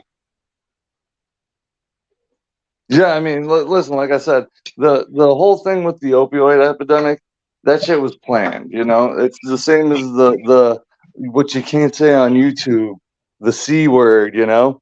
That was all fucking planned. It's all money-making schemes. And the medical companies don't give a fuck if you get addicted and you fucking can't live without it, or if you're in pain. They just want their fucking money. That's all it is. So, okay, so you do fentanyl. Is that because of pain? Is that because of mental, you want to control your mental state? What do you do fentanyl for? Well, no, I just do it to get high. Or did it to get high, right. I should say. So don't you realize?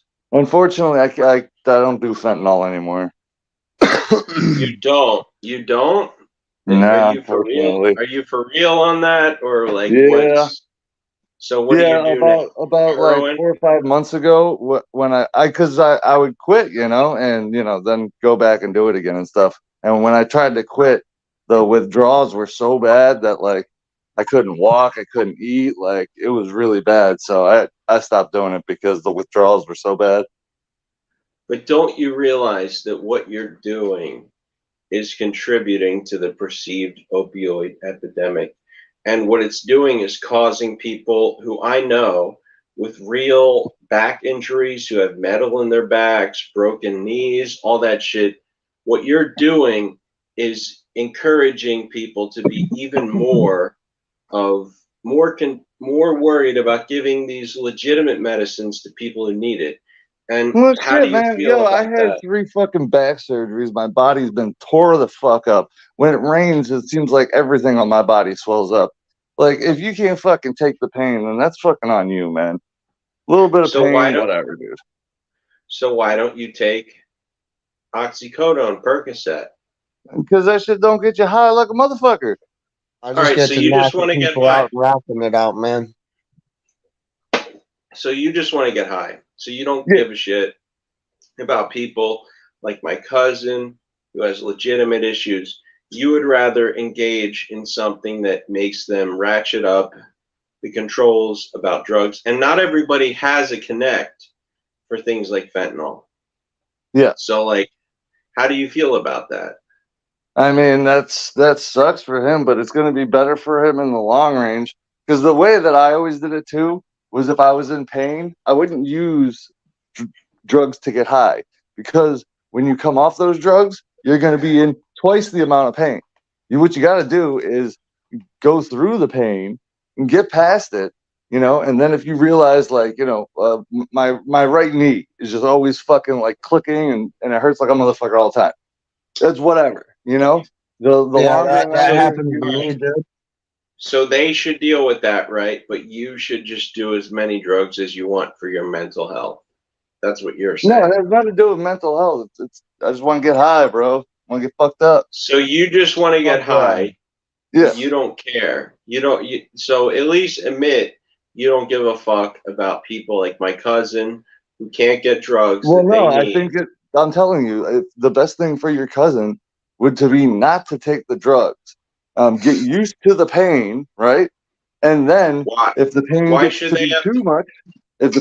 be too much, then take some fucking goody powder or take some BC, because guess what? That shit works for pain. Take some I like smoking marijuana, dude. Goody powder or BC. I don't know what that is. What's BC? It's a little powder that you put in a drink. You can buy it at a gas station. And it's the best shit for pain. When I broke my arm, like, I don't know if you've ever broke a bone, HB. Of course. Left arm, right arm. You know how hard, like how it hurts, like those first 2 days so bad. Sure. My thumb's broken, dude. Right now. I took two BC packets. My doctor would say, okay, you can't do anything, and the reason is because all these people are abusing drugs, and you're a part of that. That's the thing. If you would have took some BC powder, you would have felt fucking great, man. It would have made the pain go away. And you don't get high. You could still drive. You could still do everything. And listen, even with all the fentanyl that I've used in my life, like when I'm like got a super bad headache or fucking my shoulder is like swelling up so bad I can't lift my arm, I'll fucking pop some BCs and fucking feel right as rain, bro. So what you're trying to say is that all these people should get some fucking gas station heroin instead of being allowed to go to their doctor who is more knowledgeable. Their doctor who is more knowledgeable about this shit than a gas station. The doctor is just trying to sell you shit. You think a guy who runs a gas station knows what the fuck he's giving? He's just giving shit to make money. Just as much as I do, HB, that doctor is just trying to get fucking money out of you. You know and that the gas station isn't, right? Everybody in a capitalist system is trying to make money. These people are like 99 cents, bro. It's 99 cents. BC powder, that's what you're talking about? BC powder? Is it like big cock powder or something like that, dude? What's that? B-Sox? Is it big cock powder? Did you just say cock powder?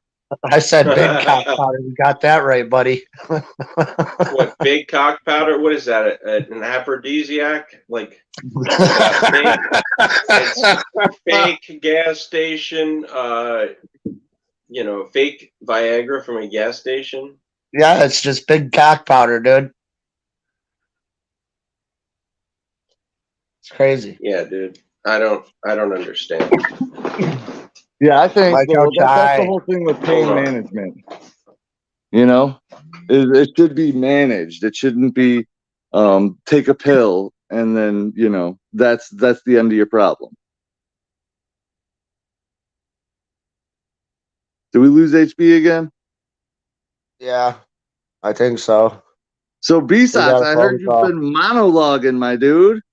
I monologue all the time. What you been monologuing about, huh? I monologue about so much I can't even remember it, dude. Who you been G-checking? Anyone that wants smoke, dude. That wants the smoke?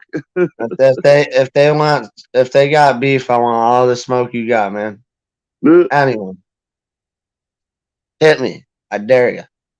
Oh, by the way, Presley, I am super against cortisone shots. They gave me one for after like my second back surgery or whatever. And whenever that shit wore off, my back hurt more than when they did the fucking surgery. I am super against those cortisone shots. Because that's what I think the biggest problem with the pain pills is you don't feel the pain, so you're doing stuff and you're just hurting yourself more, you know? Yeah, I like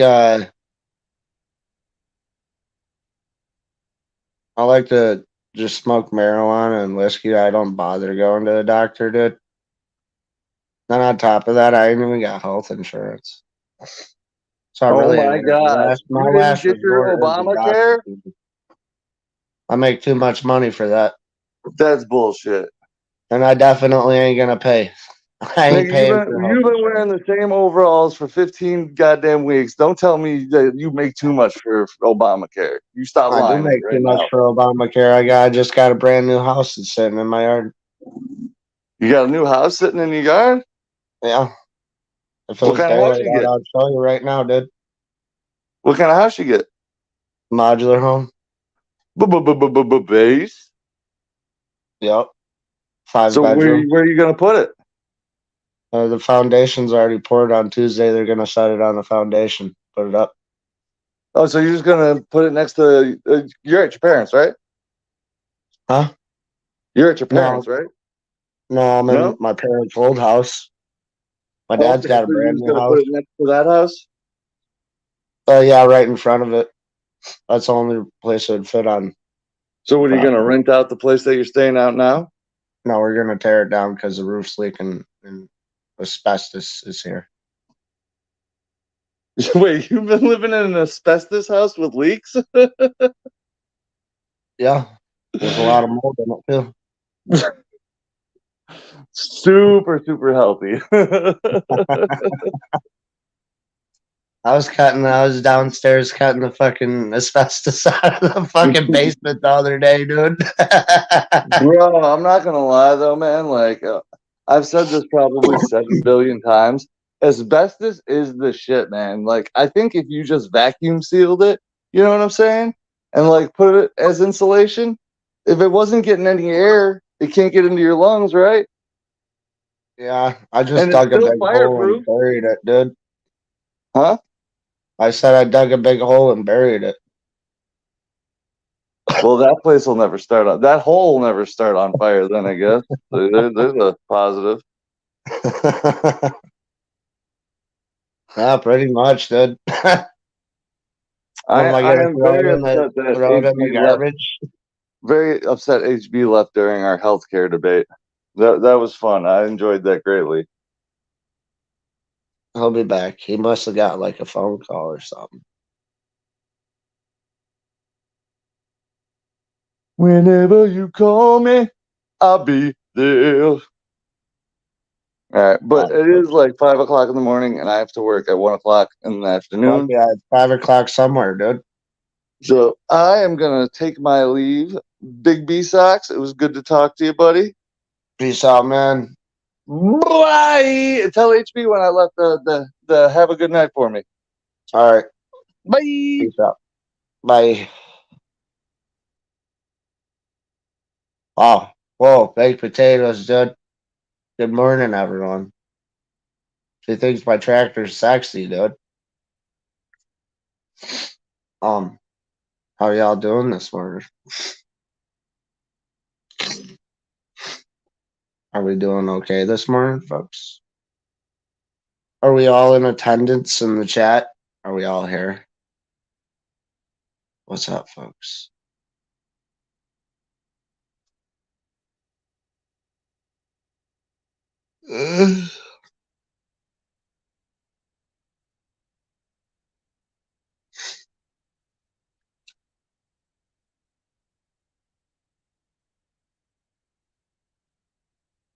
Wow. Buddy Spaghetti says P-Sox has superhuman immune system. Wow.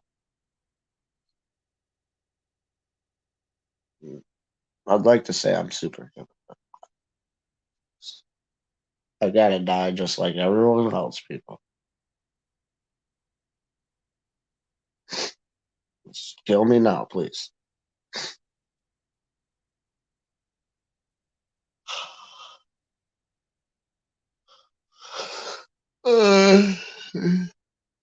Lexi knew I was gonna wake up. Lexi Lou knows right when I wake up every morning. I wake up at 4:30, folks. 4 o'clock, sometimes 3:30. Lexi Lou, how are you? Good morning, people. B-Sox isn't that. B-Sox. B-Sox, good boy.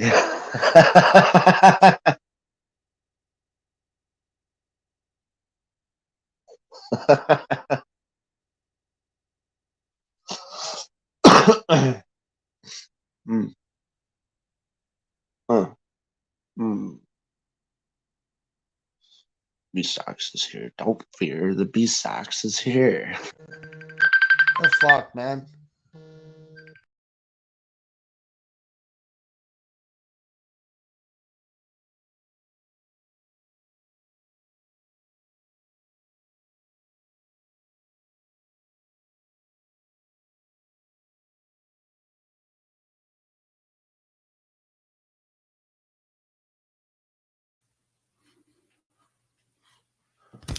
All right. So, I guess King G-Check left. That's unfortunate, but, I get it. There's only so many people who can stick around. My phone died, so I tried to keep it going, but people, I understand if I leave. I'm the stream leader, not to say that in a condescending way, but I am the person who owns the stream, owns the channel. So if I leave, you're like, what the fuck is going on? But you're welcome to rejoin and have these conversations. I appreciate it. I like when people give their opinions, even if they are totally contradictory to what I believe. That's the point of the show. I want to hear what real human beings from around the world think about things. And that's what I do. People want to know what I think, and they want to hear a diversive collection of opinions. And that's, just like the old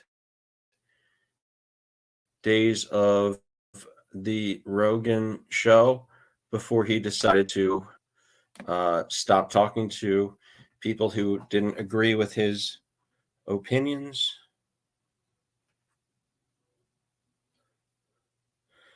And that's the bottom line. That's what it's all about. But yeah, people don't always agree with what I'm going to say. And that's to be expected because we are a show of diversity,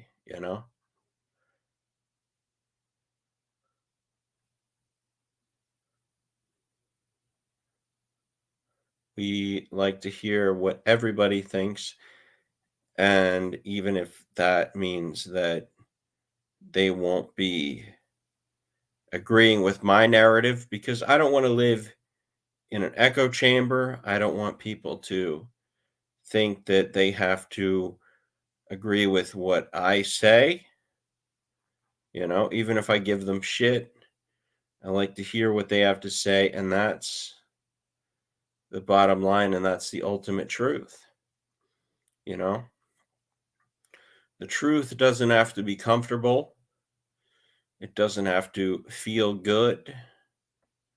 The truth is just exactly whatever it turns out to be. And as we can see, that truth is sometimes tough to handle, but that doesn't mean that it's not exactly how it is supposed to be. And that's what we learn over time.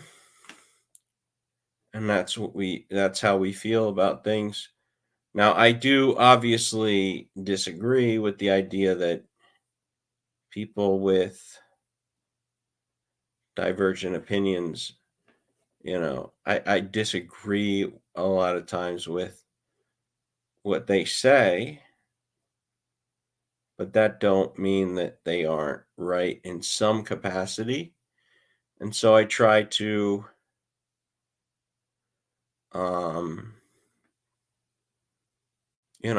take what they have to say into account. And that's ultimately what I try to do. Now, it's not easy to listen to people of all belief systems, all sides of things, but I try to do my best. But it doesn't always work out well. It doesn't always lead to the best things, but that's all right. That's just what life is like. I would like to get folks like Unbleached on the show, who he's definitely on the more conservative side of things than I am, but that doesn't stop me from wanting to talk to him.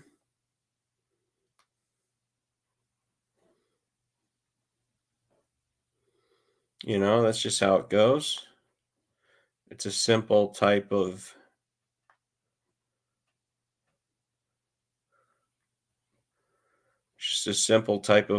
dealing with things. I'm surprised that Sam Hill hasn't showed up at some point.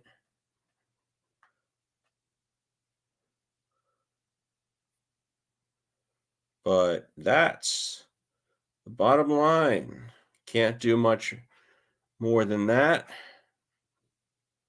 You just gotta wait and see what people say, what people do. And that's what you do when you're a Jew. People like living in the now, they don't always want to think about the future, even though the future is to some degree an extension of the now. It's part of life. And that's the bottom line. Can you hear what I'm saying on this channel? I'm using the computer rather than the internet. And that's just, the way it tends to be. Fuck. When the computer stops working, when the phone stops working, I go over to the computer, and it's not necessarily that the computer is better. It's just that it works rather than the phone that works sometimes and does not work on other times. But,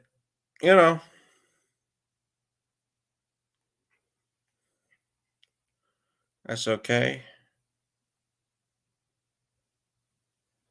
That's all right. People don't have to always be 110% fans.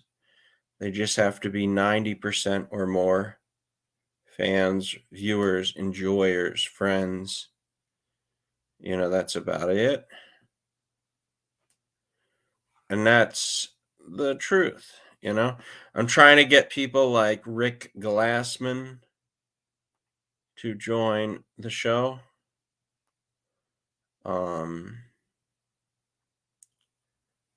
Might not necessarily work, but I got to reach for the stars, because if I reach for the stars, I might at least manage to find people who are less than that, but still good quality, you know? And I don't blame people for not agreeing with me and taking in every level of subtlety or agreement that I have, even though I have a strong belief that I'm the right way. There's nothing I can do to prove that. It's just that I know, I have a knowing and an understanding that what I'm doing is part of the next generation of the internet, you know? And when I say the next generation of the internet, what I'm talking about is people who want to have more of an interesting interaction with the world around them than, say, the people who came before it. You know, when people say that they love the internet or they love what's happening on the internet, you know, I like to think that they mean it, but who knows? You know, there's a lot of people I've tried to get back on track, to get in my world. Sometimes they're into it and sometimes they're absolutely not into it, and that's fine with me, because what in the world can I do to actually get them on my page? You know, because people want to know, you know? People want to know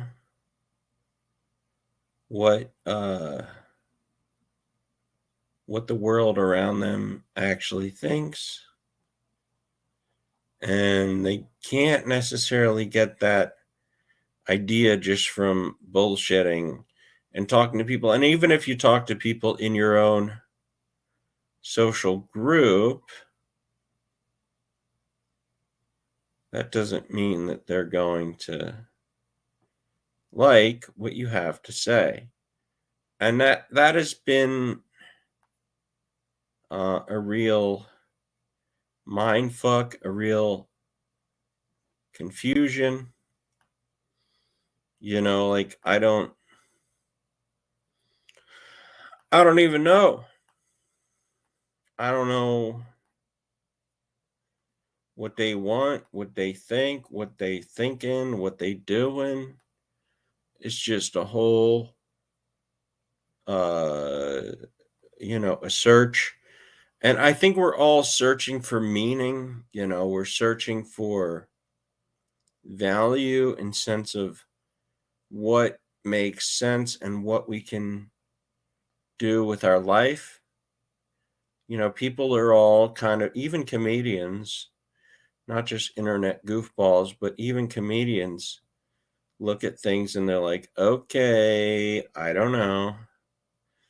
Okay, here I am doing what I can. And they just try and, you know, whether they pretend or they don't pretend, you know, it's just all, like I said, it's all a mystery, and we can't expect them to be on top of all that shit. We can try and we can hope, but ultimately, where are we going with things? What's the end process of what we're doing?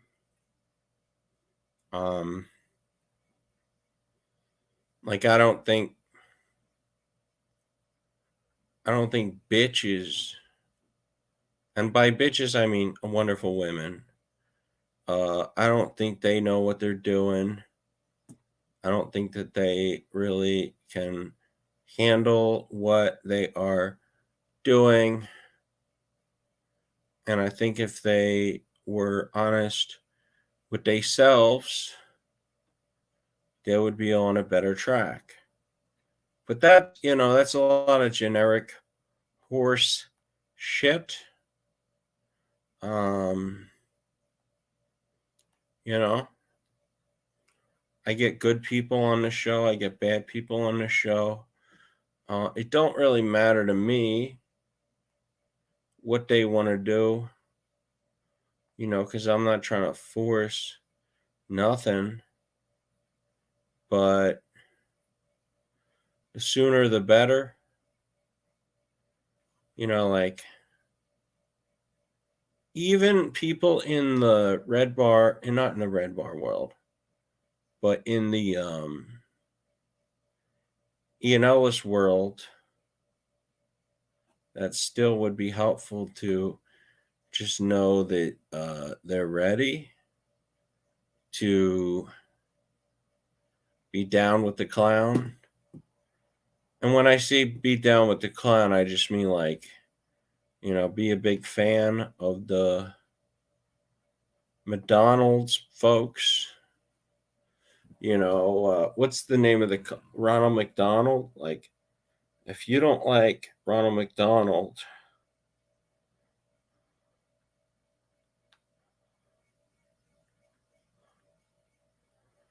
then what are you doing with life?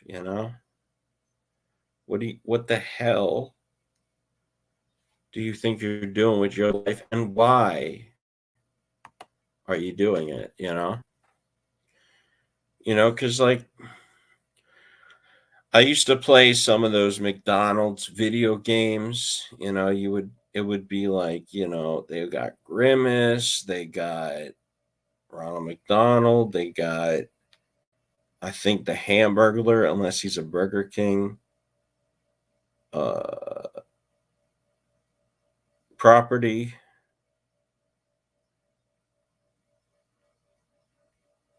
But I can't control that. All I can control is who is ready to be top tier. And when I say top tier, I mean people who are willing to join and do the right thing. And by the right thing, I mean, join and have fun.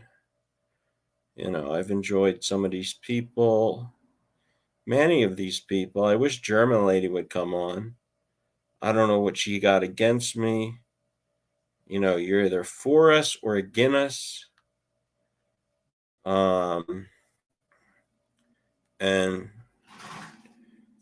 if you're against us, then you got a problem, bro.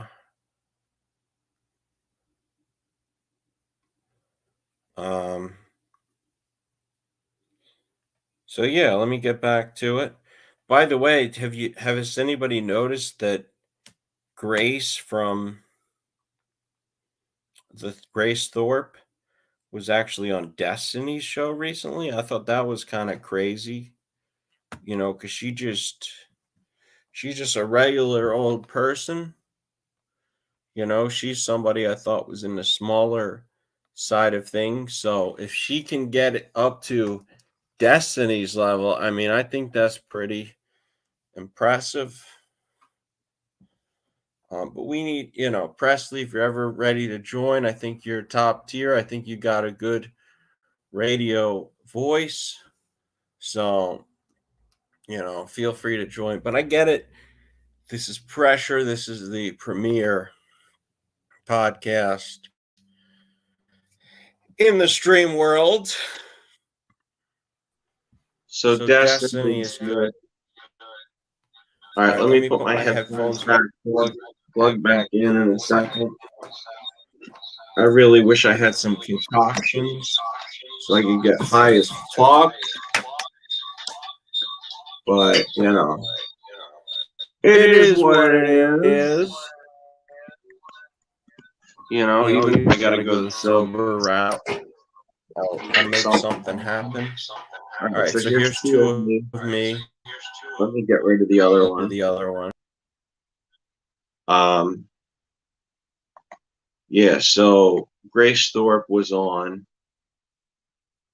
the Destiny channel. I know people have their thoughts about Destiny. Maybe he's too much of a left-wing hack. Maybe he's too much of a pick-me boy with the Conservative Party. You know, he seems to be pissing off both sides of the political aisle, and I think that that's, you know, kind of admirable to be able to upset both groups of folks, even if that's kind of a hack thing to do, of just being like, yo, I'm gonna piss off everybody. But I thought maybe I would look into that, you know, because I've overvalued Grace Thorpe. I thought, oh, you know, maybe, or undervalued her, because I thought, you know, she looks like a fucking 15-year-old. Why the fuck would I want to deal with her? But let's see what, you know, because she was asking me to, I don't know, she's very sexual. She was asking me to, you know, be, you know, to like dominate her. And I was just like, look, you know, I don't need to sexually dominate somebody who looks like they are a 15-year-old. Like, it's not hard. First of all, it's not hard to dominate somebody of that age. And second of all, I'm not really one of those people who's like, let me talk sexual to a child. I don't, you know, call me old fashioned, but I don't need to talk that way to a kid. All right, so but nonetheless, let's get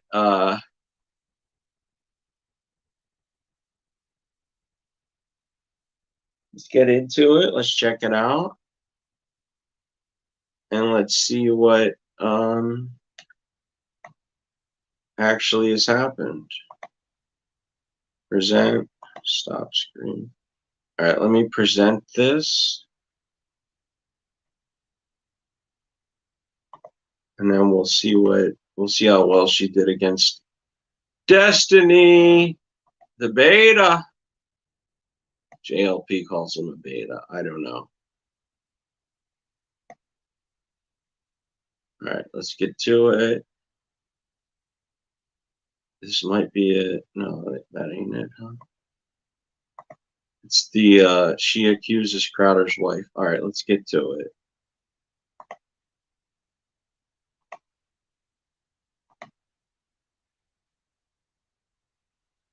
What the fuck is it? Oh, here we go.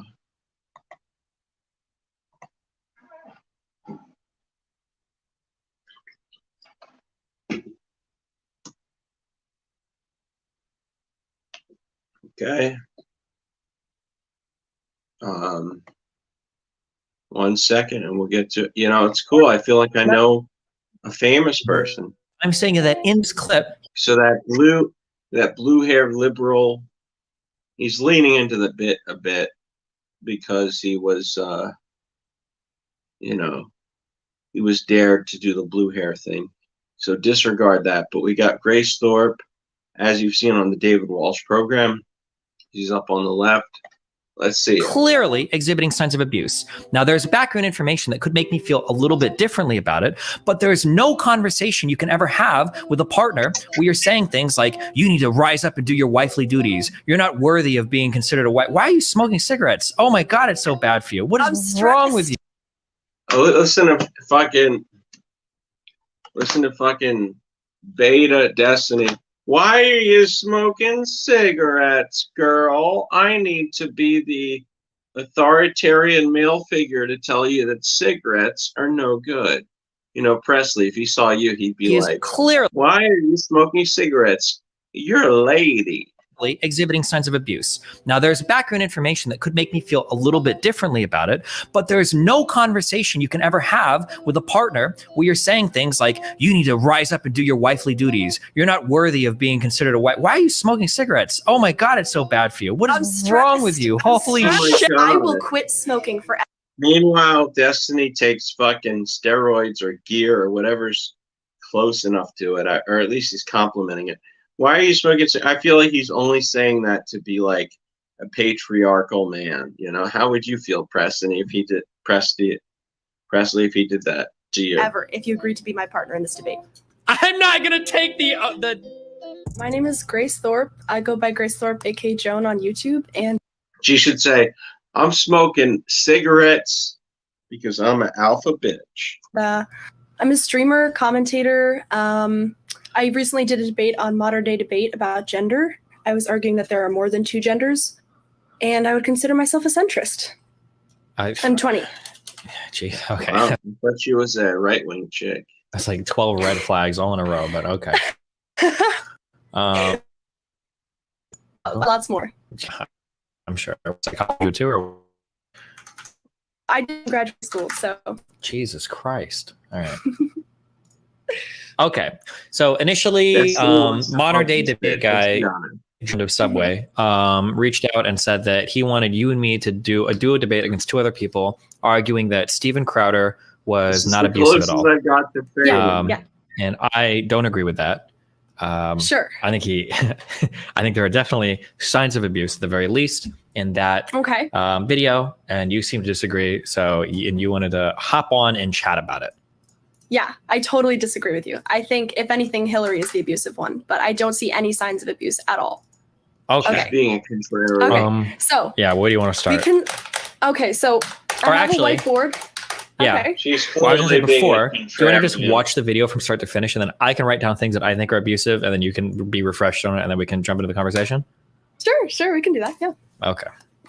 Okay, I'm gonna push play in 3, 2, 1, go. I drew a boundary. No, you just did it. I drew a boundary of abusive and cruel. You were not taking the car. And let's be honest, you know, I feel like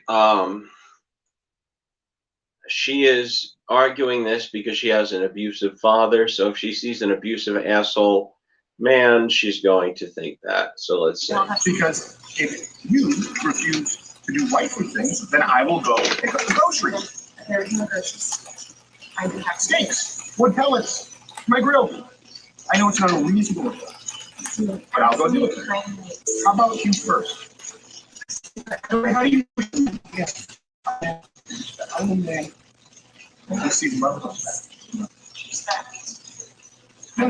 So she's saying that. So just to be clear, Presley, are you saying that she is doing kind of the devil's advocate opinion just for the fuck of it? Because I could see that with her. I mean, I think that she has a shadow game she's playing, where she's gonna say whatever if she feels like saying, just to rile people up. So I get that for sure. All right, let's take a look. You're not taking the car. Steven, You're not taking the car. Steven, you are not. Then I will ask someone to do that. Would you like me to ask? Right. It's not correct, Steven. Get an Uber. Okay, Steven, I can't. Feeling some constraints? Steven, like I can't Steven. go. Listen to me. And when does she admit this? Is this off off the Destiny show? Is this on the Destiny show? And do you think that Destiny just has her on because he's in an open relationship and he's trying to fuck bitches? You know. Walk out right now. Listen to me. I can't go to the gym. I can't go to my parents. I can't call my friends. I can't be home. I can't go to my parents. Then buy another fucking car, you $50 million a year rich bitch. You're gonna take the car and leave me here. Hillary, just think of how boxed in you've made me. What do you need me to pick up? I'll get it. I'll be back when I'm back. No, that doesn't work either. You'll be back when you're back. That doesn't work either. That's the number one thing they make fun of. That doesn't work either. All right, so I like that. She's an enterprising woman who's just who's trying to do what she do. I still don't believe that she's 50. I think that she's 15. I mean, I don't believe that she's 20. I think she's 15. She just looked like it. Do you understand the difference between my life being set to the second and you're going to put it back on back?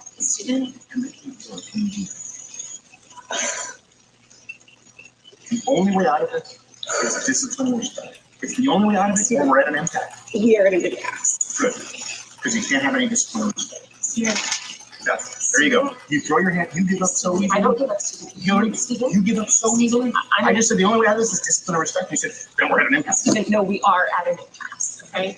I love you, but Stephen, your niece is sick. Your niece Watch it. is sick. Watch it. Fucking watch it. I'm gonna watch all Fucking watch it. And I need some space. We need to just talk and baby for a little bit, okay? I love you. I love you very much. I don't want. I like her technique, but it is going to make her be a partisan hack unless she makes it clear that it's a joke. That's the big problem. I've never received love from you, and the fact is, when I go, look, I need an A, B, C, and D, just to discipline about it, you go, no, but I love you more than life itself. Okay, put on some gloves. No, but I love you more than life itself. That's not fair. That's not fair, and it's disingenuous. Hillary.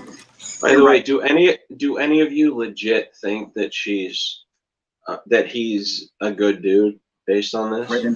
Become someone who's day in and day out, worthy of a wife.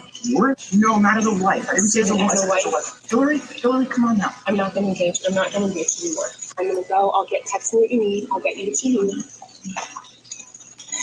I love you. I'm committed to you.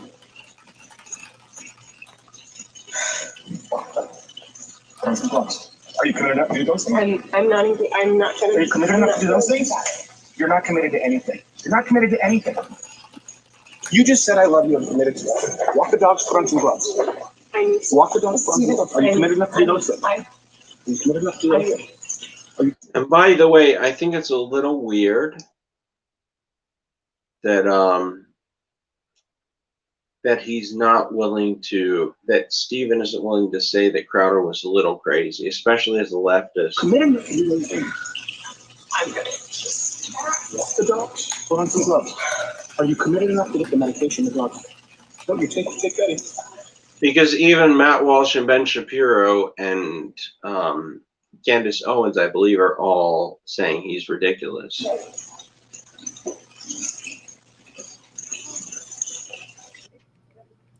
Okay. All right. Wow. You're really fighting an uphill battle here, huh? You want to see my schizo document? I got a ton of things to say. Okay. Oh, you got schizo documents. Yeah. Show me. Okay. Watch it. Watch it. Watch it. Watch it. Watch it. Fucking watch it. Okay. I don't love Here. Good. You're unworthy. I am. Take an Uber. Yeah, go take an Uber, okay? Get out of here. Watch it. Okay, will do. Watch it. Okay. Oh my God, we got a whole document. Okay. Okay. Ready? Sure. Okay. So first of all, this starts off from they were talking before this, right? True. This is obviously in the middle of something. Okay. Yep. This conversation is not about her getting groceries, and it's not about her taking the car. This is this is possibly the last conversation they had before she left him. Everybody. By the way, just because you admit that you're a hack, that doesn't make you not a hack. Misses the context of that. This is potentially the last conversation they had before she left him. At the end of the video, it said she fled the home, right? Then a couple months later, she divorced him. Plus, there's tons of things within the video that imply that this is her walking out on him. He says, you want to walk out right now? That isn't something you say to somebody when they're just going to get groceries. She says, I need some space. Right? Mm-hmm. Right? You don't say that. I need time and space. You don't say that when you're going to get groceries. She is walking out on him, and he's frustrated because he's saying, you're not committed. You give up so easily, Hillary. I need to go. Right back. I'll be back when I'm back.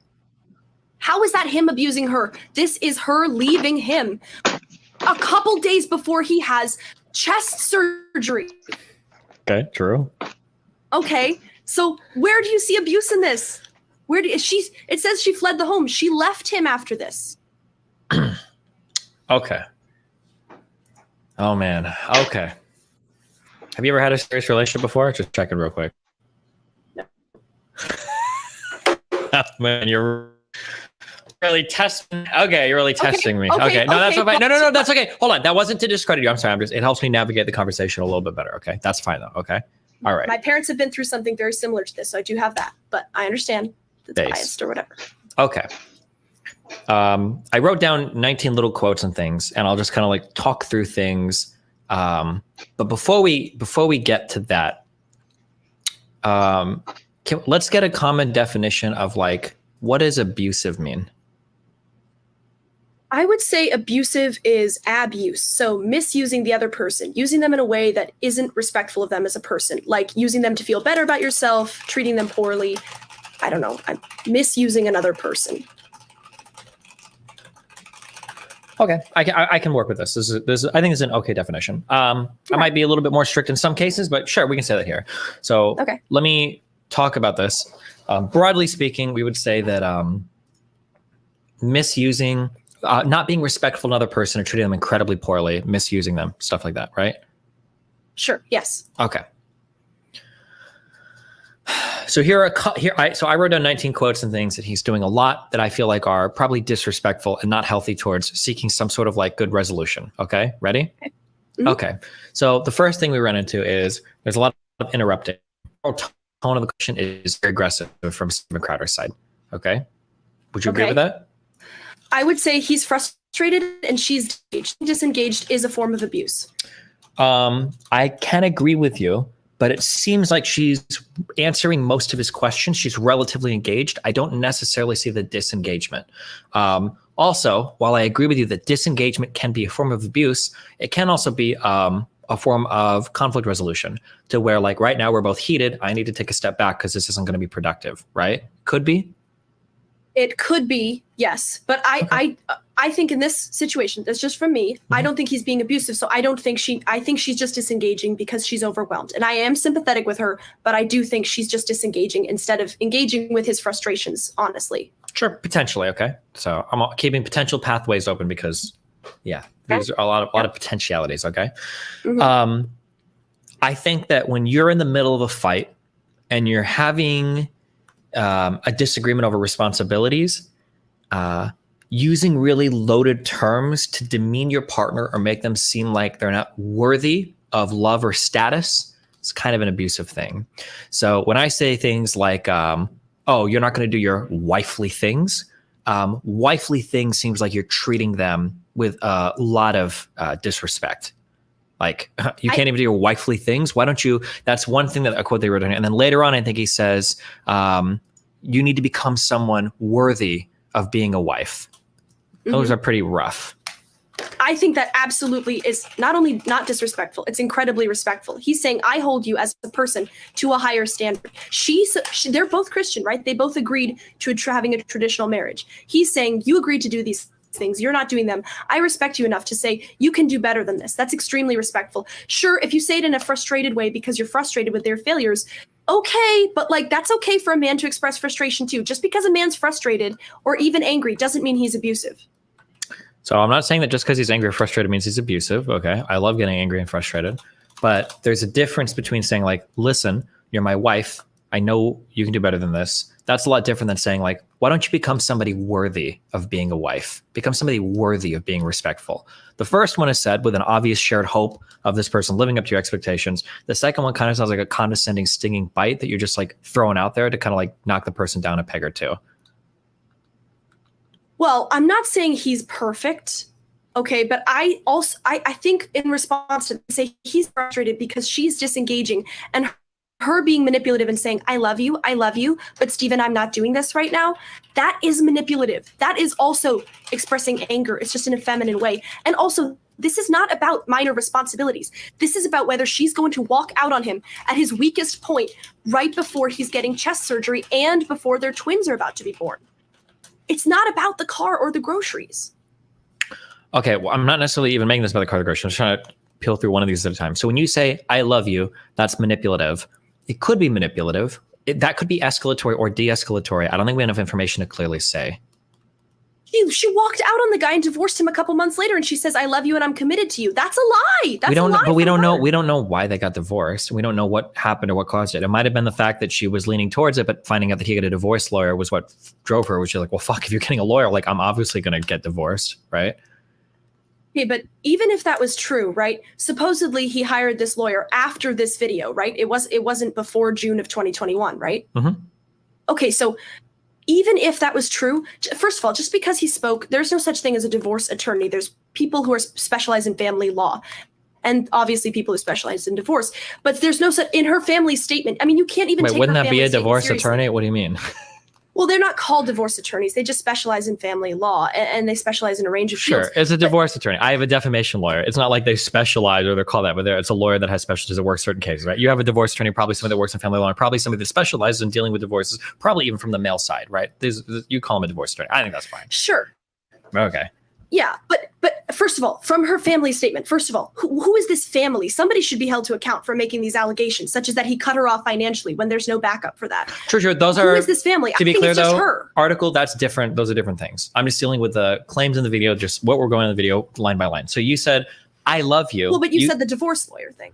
Well, no, I'm just focusing on this one statement. I love you. That's manipulative. I don't think saying I love you is necessarily manipulative. It can be manipulative, or it could be de-escalatory, right? So, for instance, you can be in the middle of a fight with somebody, and there are ways that you can like weaponize "I love you," right? To where like you do something really fucked up, and you're like, "Why are you being like this?" Like, "I love you," like, "Come on," like, "I love you," like, "Don't blah blah blah." Or, you can use it reasonably to de-escalate a fight. Like, "Listen, we're fighting right now. This is really heated. I still love you, but I need space." Right? It could be either. I don't know if there's enough context in this video to clearly say it's one or the other. I think "I love you" can be escalatory or de-escalatory. I don't think we know enough in the video. Yeah, go ahead. Okay, but she says, "I love you and I'm committed to you" twice. And then she flees, from her own words, she flees the house and divorces him a couple months later when she is, like, after she gives birth to his twins and after he has massive surgery, which her family nastily characterized as him choosing not to be there for the birth of his kids. That was not true at all. He had lung complications after the surgery. It was elective surgery. The only difference between elective surgery and emergency surgery is that elective is scheduled. It doesn't mean you don't need it. Gastric bypass is an elective surgery. I understand all of this, but that's not relevant to the video we're watching, right? There could be any number of reasons why they got divorced after. Maybe, and also, hold on, step by step. She says that she's taking space after this when she leaves. Is there something wrong with taking space? She didn't take space. She left and divorced him. Wait. It's not like she left and then like divorced him right then. Like she left and then went to LegalZoom.com and filed the paperwork, right? We don't know what's happening between now and... A couple months later. Okay, that's a long time to hold your breath, okay? A couple months, that's a lot. Yeah, but she also saved this footage, though, from the Ring camera, right? She saved it, right? Sure. So she must have saved it within a month of it happening, right? Because... Okay, so how is that being committed to somebody when you're saving footage to use against them only a month after an argument happens, to use against them in a divorce? It could be for a lot of different reasons. They could automatically back up the footage because they're celebrities, maybe. Or she could be worried that she's on the verge of giving birth to children and she's worried that some sort of divorce or whatever is going to leave her financially fucked because now, for whatever reason, her husband could claim something, she doesn't get child support. So now she needs some footage for like a divorce, even though I think it's a no-fault state. There could be a million reasons why they save the footage. I'm not here to I don't know if I can know. I don't know if you can know, right? There's a million reasons why that footage could have been saved, but we have no idea, right? Well, I mean, clearly she saved it. It's Stephen didn't leak that, right? So clearly she saved it. We don't know that. Why do you say? How do you?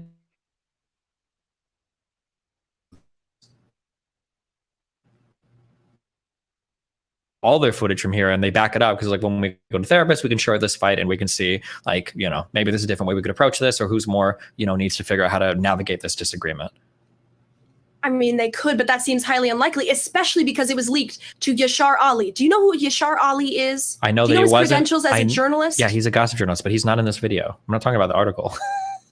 I'm saying if you take it in context, she's leaking this I agree. this information to a scumbag who he owes women like hundreds of thousands of dollars. Yep. He doesn't pay them back. He True. lived with Kathy Griffin. Yep. And he used Gossip her and she tabloid didn't feel person. comfortable. Absolutely. Right. Yep. So she's leaking it. Doesn't that explain the context of her actions somewhat? To say like, yeah, she says I love you and I'm committed to you. Then she hangs on to this footage. 2 years later, she's exposing him with this footage she shaved to a scumbag journalist. Doesn't that mean anything? Doesn't that back up that he's saying you haven't proven your love through your actions? She could leak this to Hitler's autobiographer, and this could be like the opening chapter of Mein Kampf version 2, and it wouldn't change necessarily what we're seeing in the video, right? Like, I think I think there are things that could change the way that I view Crowder here, where it's like, oh, I understand why he's doing this, but I think that the behavior here is still like pretty clearly abusive, and I still think we have to deal with the actual statements that are said in the video, right? So like, we don't know why they got divorced. We actually have no idea, right? We know that they got divorced a few months after this fight, but they could have fought after this. They could have gotten back to the house and made up after this, right? We have no idea, right?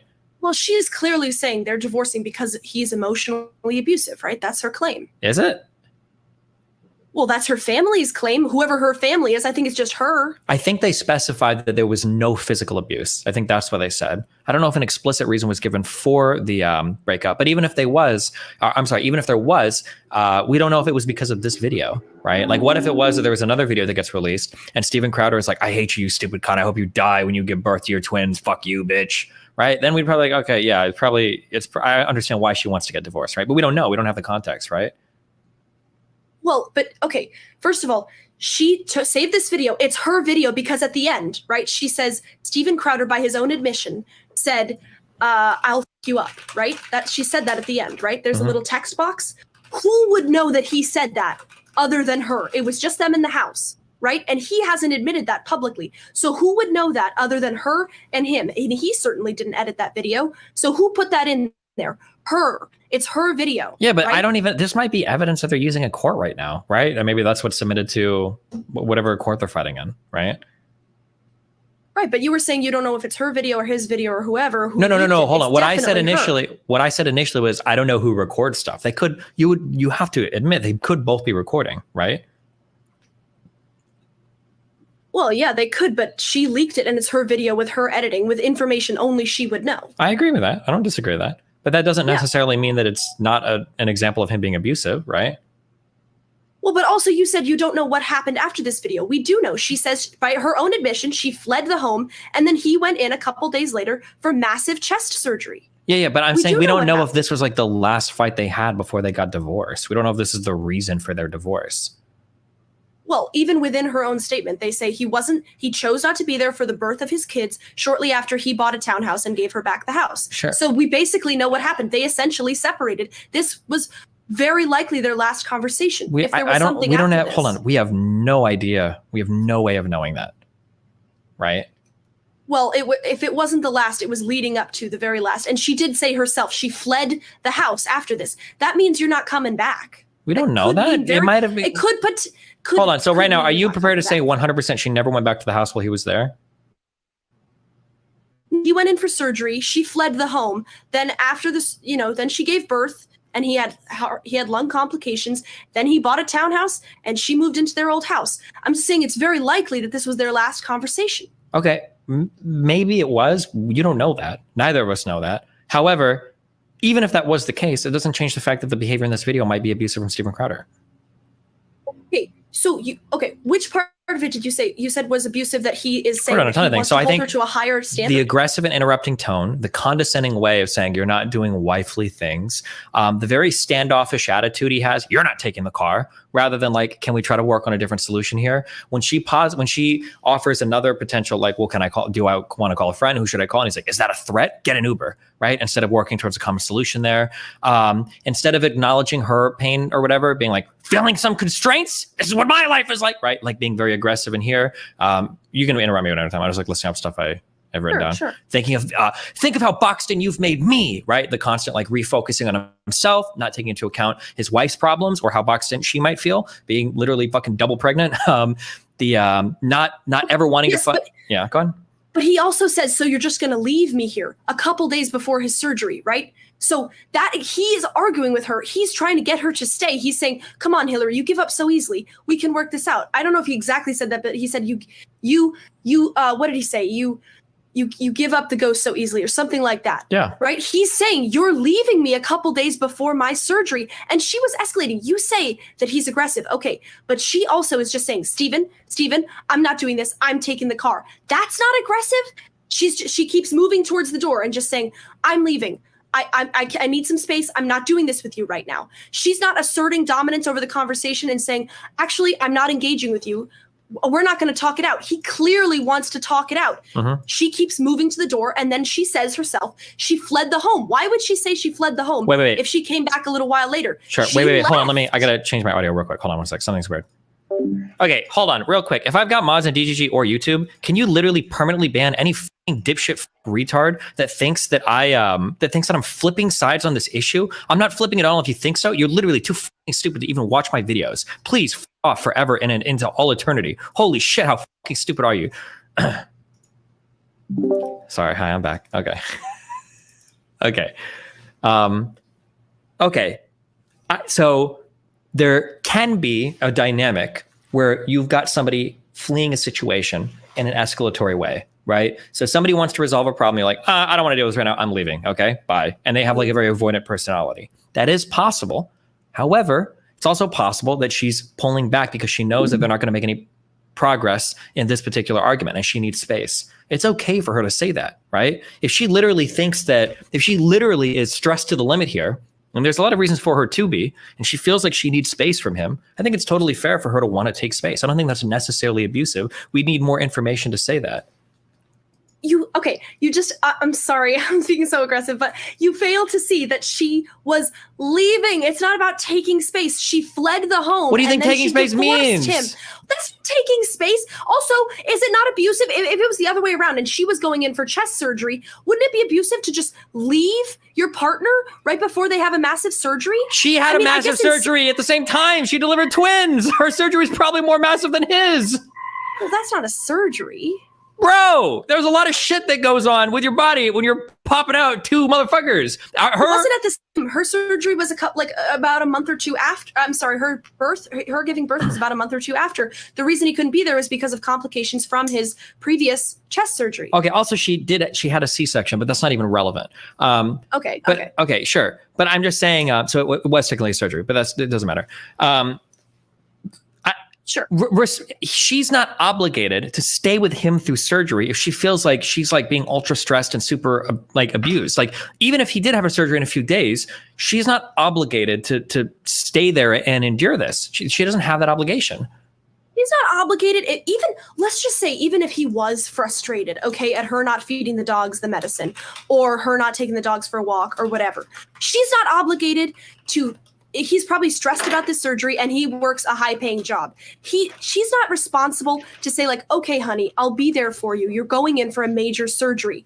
Even if he was frustrated, which I don't think he was being unreasonable, but even if he was, you don't owe your husband for 9 years that much. You're gonna walk out on him before he has surgery? We don't know why she's walking out. What if he's been an abusive piece of shit for 2 years leading up to this? Listen. That's the issue, right? All right, if he's feeling boxed in, can't he just buy another car? Okay, but you're saying he's abusive based on this clip. Where is the abuse? I've already told you that in the. All right. So clearly, the whole beta-ness, he was, people gave him there was some kind of dare or bet that he lost that made him have to do the blue hair. So I'm not sure if it's fair to blame him for having the blue hair. I think it's just part of the bit, but I get it. It makes him look like one of the typical blue-haired liberal folks, so I don't blame you for that. But let's take a look and see if we can.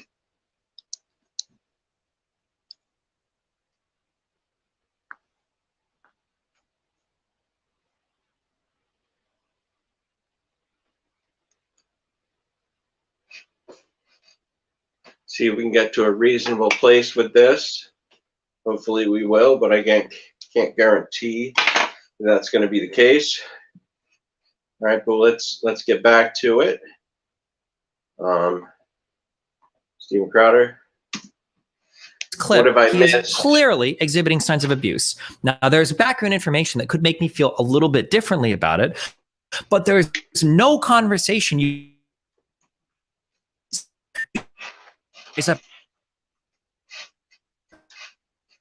oh my God, it's so bad.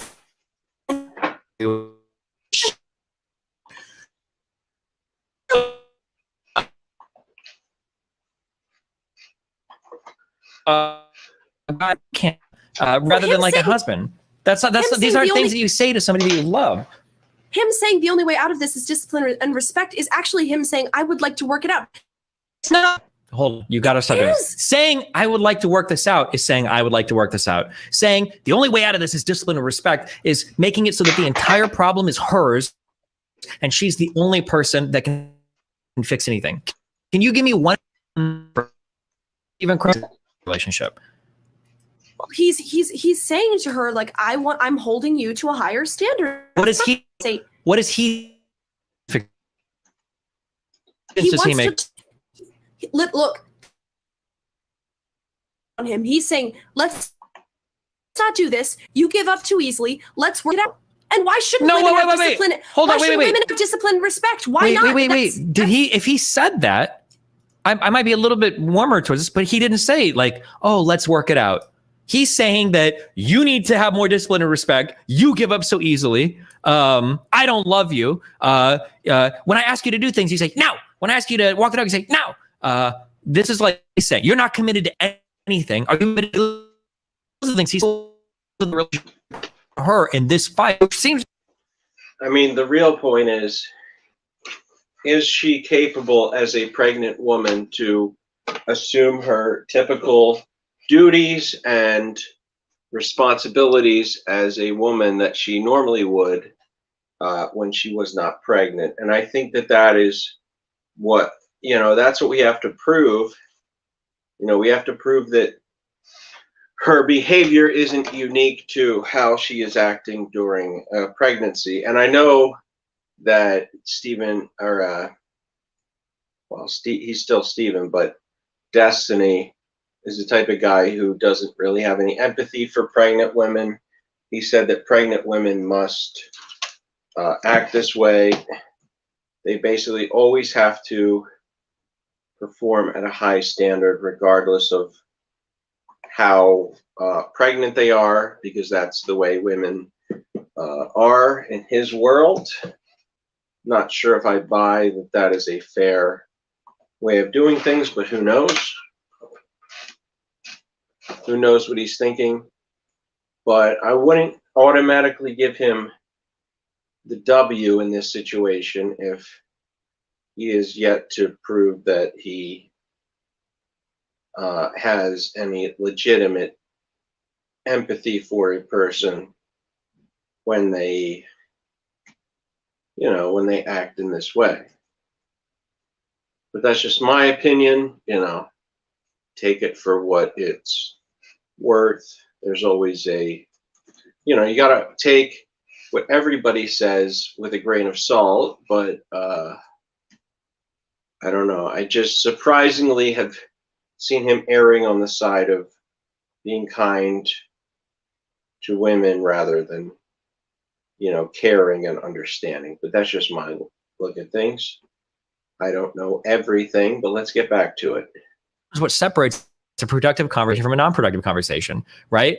Tone is fine for somebody whose wife is walking out on him with her unborn children. That's fine. And we can say the tone is fine, but the tone is abusive. There's a difference between me saying, wife, I think you can contribute more around the house. I think that we can probably figure out a better chore schedule versus saying, wife, you're a useless fucking cunt. Now, the primary meat of those messages might be the same, but one is probably abusive and the other is let's work towards something and find a common solution to it. Yeah, but you always have to exaggerate. I feel like Destiny was totally pro Crowder until he saw the more so pro Crowder people, and all of a sudden he's thinking wow, You know, I thought I was pro Crowder, but look at you. You're being fucking ridiculous. He did not call her the C word. He didn't scream No, at her. hold on. I'm sorry. I've seen abuse. It's not even close. He kept his temper. He was a little frustrated, and then he said, he kept his temper. He literally gets up to chase her at the end of the video when she's trying to walk away. It's leaving him. She said she has a right to leave. She can leave. She could do that. She's a human being. She's 3 human beings. All 3 of them have the right to leave if they want to. Like, she has a right to, no, but it's not just leaving. She has a right to walk out on her husband who's going in for chest surgery when she is 8 months pregnant with his kids. She has a right to just do that. Bro, they're her kids too. Wait, hold on. What is this like? They're his kids. He doesn't have to deliver them. It's not his fucking pregnancy, right? They're his kids. Okay, let's establish this. Does she have a right to take space and leave if she wants to? If there's a reason to, then yes. Okay, is it plausible that there's a reason to? I don't see any evidence for it. Okay. And in fact, I think it's wrong to do that to your partner. I think it's wrong to do that. This video, does it seem like they've probably had multiple fights in the past? Or do you think this is the first one? Yeah, I think it's likely. Okay, so they're referencing prior fights. Okay, why don't you at least like vape? Why do you have a fucking cigarette? Because it's cooler. It's absolutely not. Okay, Jesus. Oh, okay. come on, a vape. Look, she's right.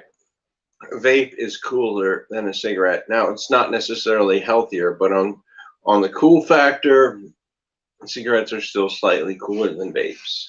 Let's be honest. It's the lamest thing ever. I can't believe you kids are looping back to smoking cigarettes. I feel like I'm in fucking clown world right now. Okay. At least smoke weed. Jesus. Okay. Weed is for he calls her a kid, but I guarantee he would fuck her. There's 2. So what does that make him? A pedo? Okay.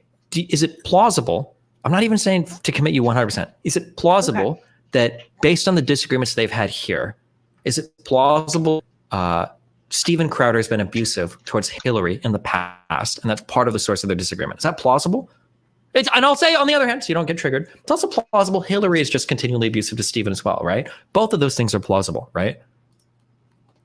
Here's what I would say. I would say from what I've seen and from the way she's acted, I actually think that I wouldn't place the blame on either side. I think what happened is there's this extreme stress. He's going in for surgery. She's giving birth to her first kids, right? She had a miscarriage before, right? Okay. So it's extremely tense. I think that she got overwhelmed by the situation and freaked out because of past her psychological issues. I do not intend to just place the blame on her. Okay. But I don't see him abusing her. Okay. What's your family background? How wealthy are your parents? How wealthy are you? I would say middle class. I was quite poor for a while, and now we're middle class. Okay. Catholic. Okay. If I wanted to bet you $250 on more information coming out that would show that Steven Crowder was clearly abusive in the past part of his relationship, if I were to make that bet with you and give you odds, would you take that bet? So let's say I'll do 3-to-1 odds. If I'm right, you pay me $250. If you're right, I'll give you $750. That more information is probably Steven Crowder was abusing Hillary. Would you take that bet if you had it in front of you? Or are you so... I'll bet you $5,000. You would really bet that no more information would come out that would show Steven Crowder would be abusive towards Hillary Crowder? Well, we would have meant, but yes, I'd bet you $5,000. But those odds, yeah, absolutely. And you think that, but you don't think that I'll take the $250 too. You think that any of the behavior in the video so far, though, rises to the level of abuse? Absolutely not. Absolutely not. I think he's a frustrated man who's stressed because he's going in for surgery and he sees his wife leaving him and he's trying to continue conversation. She's not only that, but she says, that's a line when you're breaking the relationship. And he's saying, seriously, you're going to do this to me? And he's getting frustrated. I've seen this happen in real time. And I know you could say I have a bias, but like, I've seen this happen. The man is like, what, are you seriously going to go the legal route? Like we've been married for 9 years. We saved ourselves. Hold on. None of that was other. In the video. I don't know why you're talking about this now. Well, I mean, but that is the history of their relationship. They've been married for 9 years. Sure, but we're drawing in extra stuff from the video because if we're going to draw in extras from the video, she also said he's been emotionally abusive for years as well, right? Yeah, sure. I don't think that's true. I think what she defines as emotional abuse, I think she's oppositional. I think she has psychological problems. I think she was not ready to be married in the way that she committed How to be married. How can you possibly ascertain all of that so quickly? From her behavior. But I'm sympathetic. Okay, when you say all the information you're giving, a frustrated man who's stressed and is trying to continue the conversation, all of those things are explaining why somebody might be abusive, right? That's not a free pass. You can be frustrated and try to continue the conversation. That doesn't give you a free pass to do whatever you want, though. That can just be a reason why you end up being abusive. Well, if he was being abusive, I would say something like, and I wouldn't say he's a frustrated man trying to get his wife to stay with him. I would say like he's taking something out on her, that he's obviously lashing out, or he's being manipulative, or he's trying to make her feel bad for something that, I mean, it's only a 3-minute clip, but when you consider the context, I think it's pretty obvious that I feel bad for the guy. He's in this situation. I don't think when he says I chose wrong, I don't think he chose wrong. I just think his wife has psychological problems that manifested themselves in this extreme moment of tension, and she's wrong to attack him the way she is. But look, she might have psychological problems, but how do we prove that that is not because of his behavior? We don't know. I think it can be resolved. Okay, but you don't think what? You don't think that she might be frustrated? You don't have any single mom with twins? I do have sympathy for her. I don't think she was ever married to him. I don't think she understands what marriage is. How can you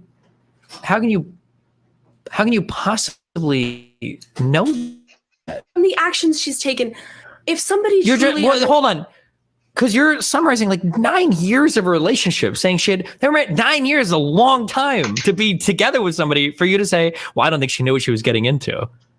It's not really that long to be married, but yeah, it is a long time to be with somebody. 9 years. 9 how years old is are not a long time to be. Yes. How old are these people? I don't actually know. Steven Crowder is 35 years old. He's been with his chick since he was 26. That's a long relationship. 9 years. Well, that's another example, right? Okay, so they were both, I think, virgins, or at least they were celibate before they got married. Uh-huh. They were young, and this is another example of why traditional, like right wing, like no hymen, no diamond things, they don't always work out, because if you don't have the experience, no hymen, no diamond, then you're just going to enter a relationship. Like, it's not always ideal. You might be signing up for something you're not sure you're supposed to sign up for. A marriage is supposed to be commitment until death to this other person. I thought she was the one who was the woman, but I guess I was wrong. To better them, to help them, and to support them. She walks out on him at his weakest moment. Do you think that means, does that commit her to somebody who doesn't understand what's going on? So is she committed to enduring an infinite amount of abuse from her partner then? Well, is a man raising his voice emotionally because he's angry abuse? A man saying things like, I don't love you, you're not earning your place as a wife, you're not committed to anything, getting up to prevent you from leaving like a discussion. I would say those things are abusive, yeah. He didn't get up to prevent her from leaving. He got up to continue the conversation because she was walking out. Okay, hold on. Wait. That is to prevent somebody from leaving. Okay. He let her leave. He let her leave. He didn't raise a hand. He might. Let her leave. But if we're having a conversation, somebody clearly wants to leave, and I stand up and I go and walk in front of them, like, what is the implication? Of course, right? We don't know how long after she leaves. He let her leave. He didn't raise a hand. There's no history of physical abuse. I didn't say there was physical abuse. I'm just saying at the very least, he's being physically intimidating to prevent her from leaving. Of course. What, chasing somebody into She was physically intimidating? Is that what you're going to say? Was she about to swing that big baby belly right into his face and fuck him up? Is that? She was physically aggressive during that conversation. She was standing. She moved closer towards him. He was sitting down, relaxed. And then she walked right past him towards the door. No, she walked hold right on. past This him. is, first of all, wait. Firstly, he was No not hymen, no relaxed. diamond. That is not true. Okay. Just because he was sitting down does not mean he was relaxed. He was leaning forward. He was very aggressive the entire conversation. Number one. Number two, okay. Crowder's a pretty big boy. Looks like a 6-foot dude. She's, okay, literally a fucking submarine right now for 2 other mini human beings. Okay. I don't think that she was ever physically intimidated. Standing and walking around like kind of confused and anxious and avoidant.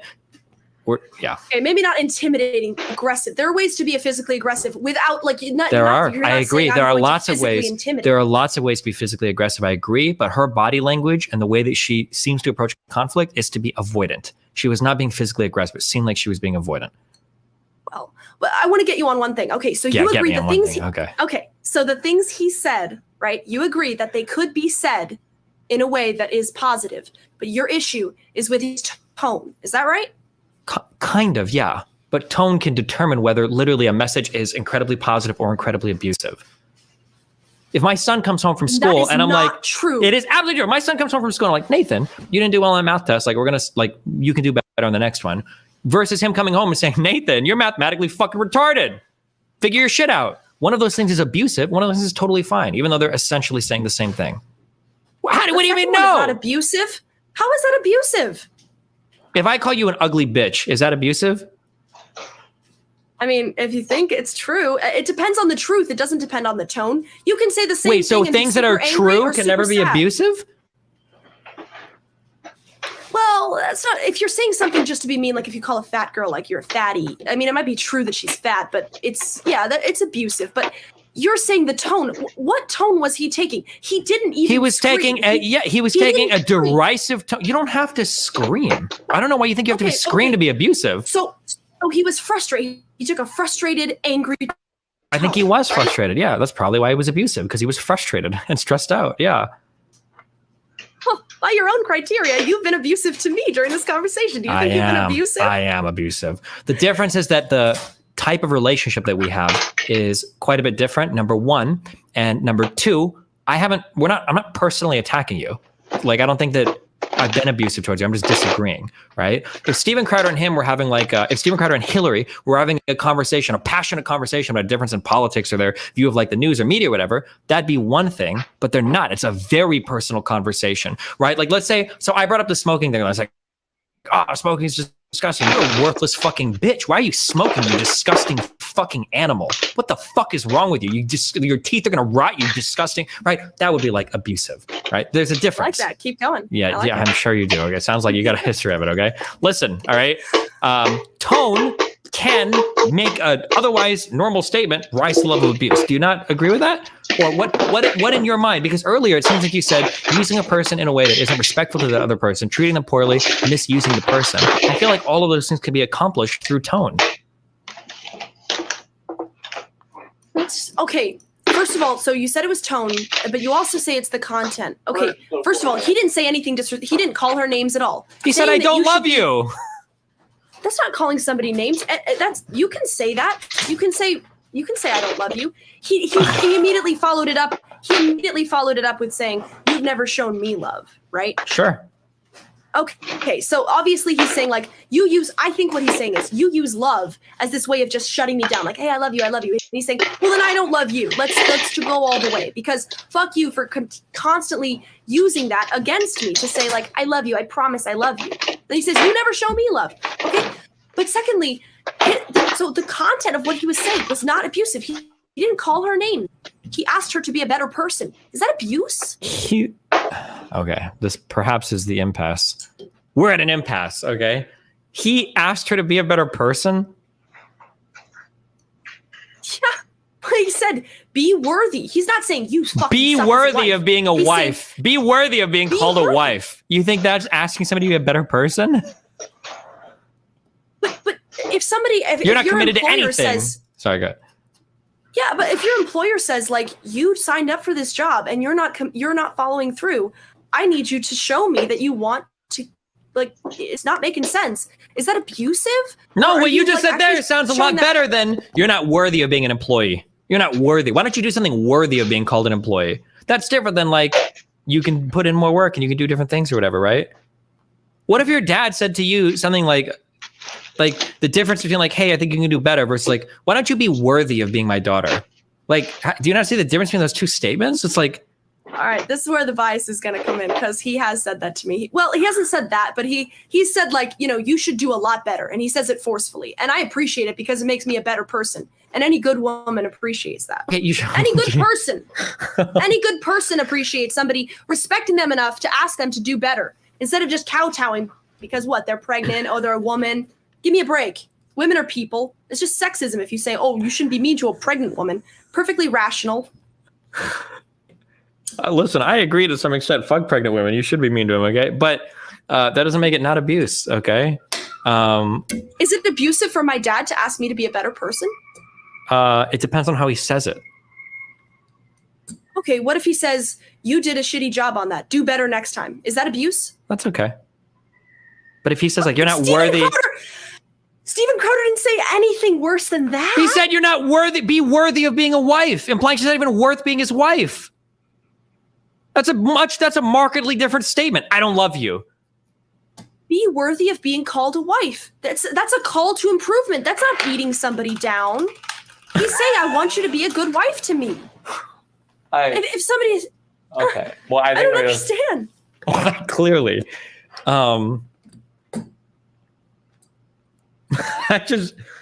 If somebody really cares about you, they will tell you when you're fucking up so that you can do better and you can be a better person. If they don't care about you, they'll just let it go and they don't even respect you enough to tell you when you're messing up. Okay, I saw you in my chat, okay? I totally see what you're saying, okay? I connect with you, okay? Because I was you, okay? I understand. Did you watch the 3-hour talk I just had with the Dr. K guy? I watched some of it. I was nervously getting ready to. Okay. In the beginning where I said, hey, there are things that I've learned as I've gotten older from 20 to 34 that I wish I could have learned when I was younger. And one of those things is there are certain social conventions or ways of communicating with people that are actually really important, sometimes more important even than what you're saying. If you look at the habits of any effective leader, if you look at the habits of any successful relationship person, there is a method to delivering criticism that is paramount. Sometimes it's more important than the criticism you deliver itself. The idea that if you want somebody to improve, that gives you carte blanche to say anything you want is a very sexy, romantic, and exciting way to do a Hollywood movie, but it is a horrible way to approach a relationship. You ever seen the movie Whiplash? Mm-mm. Okay. No. Have you ever seen Black Swan or? Yes. Fuck. Okay. Yeah. Fuck. I watched this movie one time and I was drunk. I don't remember well enough. I shouldn't even brought that up. There are ways that you can push people in incredibly difficult ways, but while that might work for some people, that's not going to work for everybody. And for most people, it's going to end up being like just abusive. Like, again, if I tell somebody like, hey, listen, I think you can do better. That's way different than saying like, be worthy of being my wife. What if somebody walked behind you and like knocked over your guitar? Would you say, what the fuck? Come on, I'm doing a stream. Can you be careful? Is that abusive if you raise your voice? No, not necessarily. But if somebody walked by and knocked over my guitar and I was like, Mel, you're not worth being my fucking wife. You're not even worthy of being my wife right now. You need discipline. You don't think that's like... But you're exaggerating his tone. Hold on. You are exaggerating his tone.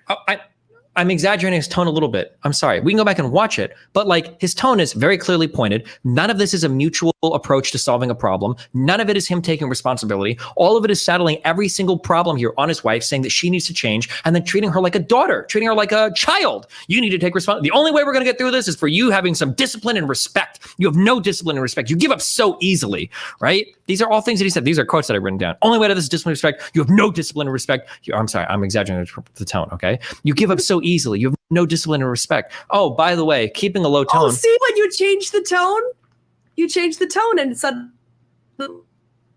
that's fine to say to somebody they have no discipline and respect. What if he's right? What if he is right, though? What even if he doesn't have those things? Even if he's right, there's a better approach to this conversation, and layered on with other things like asking rhetorical, like how do you respect men? Right? A rhetorical question like that. This isn't a person trying to solve a problem. This is a person trying to demean and attack a partner. That's what it is. If you would ask anybody that's effective. Asking a question? Are you a fucking retard? How is that demeaning? No. Hold on. Do you see what I just said there? Are you fucking retarded? Do you see I'm just asking a question? You understand I was very demeaning, right? To ask you that question, right? Yeah. Okay. So how do you respect men? You understand that's like a very demeaning question. It's your wife of 9 years. Why you ask her? It's not a demeaning question. Okay. How is it demeaning? He's trying to establish Hillary, we agreed. They're both traditional Christian people, right? So he's saying you can't accuse her of like being a liberal and he's trying to conform her to his right-wing values, right? I didn't say any of that. Okay. Even in right-wing relationships, even in the most conservative fuck relationships, no wife wants her husband saying things like, you have no discipline and respect. You give up so easily. The only way through this is with discipline. You need to be worthy of being a wife. You need to do your wifely duties. My guess is that in 95% of conservative households, if a husband said some shit like you need to do your wifely duties, the wife would fucking kick his ass or leave. That's some wild shit to say to your wife. Because most conservatives are fake. Yeah. No, right. They're fake. Even in a real conservative. Well, you can't say that to your wife. You need to do your wifely duties. That's like some BDSM, like that's like some sex role play. That's some insane shit to say. You need to do your wifely duties. That's wild to say to a mom in the house. If she agreed to be a wife and have certain duties as a wife, why can't he say you should do those?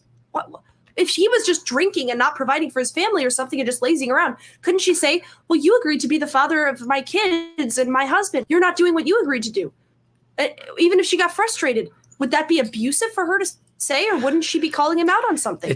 I mean, she clearly, she's not afraid of him. She's clearly like disrespecting him by saying like, Steven, I'm not talking to you.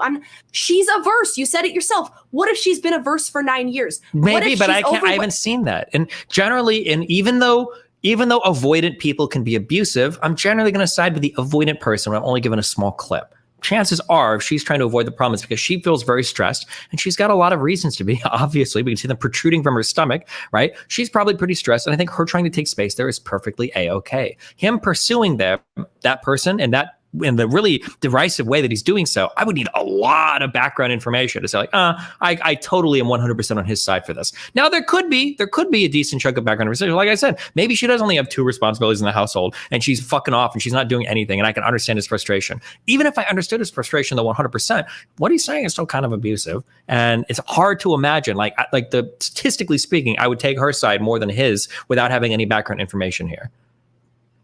But you've only defined what he said as abusive by his tone. Tone can be abusive. Okay, the content, first of all, their health conditions are equivalent. She's giving birth, he's having major surgery. No, okay, he's not. I don't even know if he's having major surgery. I don't even know how much is. Okay. He had chest surgery in June. Like after. Okay, but it's not like, we're not talking like open heart surgery here, okay? Like, well, they put bars in his chest. I mean, that's pretty, and he had like his lung filled with fluid due to complications. It's pretty serious. There were complications. That's pretty serious. I think giving birth to twins is also a pretty serious thing. But you said she's stressed because of that. I'm saying he's equally stressed because of a major surage. She's stressed because she's giving birth in 2 months. He was getting his surgery quickly after that. Wasn't she 8 months pregnant here? How long are these babies hanging out for? If she was 8 months pregnant here, isn't she giving birth in like a few weeks? A week or two? I mean, it was several weeks after his surgery, which is why he planned it before, so he could be there for the birth of his kids. But then there was the lung complication, so he couldn't be there.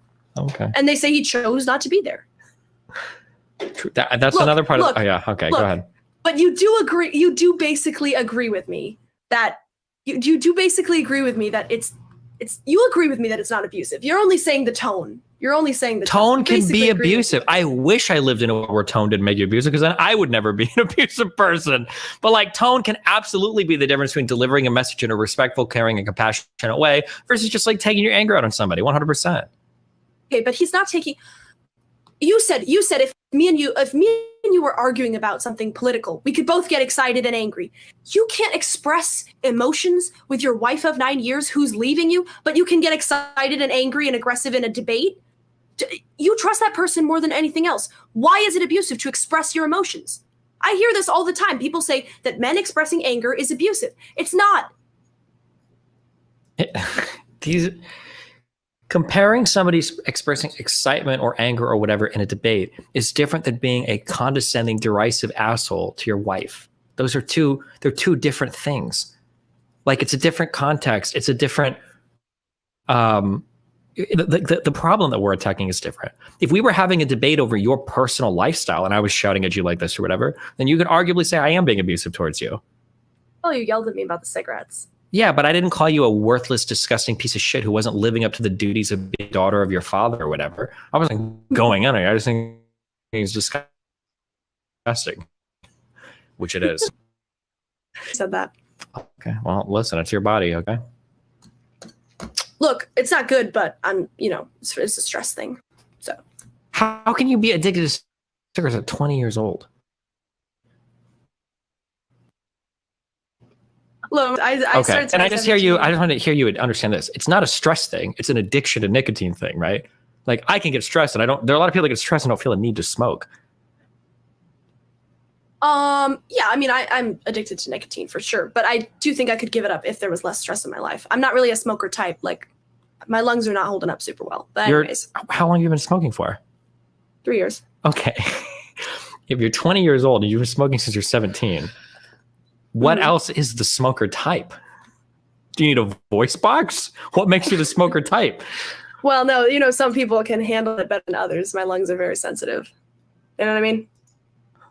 Okay. Well, it's just some people can smoke. Like my great grandpa smoked his entire life, and he lived till 95, and he was fine. But you know. Okay. Maybe he would have lived till 115. You know, maybe he lost 20 years of his life from smoking. Maybe. But so you do basically agree with me that he's not abusive. No, I don't agree with you. You're saying that tone can't make you abusive. I don't agree with that. I think tone absolutely can make you abusive. Fine, even if we agree that tone makes you abusive, getting angry with your wife because she's failing you is not abusive. No, it wouldn't be abusive. Fine. But attacking her constantly in the conversation and then using these kind of like snarky replies and snarky rhetorical questions and then acting like you're her father and saying that she lacks discipline or respect. And then, yeah, I would say that these things are probably abusive, yeah. Would you say that a wife can fail her husband? Of course. Okay. So what if she's failing him? And what if he's saying, I want us to stay together? He didn't say that, though. Did he? Did he say that? Well, he says you give up so easily. You throw in the towel so easily. That's not him asking her to keep talking? What if he's saying that while he's been abusive the whole time and she is giving up because he's abusive? Well, but she's the one shutting down the conversation. He's the one who wants to talk. Yeah, but she has a right to withdraw from the conversation if she feels like it's too heated right now, which it seems like it is. So you're saying that a man getting angry is abusive? Are you talking to me? Yeah. Did I say that? Try again. He does not say snarky things. He doesn't say snarky things. When he says, I ask you to take the dog out and you say, no, you don't think that sounds like snarky? He literally sounds like a dog when he says it. When he says snarky, it's frustration. It's when he anger. says, Next. I don't love you, that's the big problem. That's not like a little bit snarky? I don't think it's snarky. I don't think he's trying to win the argument. I think he's frustrated. I don't think it's snarky. Snarky would be like, well, guess what? I don't love you. So there, or something like that. Like he's saying, well, I love you because all you do is use love as a way to control me, as a way to say, shut up, Steven. When you say things like, are you committed enough to do those things? That's abusive to say to somebody. Are you committed enough? She's not doing them, right? She didn't feed the dog the medicine. There's some evidence that she isn't doing what he's asking her to do. When he condescendingly asks, feeling some constraints? How is it wrong to point out if somebody's leaving you right before they're getting served? How is that abusive? That's constraining him. When he asks the question, how do you respect men? Yeah, they're both traditional Christians. He's saying, all right, do you want to go over it? You're not treating me the way we agreed that you would treat men, like you treat men as a traditional Christian. When she's overstepping a little and he's saying, watch it. That's totally understandable. If I was married and I said to my husband, you're abusing me, you are abusing me, that would be crossing a line that is serious to cross. I'm not saying that he deserves to like hit me or something, but it's breaking the relationship, isn't it? To say like your abuse is sick. That's what if she feels like he's being trust. What if she feels like he's being abusive though? Sorry. You're okay. What if she feels like he's being abusive? Yeah. Wait, how do you get out of your room?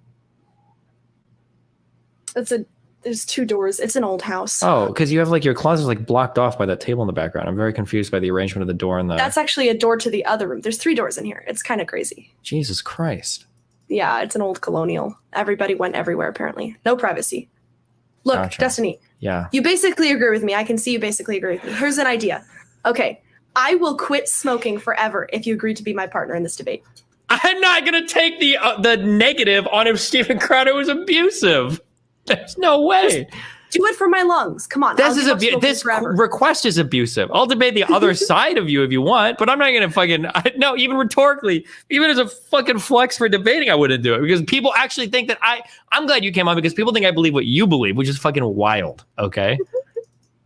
Come on, for my lungs, it's bad. I'm a smoker. I'll give it up. I promise you, forever. If you agree, you basically agree with me. Come on. You're like, this is like hostage taking. This is like I'm going to do this or please help me with this. I'm going to kill myself. Nuance is okay. It's okay if we don't completely agree. The other side is going to be completely saying he's an abusive piece of shit, right? He's abusive. He's controlling. He's dominant.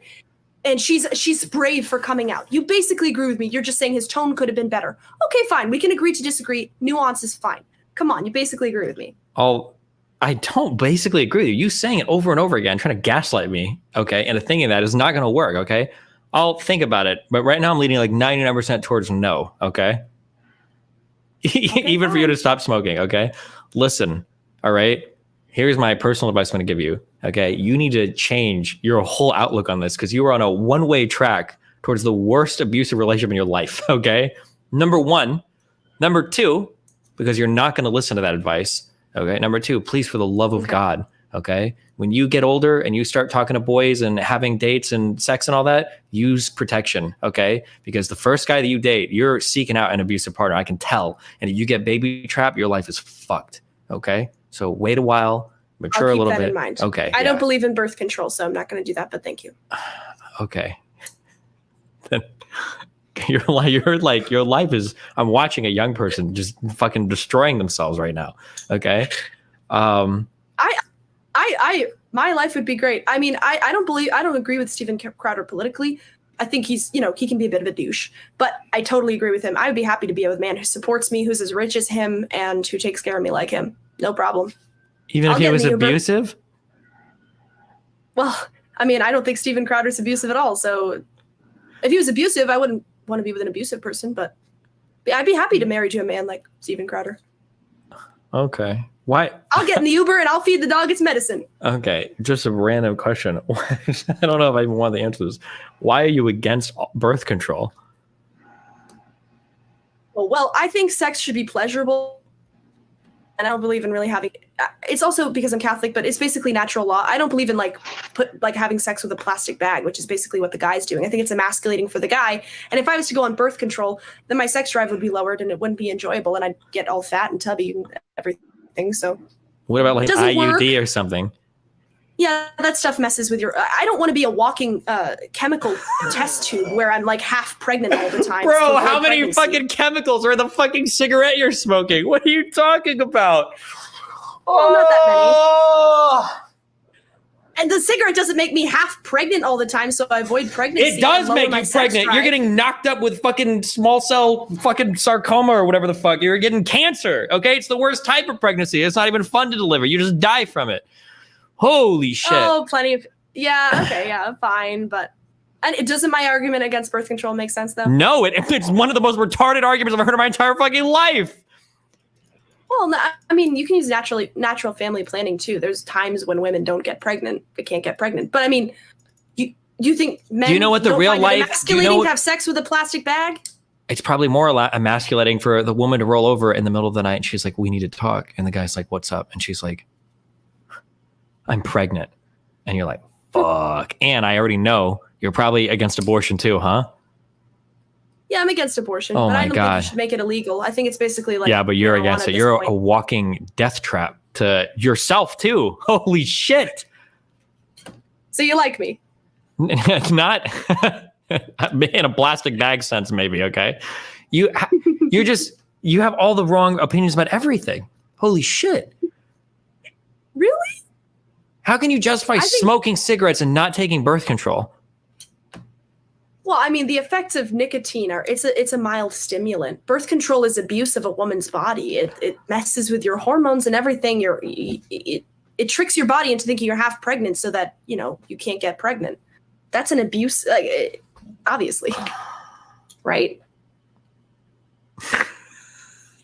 No. You're not refuting what I'm saying. You're just laughing at me, which is abusive. You're right. You're right. Hold on. You're right. I'm not responding to what you're saying. Okay. First of all, there's nothing. By destiny. There's not good. You go. Yeah, you're on a long list of women that claim to be. Okay. So there's nothing wrong with altering your body's hormones. There's a lot of things you can do, natural, unnatural, that will change your body's hormones. Okay. If we want to change our hormones to effect some sort of end, like not getting fucking pregnant, that's probably an okay thing to do. There's probably pros to changing your hormones, and there's probably cons to changing your hormones, right? An older man going on TRT because he's got some issue with producing testosterone, probably not the worst thing in the world. An older woman who might be facing like an early menopause or having some other issue going on some form of HRT is probably not the worst thing in the world either. If you want to go on birth control and it helps your acne and it regulates your cycle and you don't get pregnant, that's probably not a bad reason to go on birth control. Just saying, well, let's change your hormones, so I think it's bad, is probably the dumbest reason not to be on birth control. Okay, there's my full.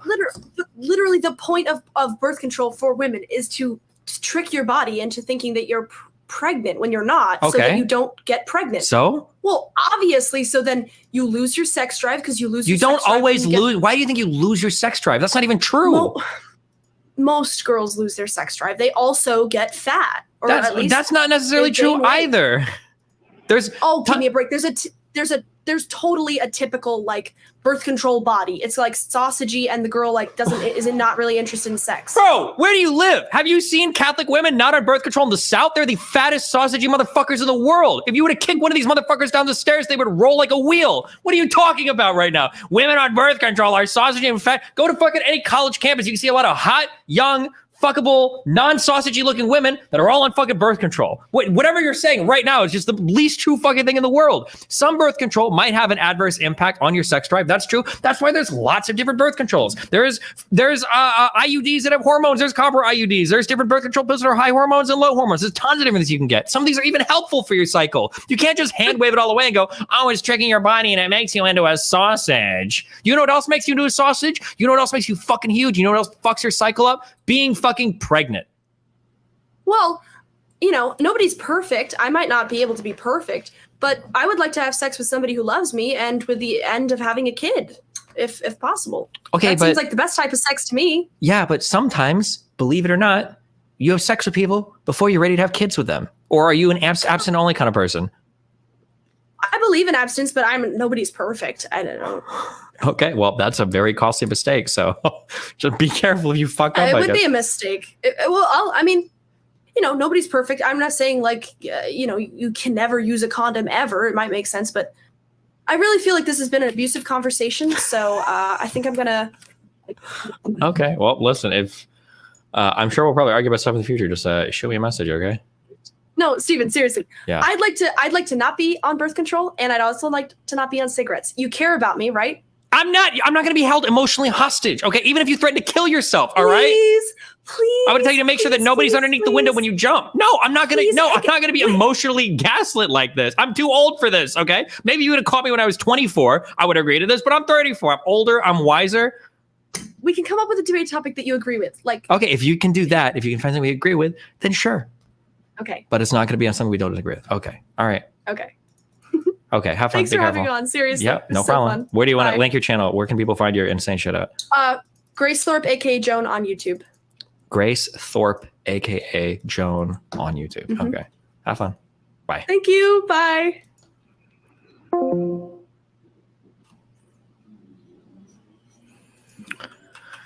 Holy shit. Jesus Christ.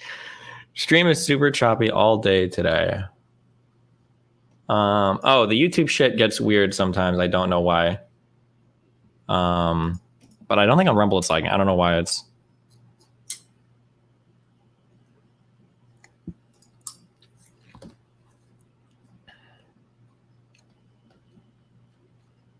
How are we having kids smoking? Guys, what's happening here? Jesus Christ.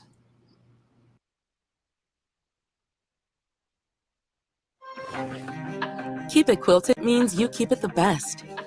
3 layers of plush comfort you can see and feel. Keep It Quilted keeps a mood and puts your comfort above all else. Keep It Quilted because the best parts of your life deserve the best. They're here. So don't settle for anything less. Keep it quilted with Quilted Northern.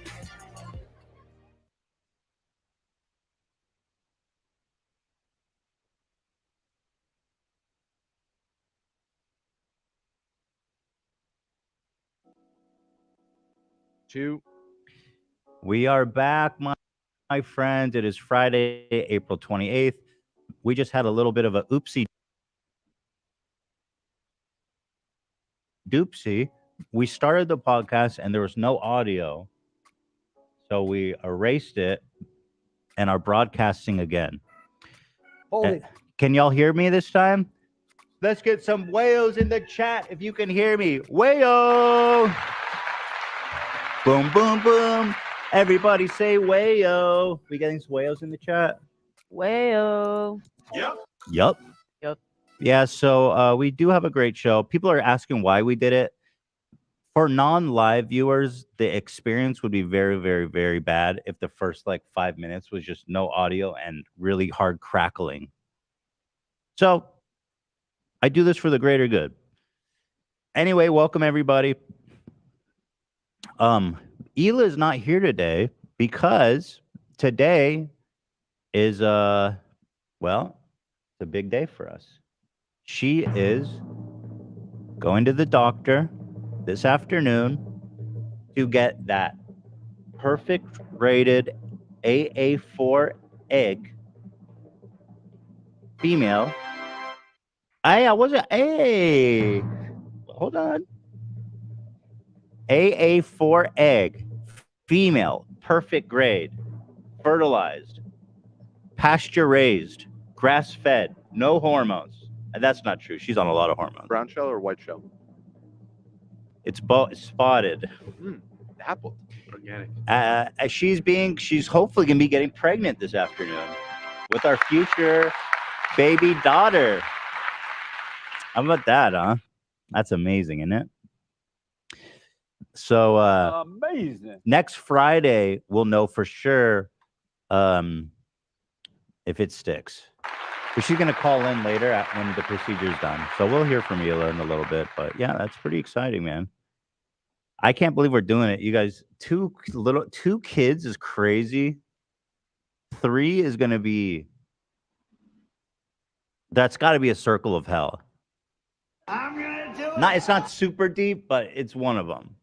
Maybe 2 or 3. 2 or 3. Also, I'm happy to announce that you guys remember how I got the fika fish rash? It's happening again. Oh, no. I had to put a ton of Vaseline on my face this morning. I don't know how shiny I am. I felt it coming around my eyes a few days ago. So I started putting it on my eyes, the ointment I got from the dermatologist. And I think it's good there, but now it's coming all here. I had to get out of bed last night at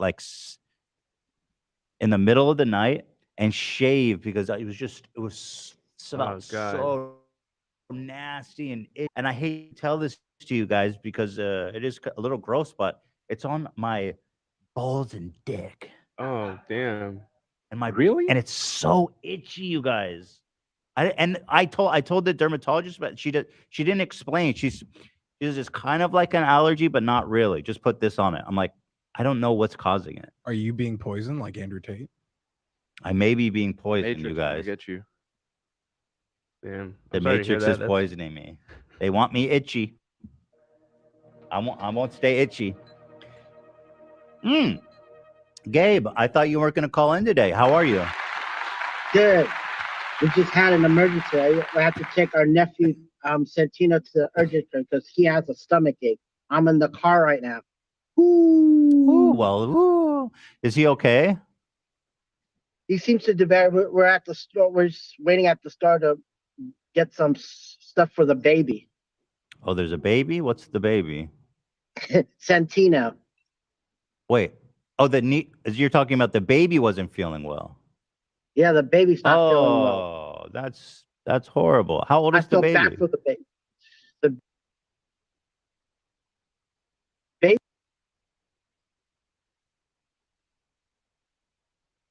baby is like 3 years old. Okay. Is it that? Well, that's not a baby.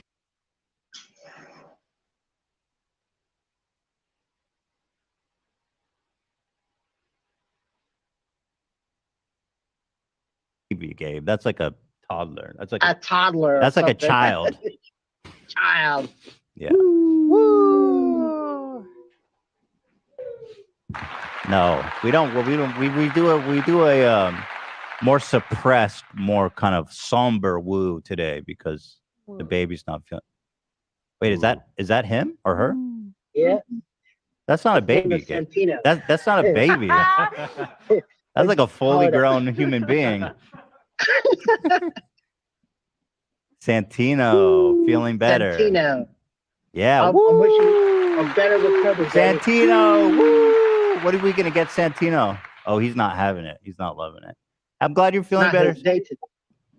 Wish him well. We wish you well, Santino. No, he says no. I don't think. Yeah, he didn't seem that interested. No, he has a Spider-Man too. What are we getting him from the store to make him feel better?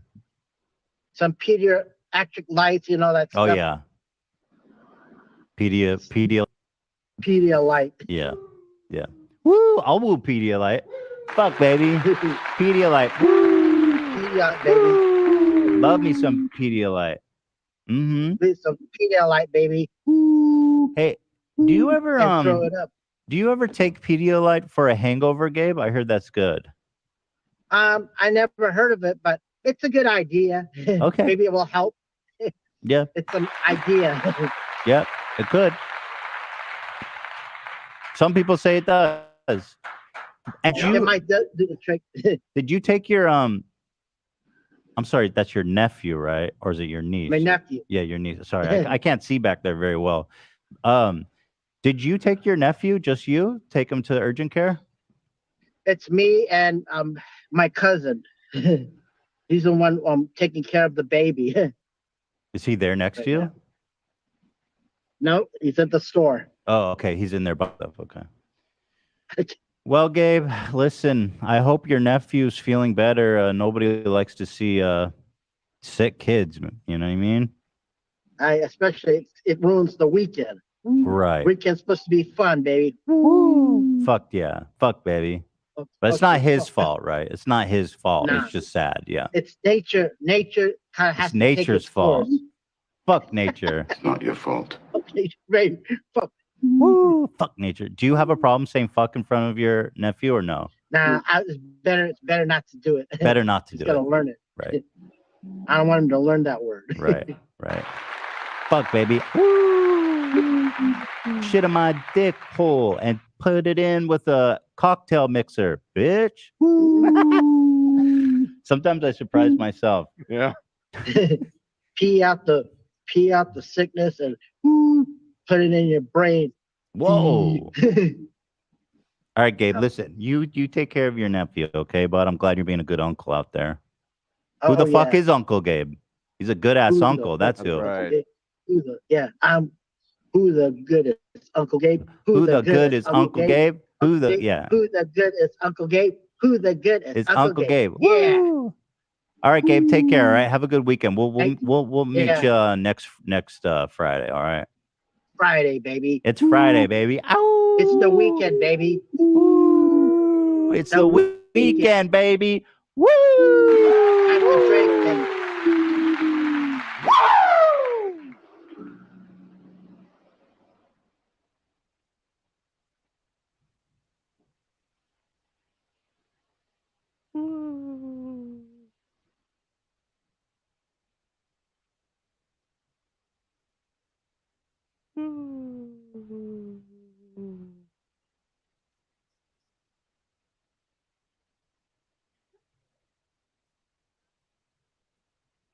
Dead air.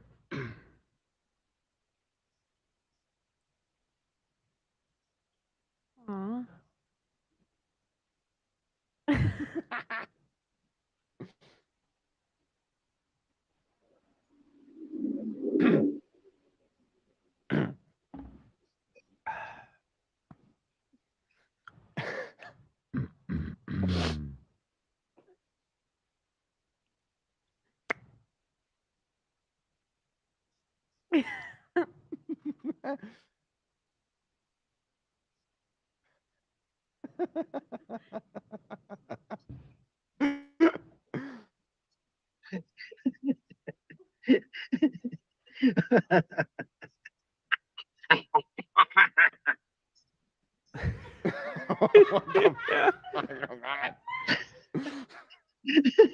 He's just laughing for nothing. He broke. I'm just laughing for nothing. All right. It's an exploration. You never know where it's gonna go. But you can always count on one thing. I'm willing to derail this show to win every time. All right, Gabe. Take care. We love you. Okay. Bye, Gabe. Take care. Bitch. Bitch. That is the kind of quality content that people tune in every week for. That's right. Yeah. So big news. Oh boy. And we had a mega episode about Crowder on Wednesday because he got divorced, which your fault. It's his fault. He's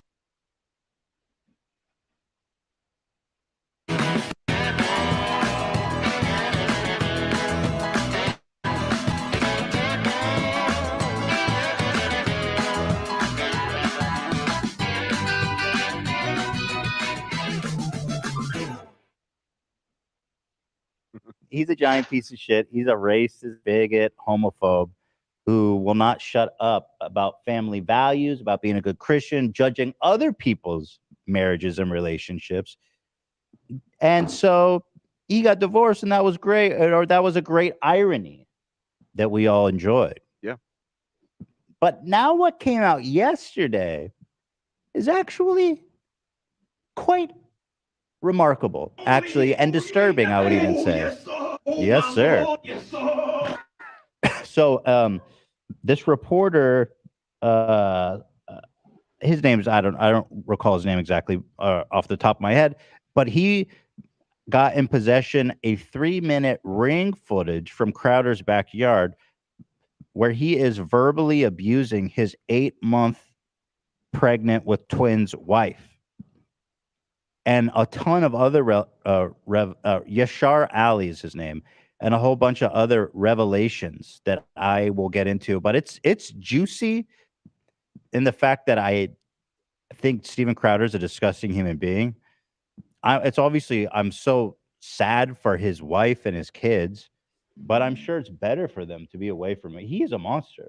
Yeah. I mean, this man is a monster, and I Like can only psychopath.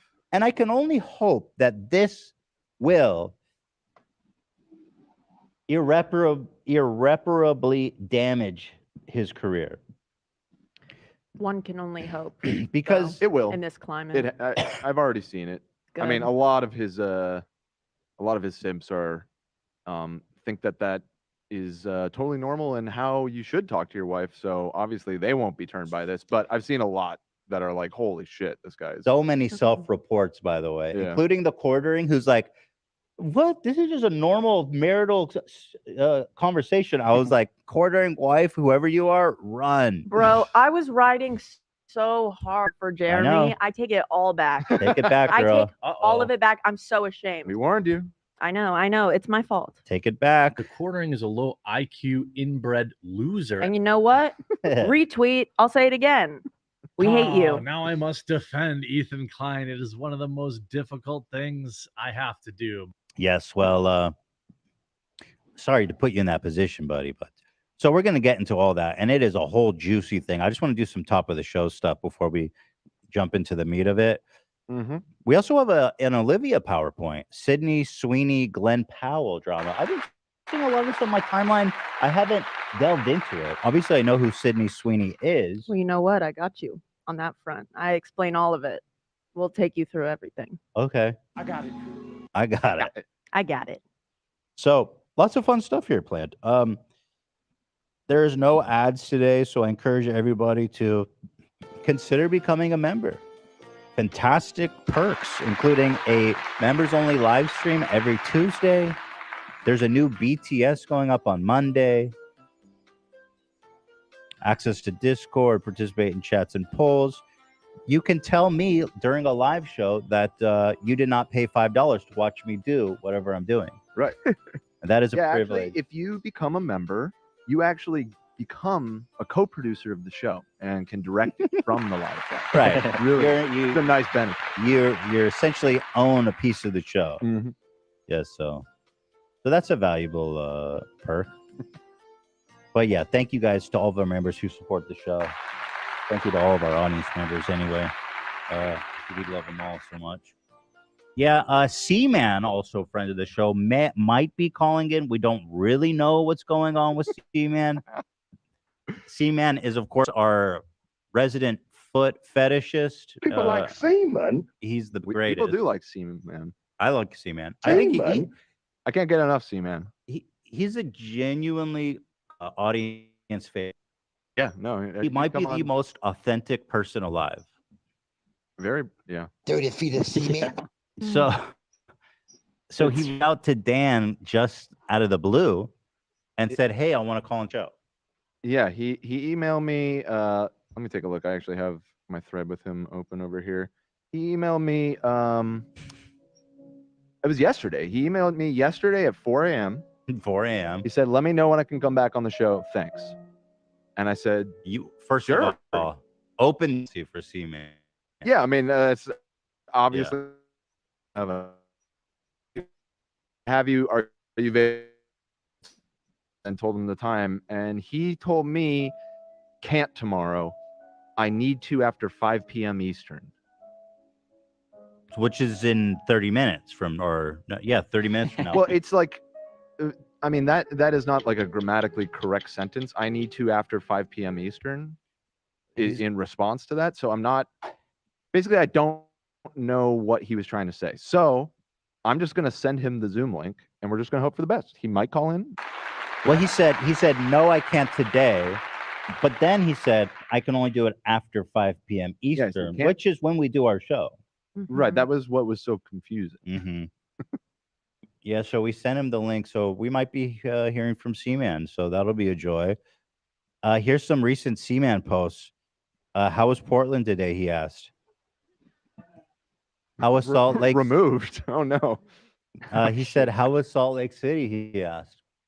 I remember it being so beautiful with mountains in the background, he said, on the Salt Lake City subreddit out there. He wants to have conversations, but here we are, C-Man. There's thousands of people here wanting to converse with you. He is the most elusive friend of the show and the hardest to get. He comes down once a year. He only comes when he wants to. We don't control C-Man. He goes dark. We're his guest. Yeah. You cannot request from him. Yeah. No, you can't be like, hey, let's do a segment on this date. No, you won't hear from him. 37 feet He sets the terms. of semen. He asks, how's Florida doing? I love Florida. Need the sunshine, he says, in our Florida. How's Arizona? Just checking in. He says Arizona has some great looking cactuses. So Anyone here from Arizona? that's a good conversation starter. Sure. Is Phoenix pricey on rents? Is that okay? I don't think he would be moved to Phoenix. He's a New Yorker all the way. Well, maybe he was thinking about it. Maybe. I think he New York's just expensive. So. I think he's just wanting to have a conversation about rent prices in Phoenix. I don't think he'd move there. The scenery in Colorado is so beautiful. Oregon is pretty in the summer. These are all just general posts to the city subreddits. Here's Idaho. Idaho looked like a beautiful place, but I heard it's getting expensive. There's a lot of these, man. He's really reaching out to a lot of metropolitan areas. So he's been busy. Well, if you recall, he films his foot wrestling videos in Florida, so Right. He's looking to expand the business across the whole nation. Seismo said, been a while since Sebastian Epp, but I wanted to hit my milestone before super chatting. I'm down 50 pounds in about 2.5 months. Wait, what? How's that? That's a lot. I'm inspired by you, Ethan, not the Gym Bros. That's what the fuck is up. Love y'all. And in case you hadn't heard, Zach Lewis live at the Roxy May 13th. I hadn't Thank heard about you. that. Thank you very much. Appreciate that. Wait, 50 pounds in 2.5 months? That's like insane. Yeah, that's crazy. Well, how do you even do that? Does that mean you're You just might not be a eating? big boy. A big boy. Yeah. I guess if you're really big, you can lose a lot of weight. Good for you, man. Keep it going. We love I to just hear want to it. be left alone. I know. Let's see. Jerry Springer. I don't know if some of y'all are too young. But Jerry Springer was honestly a cultural icon in my childhood, in my teenage years. It was inescapable. This man In was the on 90s. every channel of basic cable. I don't care what channel it was. Someone was fighting on Jerry Springer. those boxing rings were going off. Right. I forgot they did that. God, You know, that show is so fucking it is sleazy. It's like the sleaziest show ever. Yeah, I mean, I watched a clip of it since he passed away. I was watching some, and I was quite shocked by just how fucked up it is, depraved it is. Yeah, I mean, it is really. And Jerry, by all accounts, seems like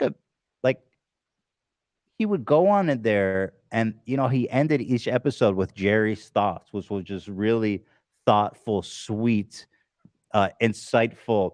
And it's like, what are you Yeah, wasn't doing? his like sign off always like be good to each other? Yes. Like he just had tried to like make it into this wholesome thing when he had just hosted a show with, people ripping each other's hair out for 20 minutes. And then later in his life, he became Judge Jerry. I don't know if you know that. I did not know that. He had a pretty prolific career as one of these daytime judges. Judge Jerry. Did not know that. And he was a mayor before that. He was mayor. Or he ran for He was the mayor. mayor. Mayor of Cincinnati. Yeah. He stepped down. 'cause When he did got- that happen? I think it was before the show. Yeah, he was disgraced. Yeah, it was before. Oh, he was disgraced. Right. Wait, Yeah. what did he do? He got caught with a prostitute. Oh, You know why he got caught? Jerry. You know why he got caught? I heard this on the radio driving home. He got caught because he was writing checks to them. That's awesome. Wait, was he doing write-offs? As a masseuse. It's a masseuse. Night, sweetie. Hey, Mom. Why were you and Daddy talking about NJM? Well, we save a lot of money by bundling our home and auto insurance with them. In that case, maybe we can renegotiate my allowance? We can talk about it in the morning. Jerry, but at least he lives that life. He's not a poser. This man, true. He's the real deal. There were so many crazy Jerry Springer moments. I remember when he brought someone from the KKK and to fight a bunch of some black people came on. It was fucking nuts. Here's like KKK people and a Nazi, and they got in a fight. Shocking. I mean, look at this. I mean, this psychotic. And he was a trailblazer, though. I mean, this man. Oh showed yeah. us- Oh yeah. He was also in the Austin Powers movie. He had Dr. Evil and his son Alright. come on. And they fought. Yeah. I think there was a clan member in that one. Yeah, too, it was. right? That's what I thought this was from that at first. yeah. I'm sure he made a vast fortune from this show. It was so highly It was syndicated. a cultural force. I mean, people chanting Jerry. Like anytime anybody got into any sort of fight in the 90s, you could count on a crowd of people around them starting to just chant Jerry. Right. Oh, Yeah. this was years before World Star was being yelled. Yeah, at. yeah. It was the original like Yeah. shouting World Star. Just Jerry, Jerry. That's crazy. That's true. I think they still air it on like local broadcast stations. Hell yeah. Yeah, I'm Syndicated, sure reruns. Yeah, the Probably newest reruns upload was forever. like 2 days ago. Wow. Yeah. Fucking legend. Still entertaining after the grave. Here's a little tribute. Born during the war. The sad part of the story is that most of my family was exterminated in Nazi concentration camps. So Okay, legend. Tap dance on the graves of Nazis out here Mhm. by bringing them on the show and having them fight minorities. we lost our family. Mom and dad survived. 2 weeks before Sorry to hear Hitler that, goes too. into Poland Sorry to to hear start World War II, which was September. I didn't know all 1st of that. That's 19 pretty crazy. But enough about Jerry Springer. Rest in Oh, you peace. missed the best part of that video. I did. Yeah. Okay. Got to keep going. It just seemed Did like you guys a- hear he said dad? Shelter. I was Or born in- dad instead of dad? Who said dad? Jerry? Here, full Which screen was it. Full screen it too. September 1st of 1939. Mom and Dad got the 88th and 89th last visas, which permitted Jews out of Germany. And they got to England, where a month later my sister was born, and then also during the war I was born. When I'm 5, Dad buys 4 tickets on the Queen Mary, and we sail to New York. Rest in peace. Jerry Springer. Oh no, it's Arab World News. Yes, of course. Come on. I didn't Give realize. my boy some respect. Arab World News paying homage to the great Jerry Springer. Who better to eulogize him than that? Show dies at Rest in peace. 79. Springer died peacefully Saturday at his home in the Chicago Truly a loss. suburbs after a brief illness. Oh, I remember he used to do like Too Hot for TV ones too, where people would have their clothes ripped off, and so they made like a whole compilation of that, and then they sold it on VHS. Oh my god, really is so awesome. sleazy. So awesome. How much of it do you guys think was fake? I know people still debate it. I think a lot of it was, but there was definitely realness there. It's a hybrid, I think. Yeah, I agree. exactly. In that interview that Arab World News is showing, there was like accusations a couple of years ago that they faked the whole thing. Jerry's like, oh, it was like 98% real. See, I believe Jerry, and here's the reason why I've always thought it's mostly real, is that you can't.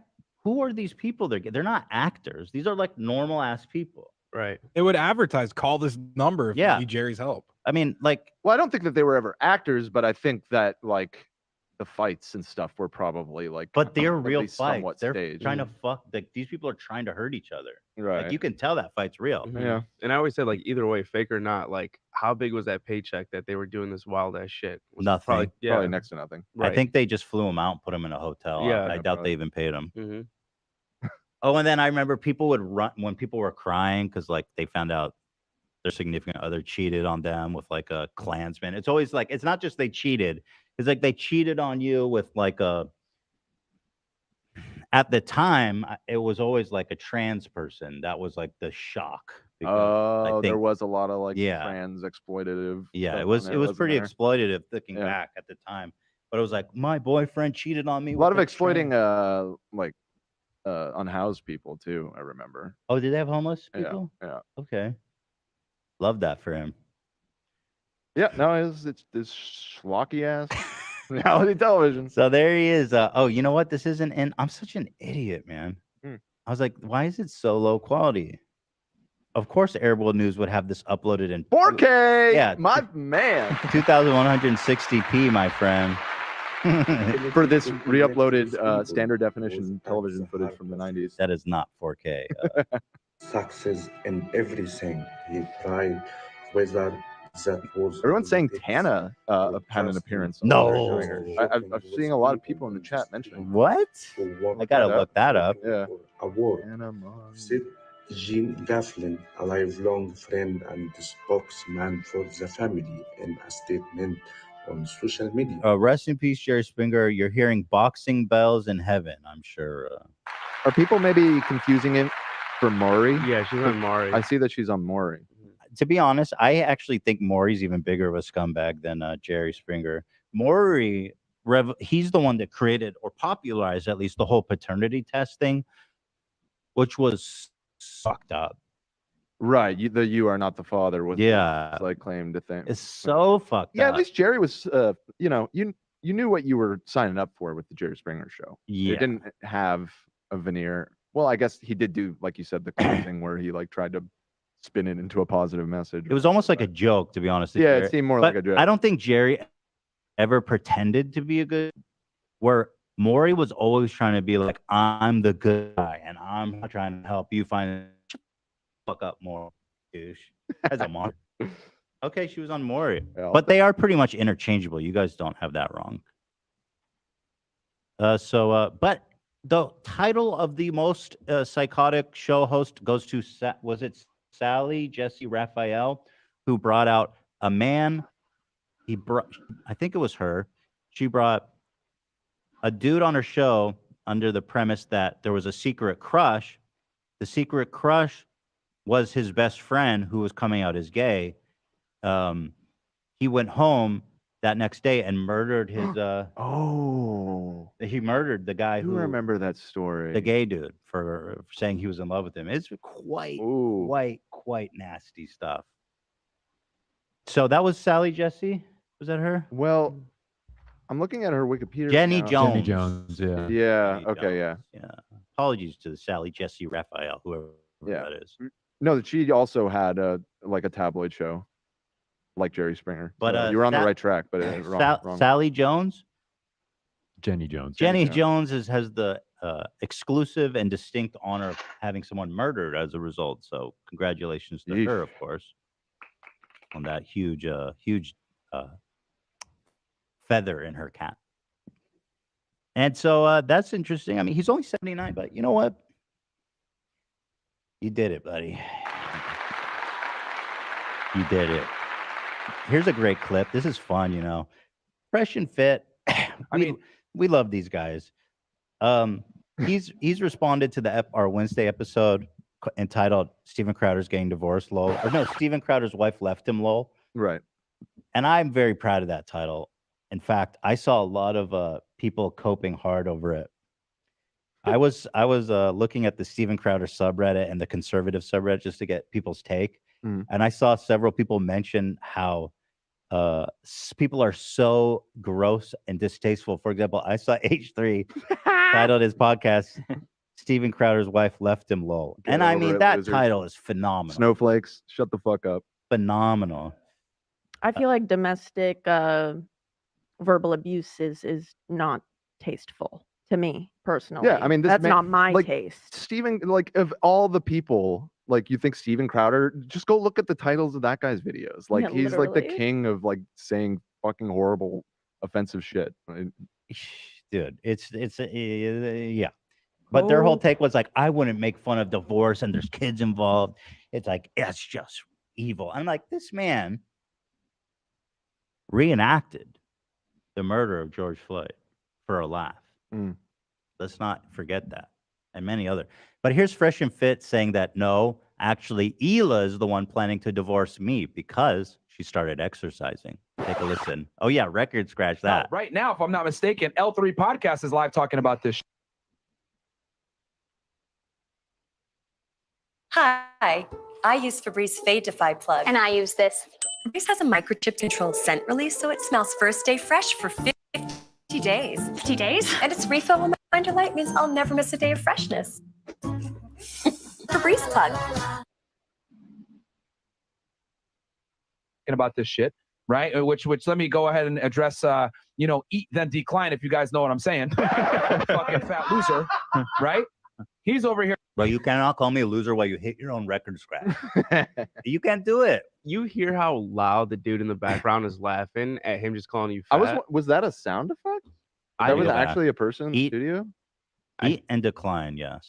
Fat loser, right?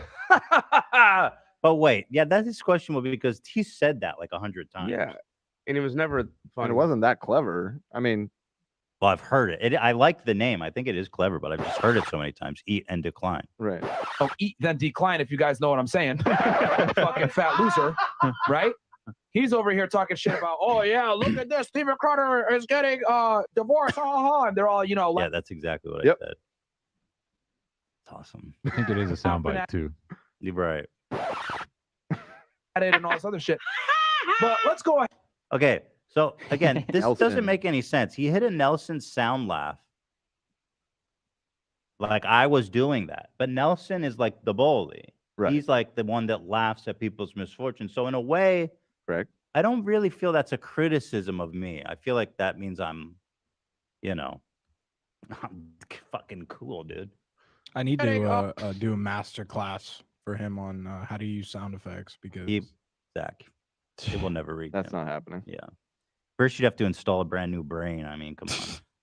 There's a lot of steps in between. About, oh yeah, look at this, Steven Crowder is getting divorced, and they're all laughing at it and all this other shit. But let's see. I agree. Yeah, that's like Nelson making fun of Crowder. Yes, which correct. Is what we're doing. Right. Yeah, we're the Nelson in this case. Right, and I agree. I mean, that's how that like like it's a colloquial. It means you're an idiot. Right. So nice one there. Let's go ahead and think about this real quick.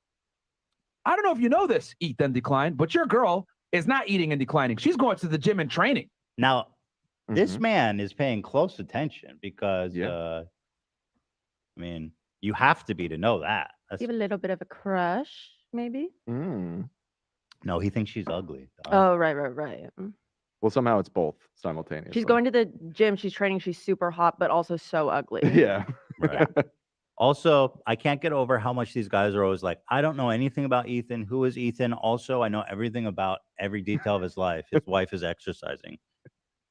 But your girl is not eating and declining. She's going to the gym and training.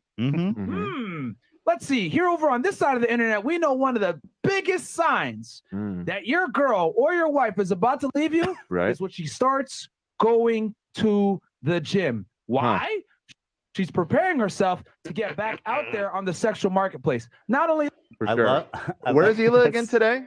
Right now? Where is Hila right now? What's she preparing herself Literally for this now? second, right now? Well, I don't want to. Being impregnated by you, Ethan? Oh, Usually, when the marriage is on the rocks, you probably wouldn't have a third child. Right.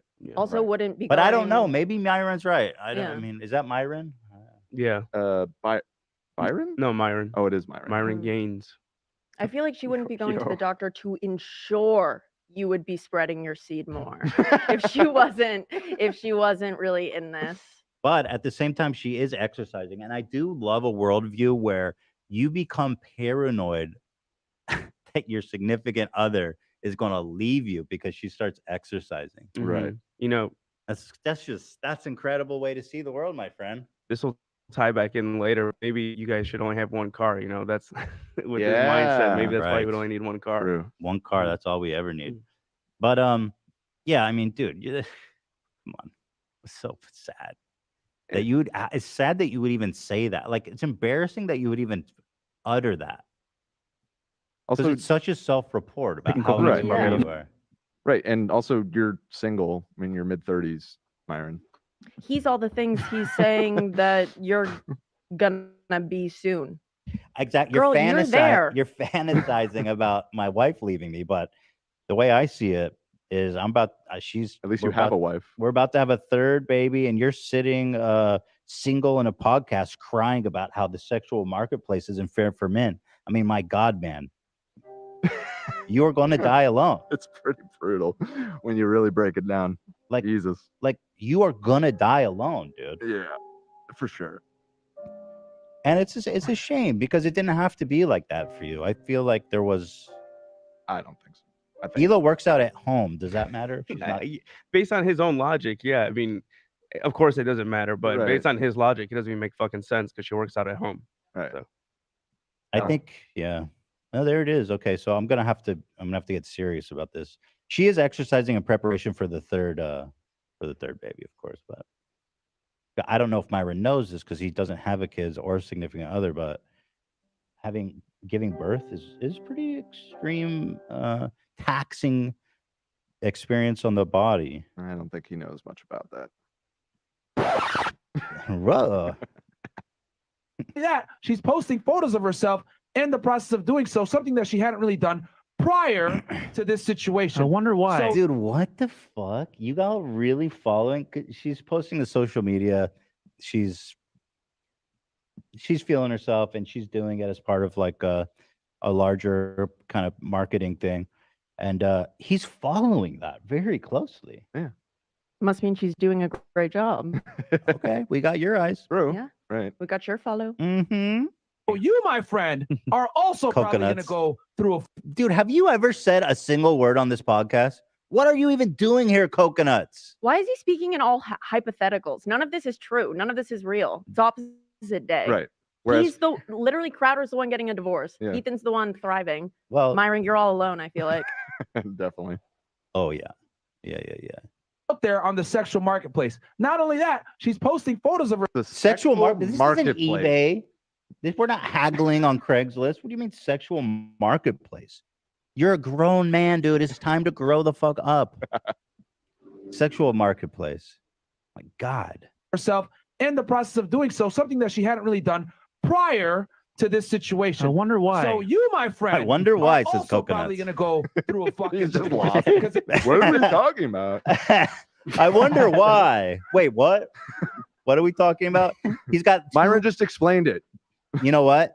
Coconuts in Barbados, we call them coconuts because inside his brain, it's like a game of Pong with two coconuts I always just pictured bouncing like back and forth in The Simpsons slowly. where they cut to like Homer's brain, and it's like a black and white cartoon of a monkey. Right. And That- the monkey's got a little coconut, and he's like playing the symbols. Right.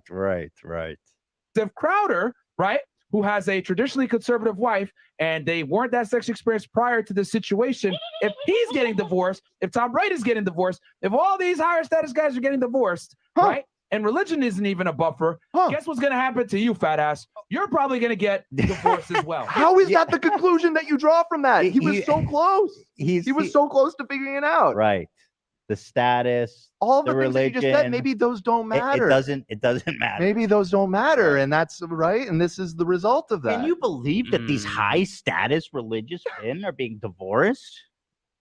This guy who is not sexually experienced and gets married really young, if he could get divorced, anybody could get divorced. Have you considered maybe he's 12, Dan? Bruh.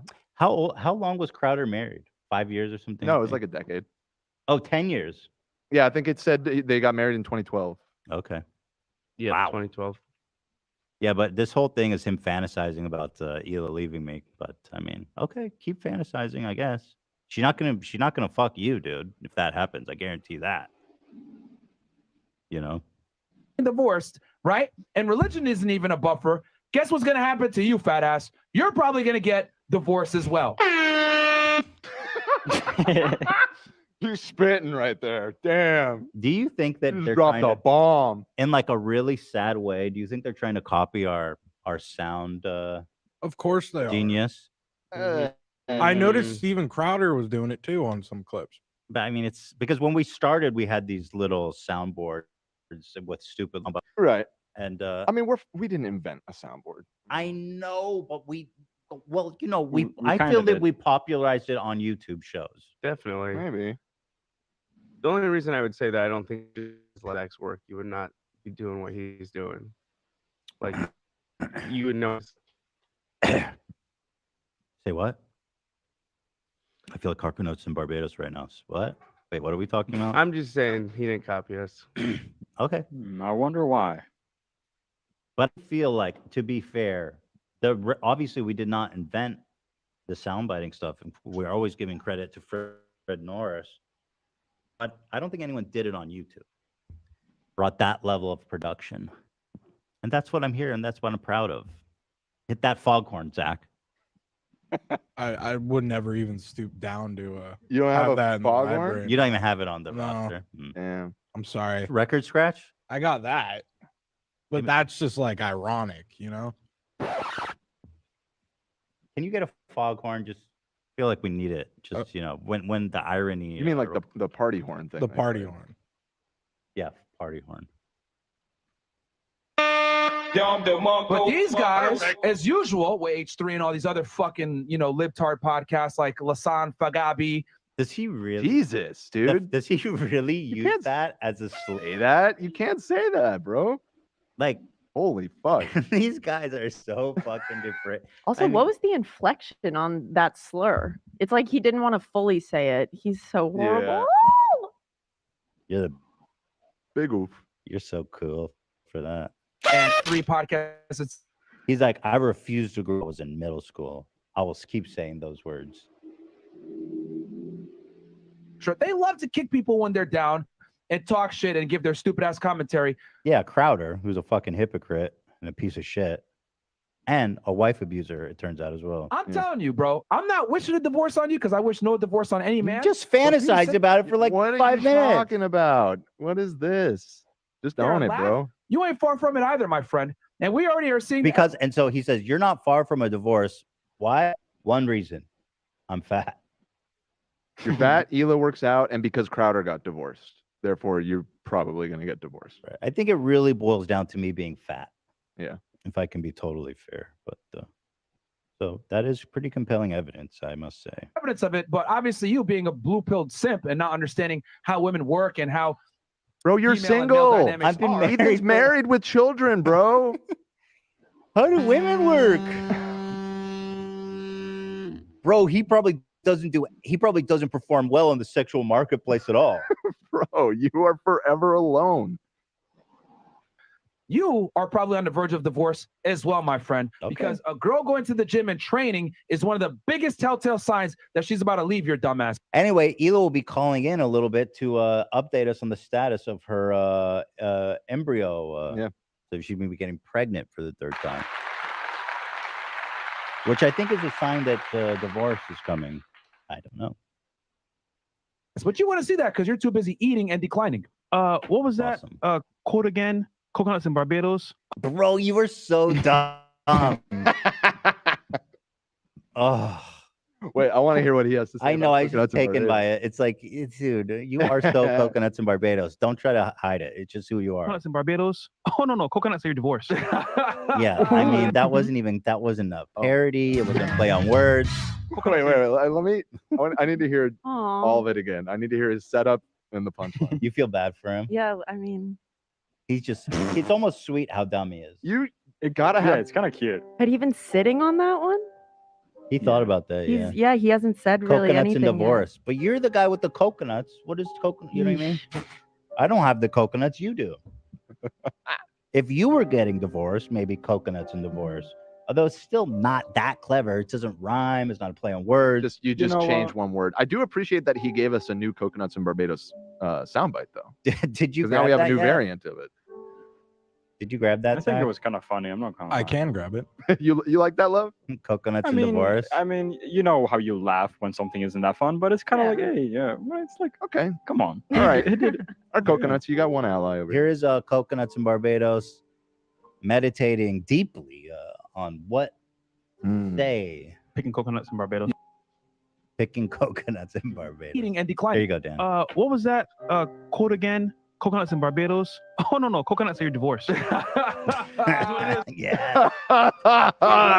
Good one, man. They got another one, man. Say that, Dan. Coconuts in the goddamn divorce, man. Coming down from the palm tree. Well, I But, tell you, man, gotta they pick get up a so couple pretty down coconuts, there, hit them little together, boy. coconuts there on Tell off you the what, man. side, They'll man. coconuts in It's Barbados. like- Pick it's them like this coconuts, side, them man. right They back ain't from pretty America, sissy boy. there But like get a that. nice little profit on them coconuts.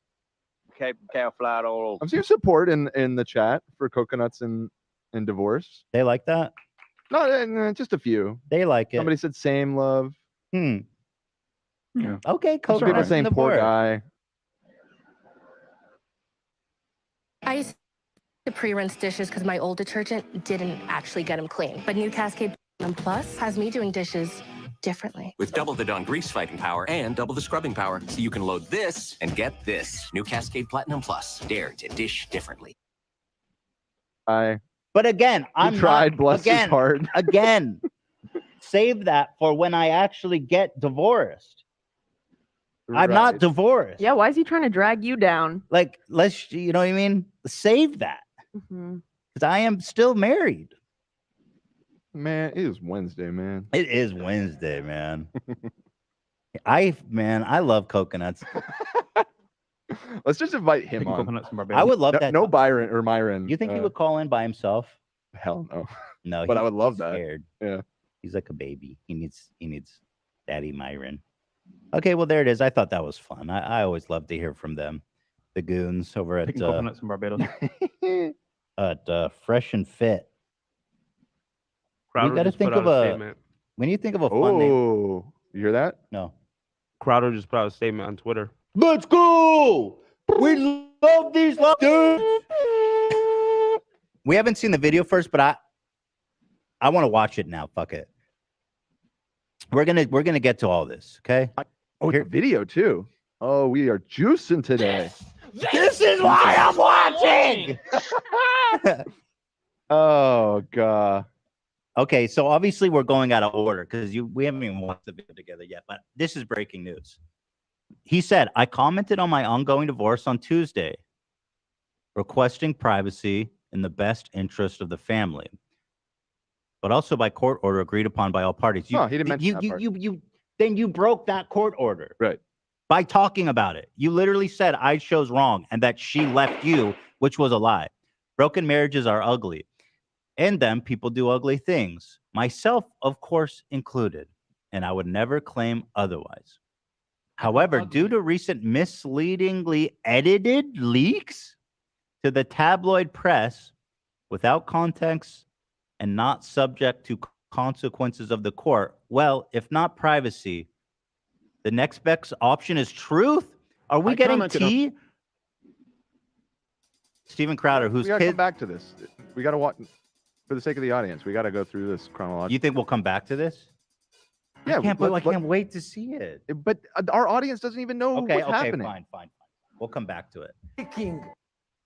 So they're gonna. It's Crowder, who's so concerned about his kid's welfare, is about to have a public spat with his ex-wife, the mother of his kid. Well, we'll see. Can you preview his statement while we're going through stuff, baby? Thank you. All right, so where are we? So let's just get into the Crowder stuff. Let's do it. So yesterday, a leaked video.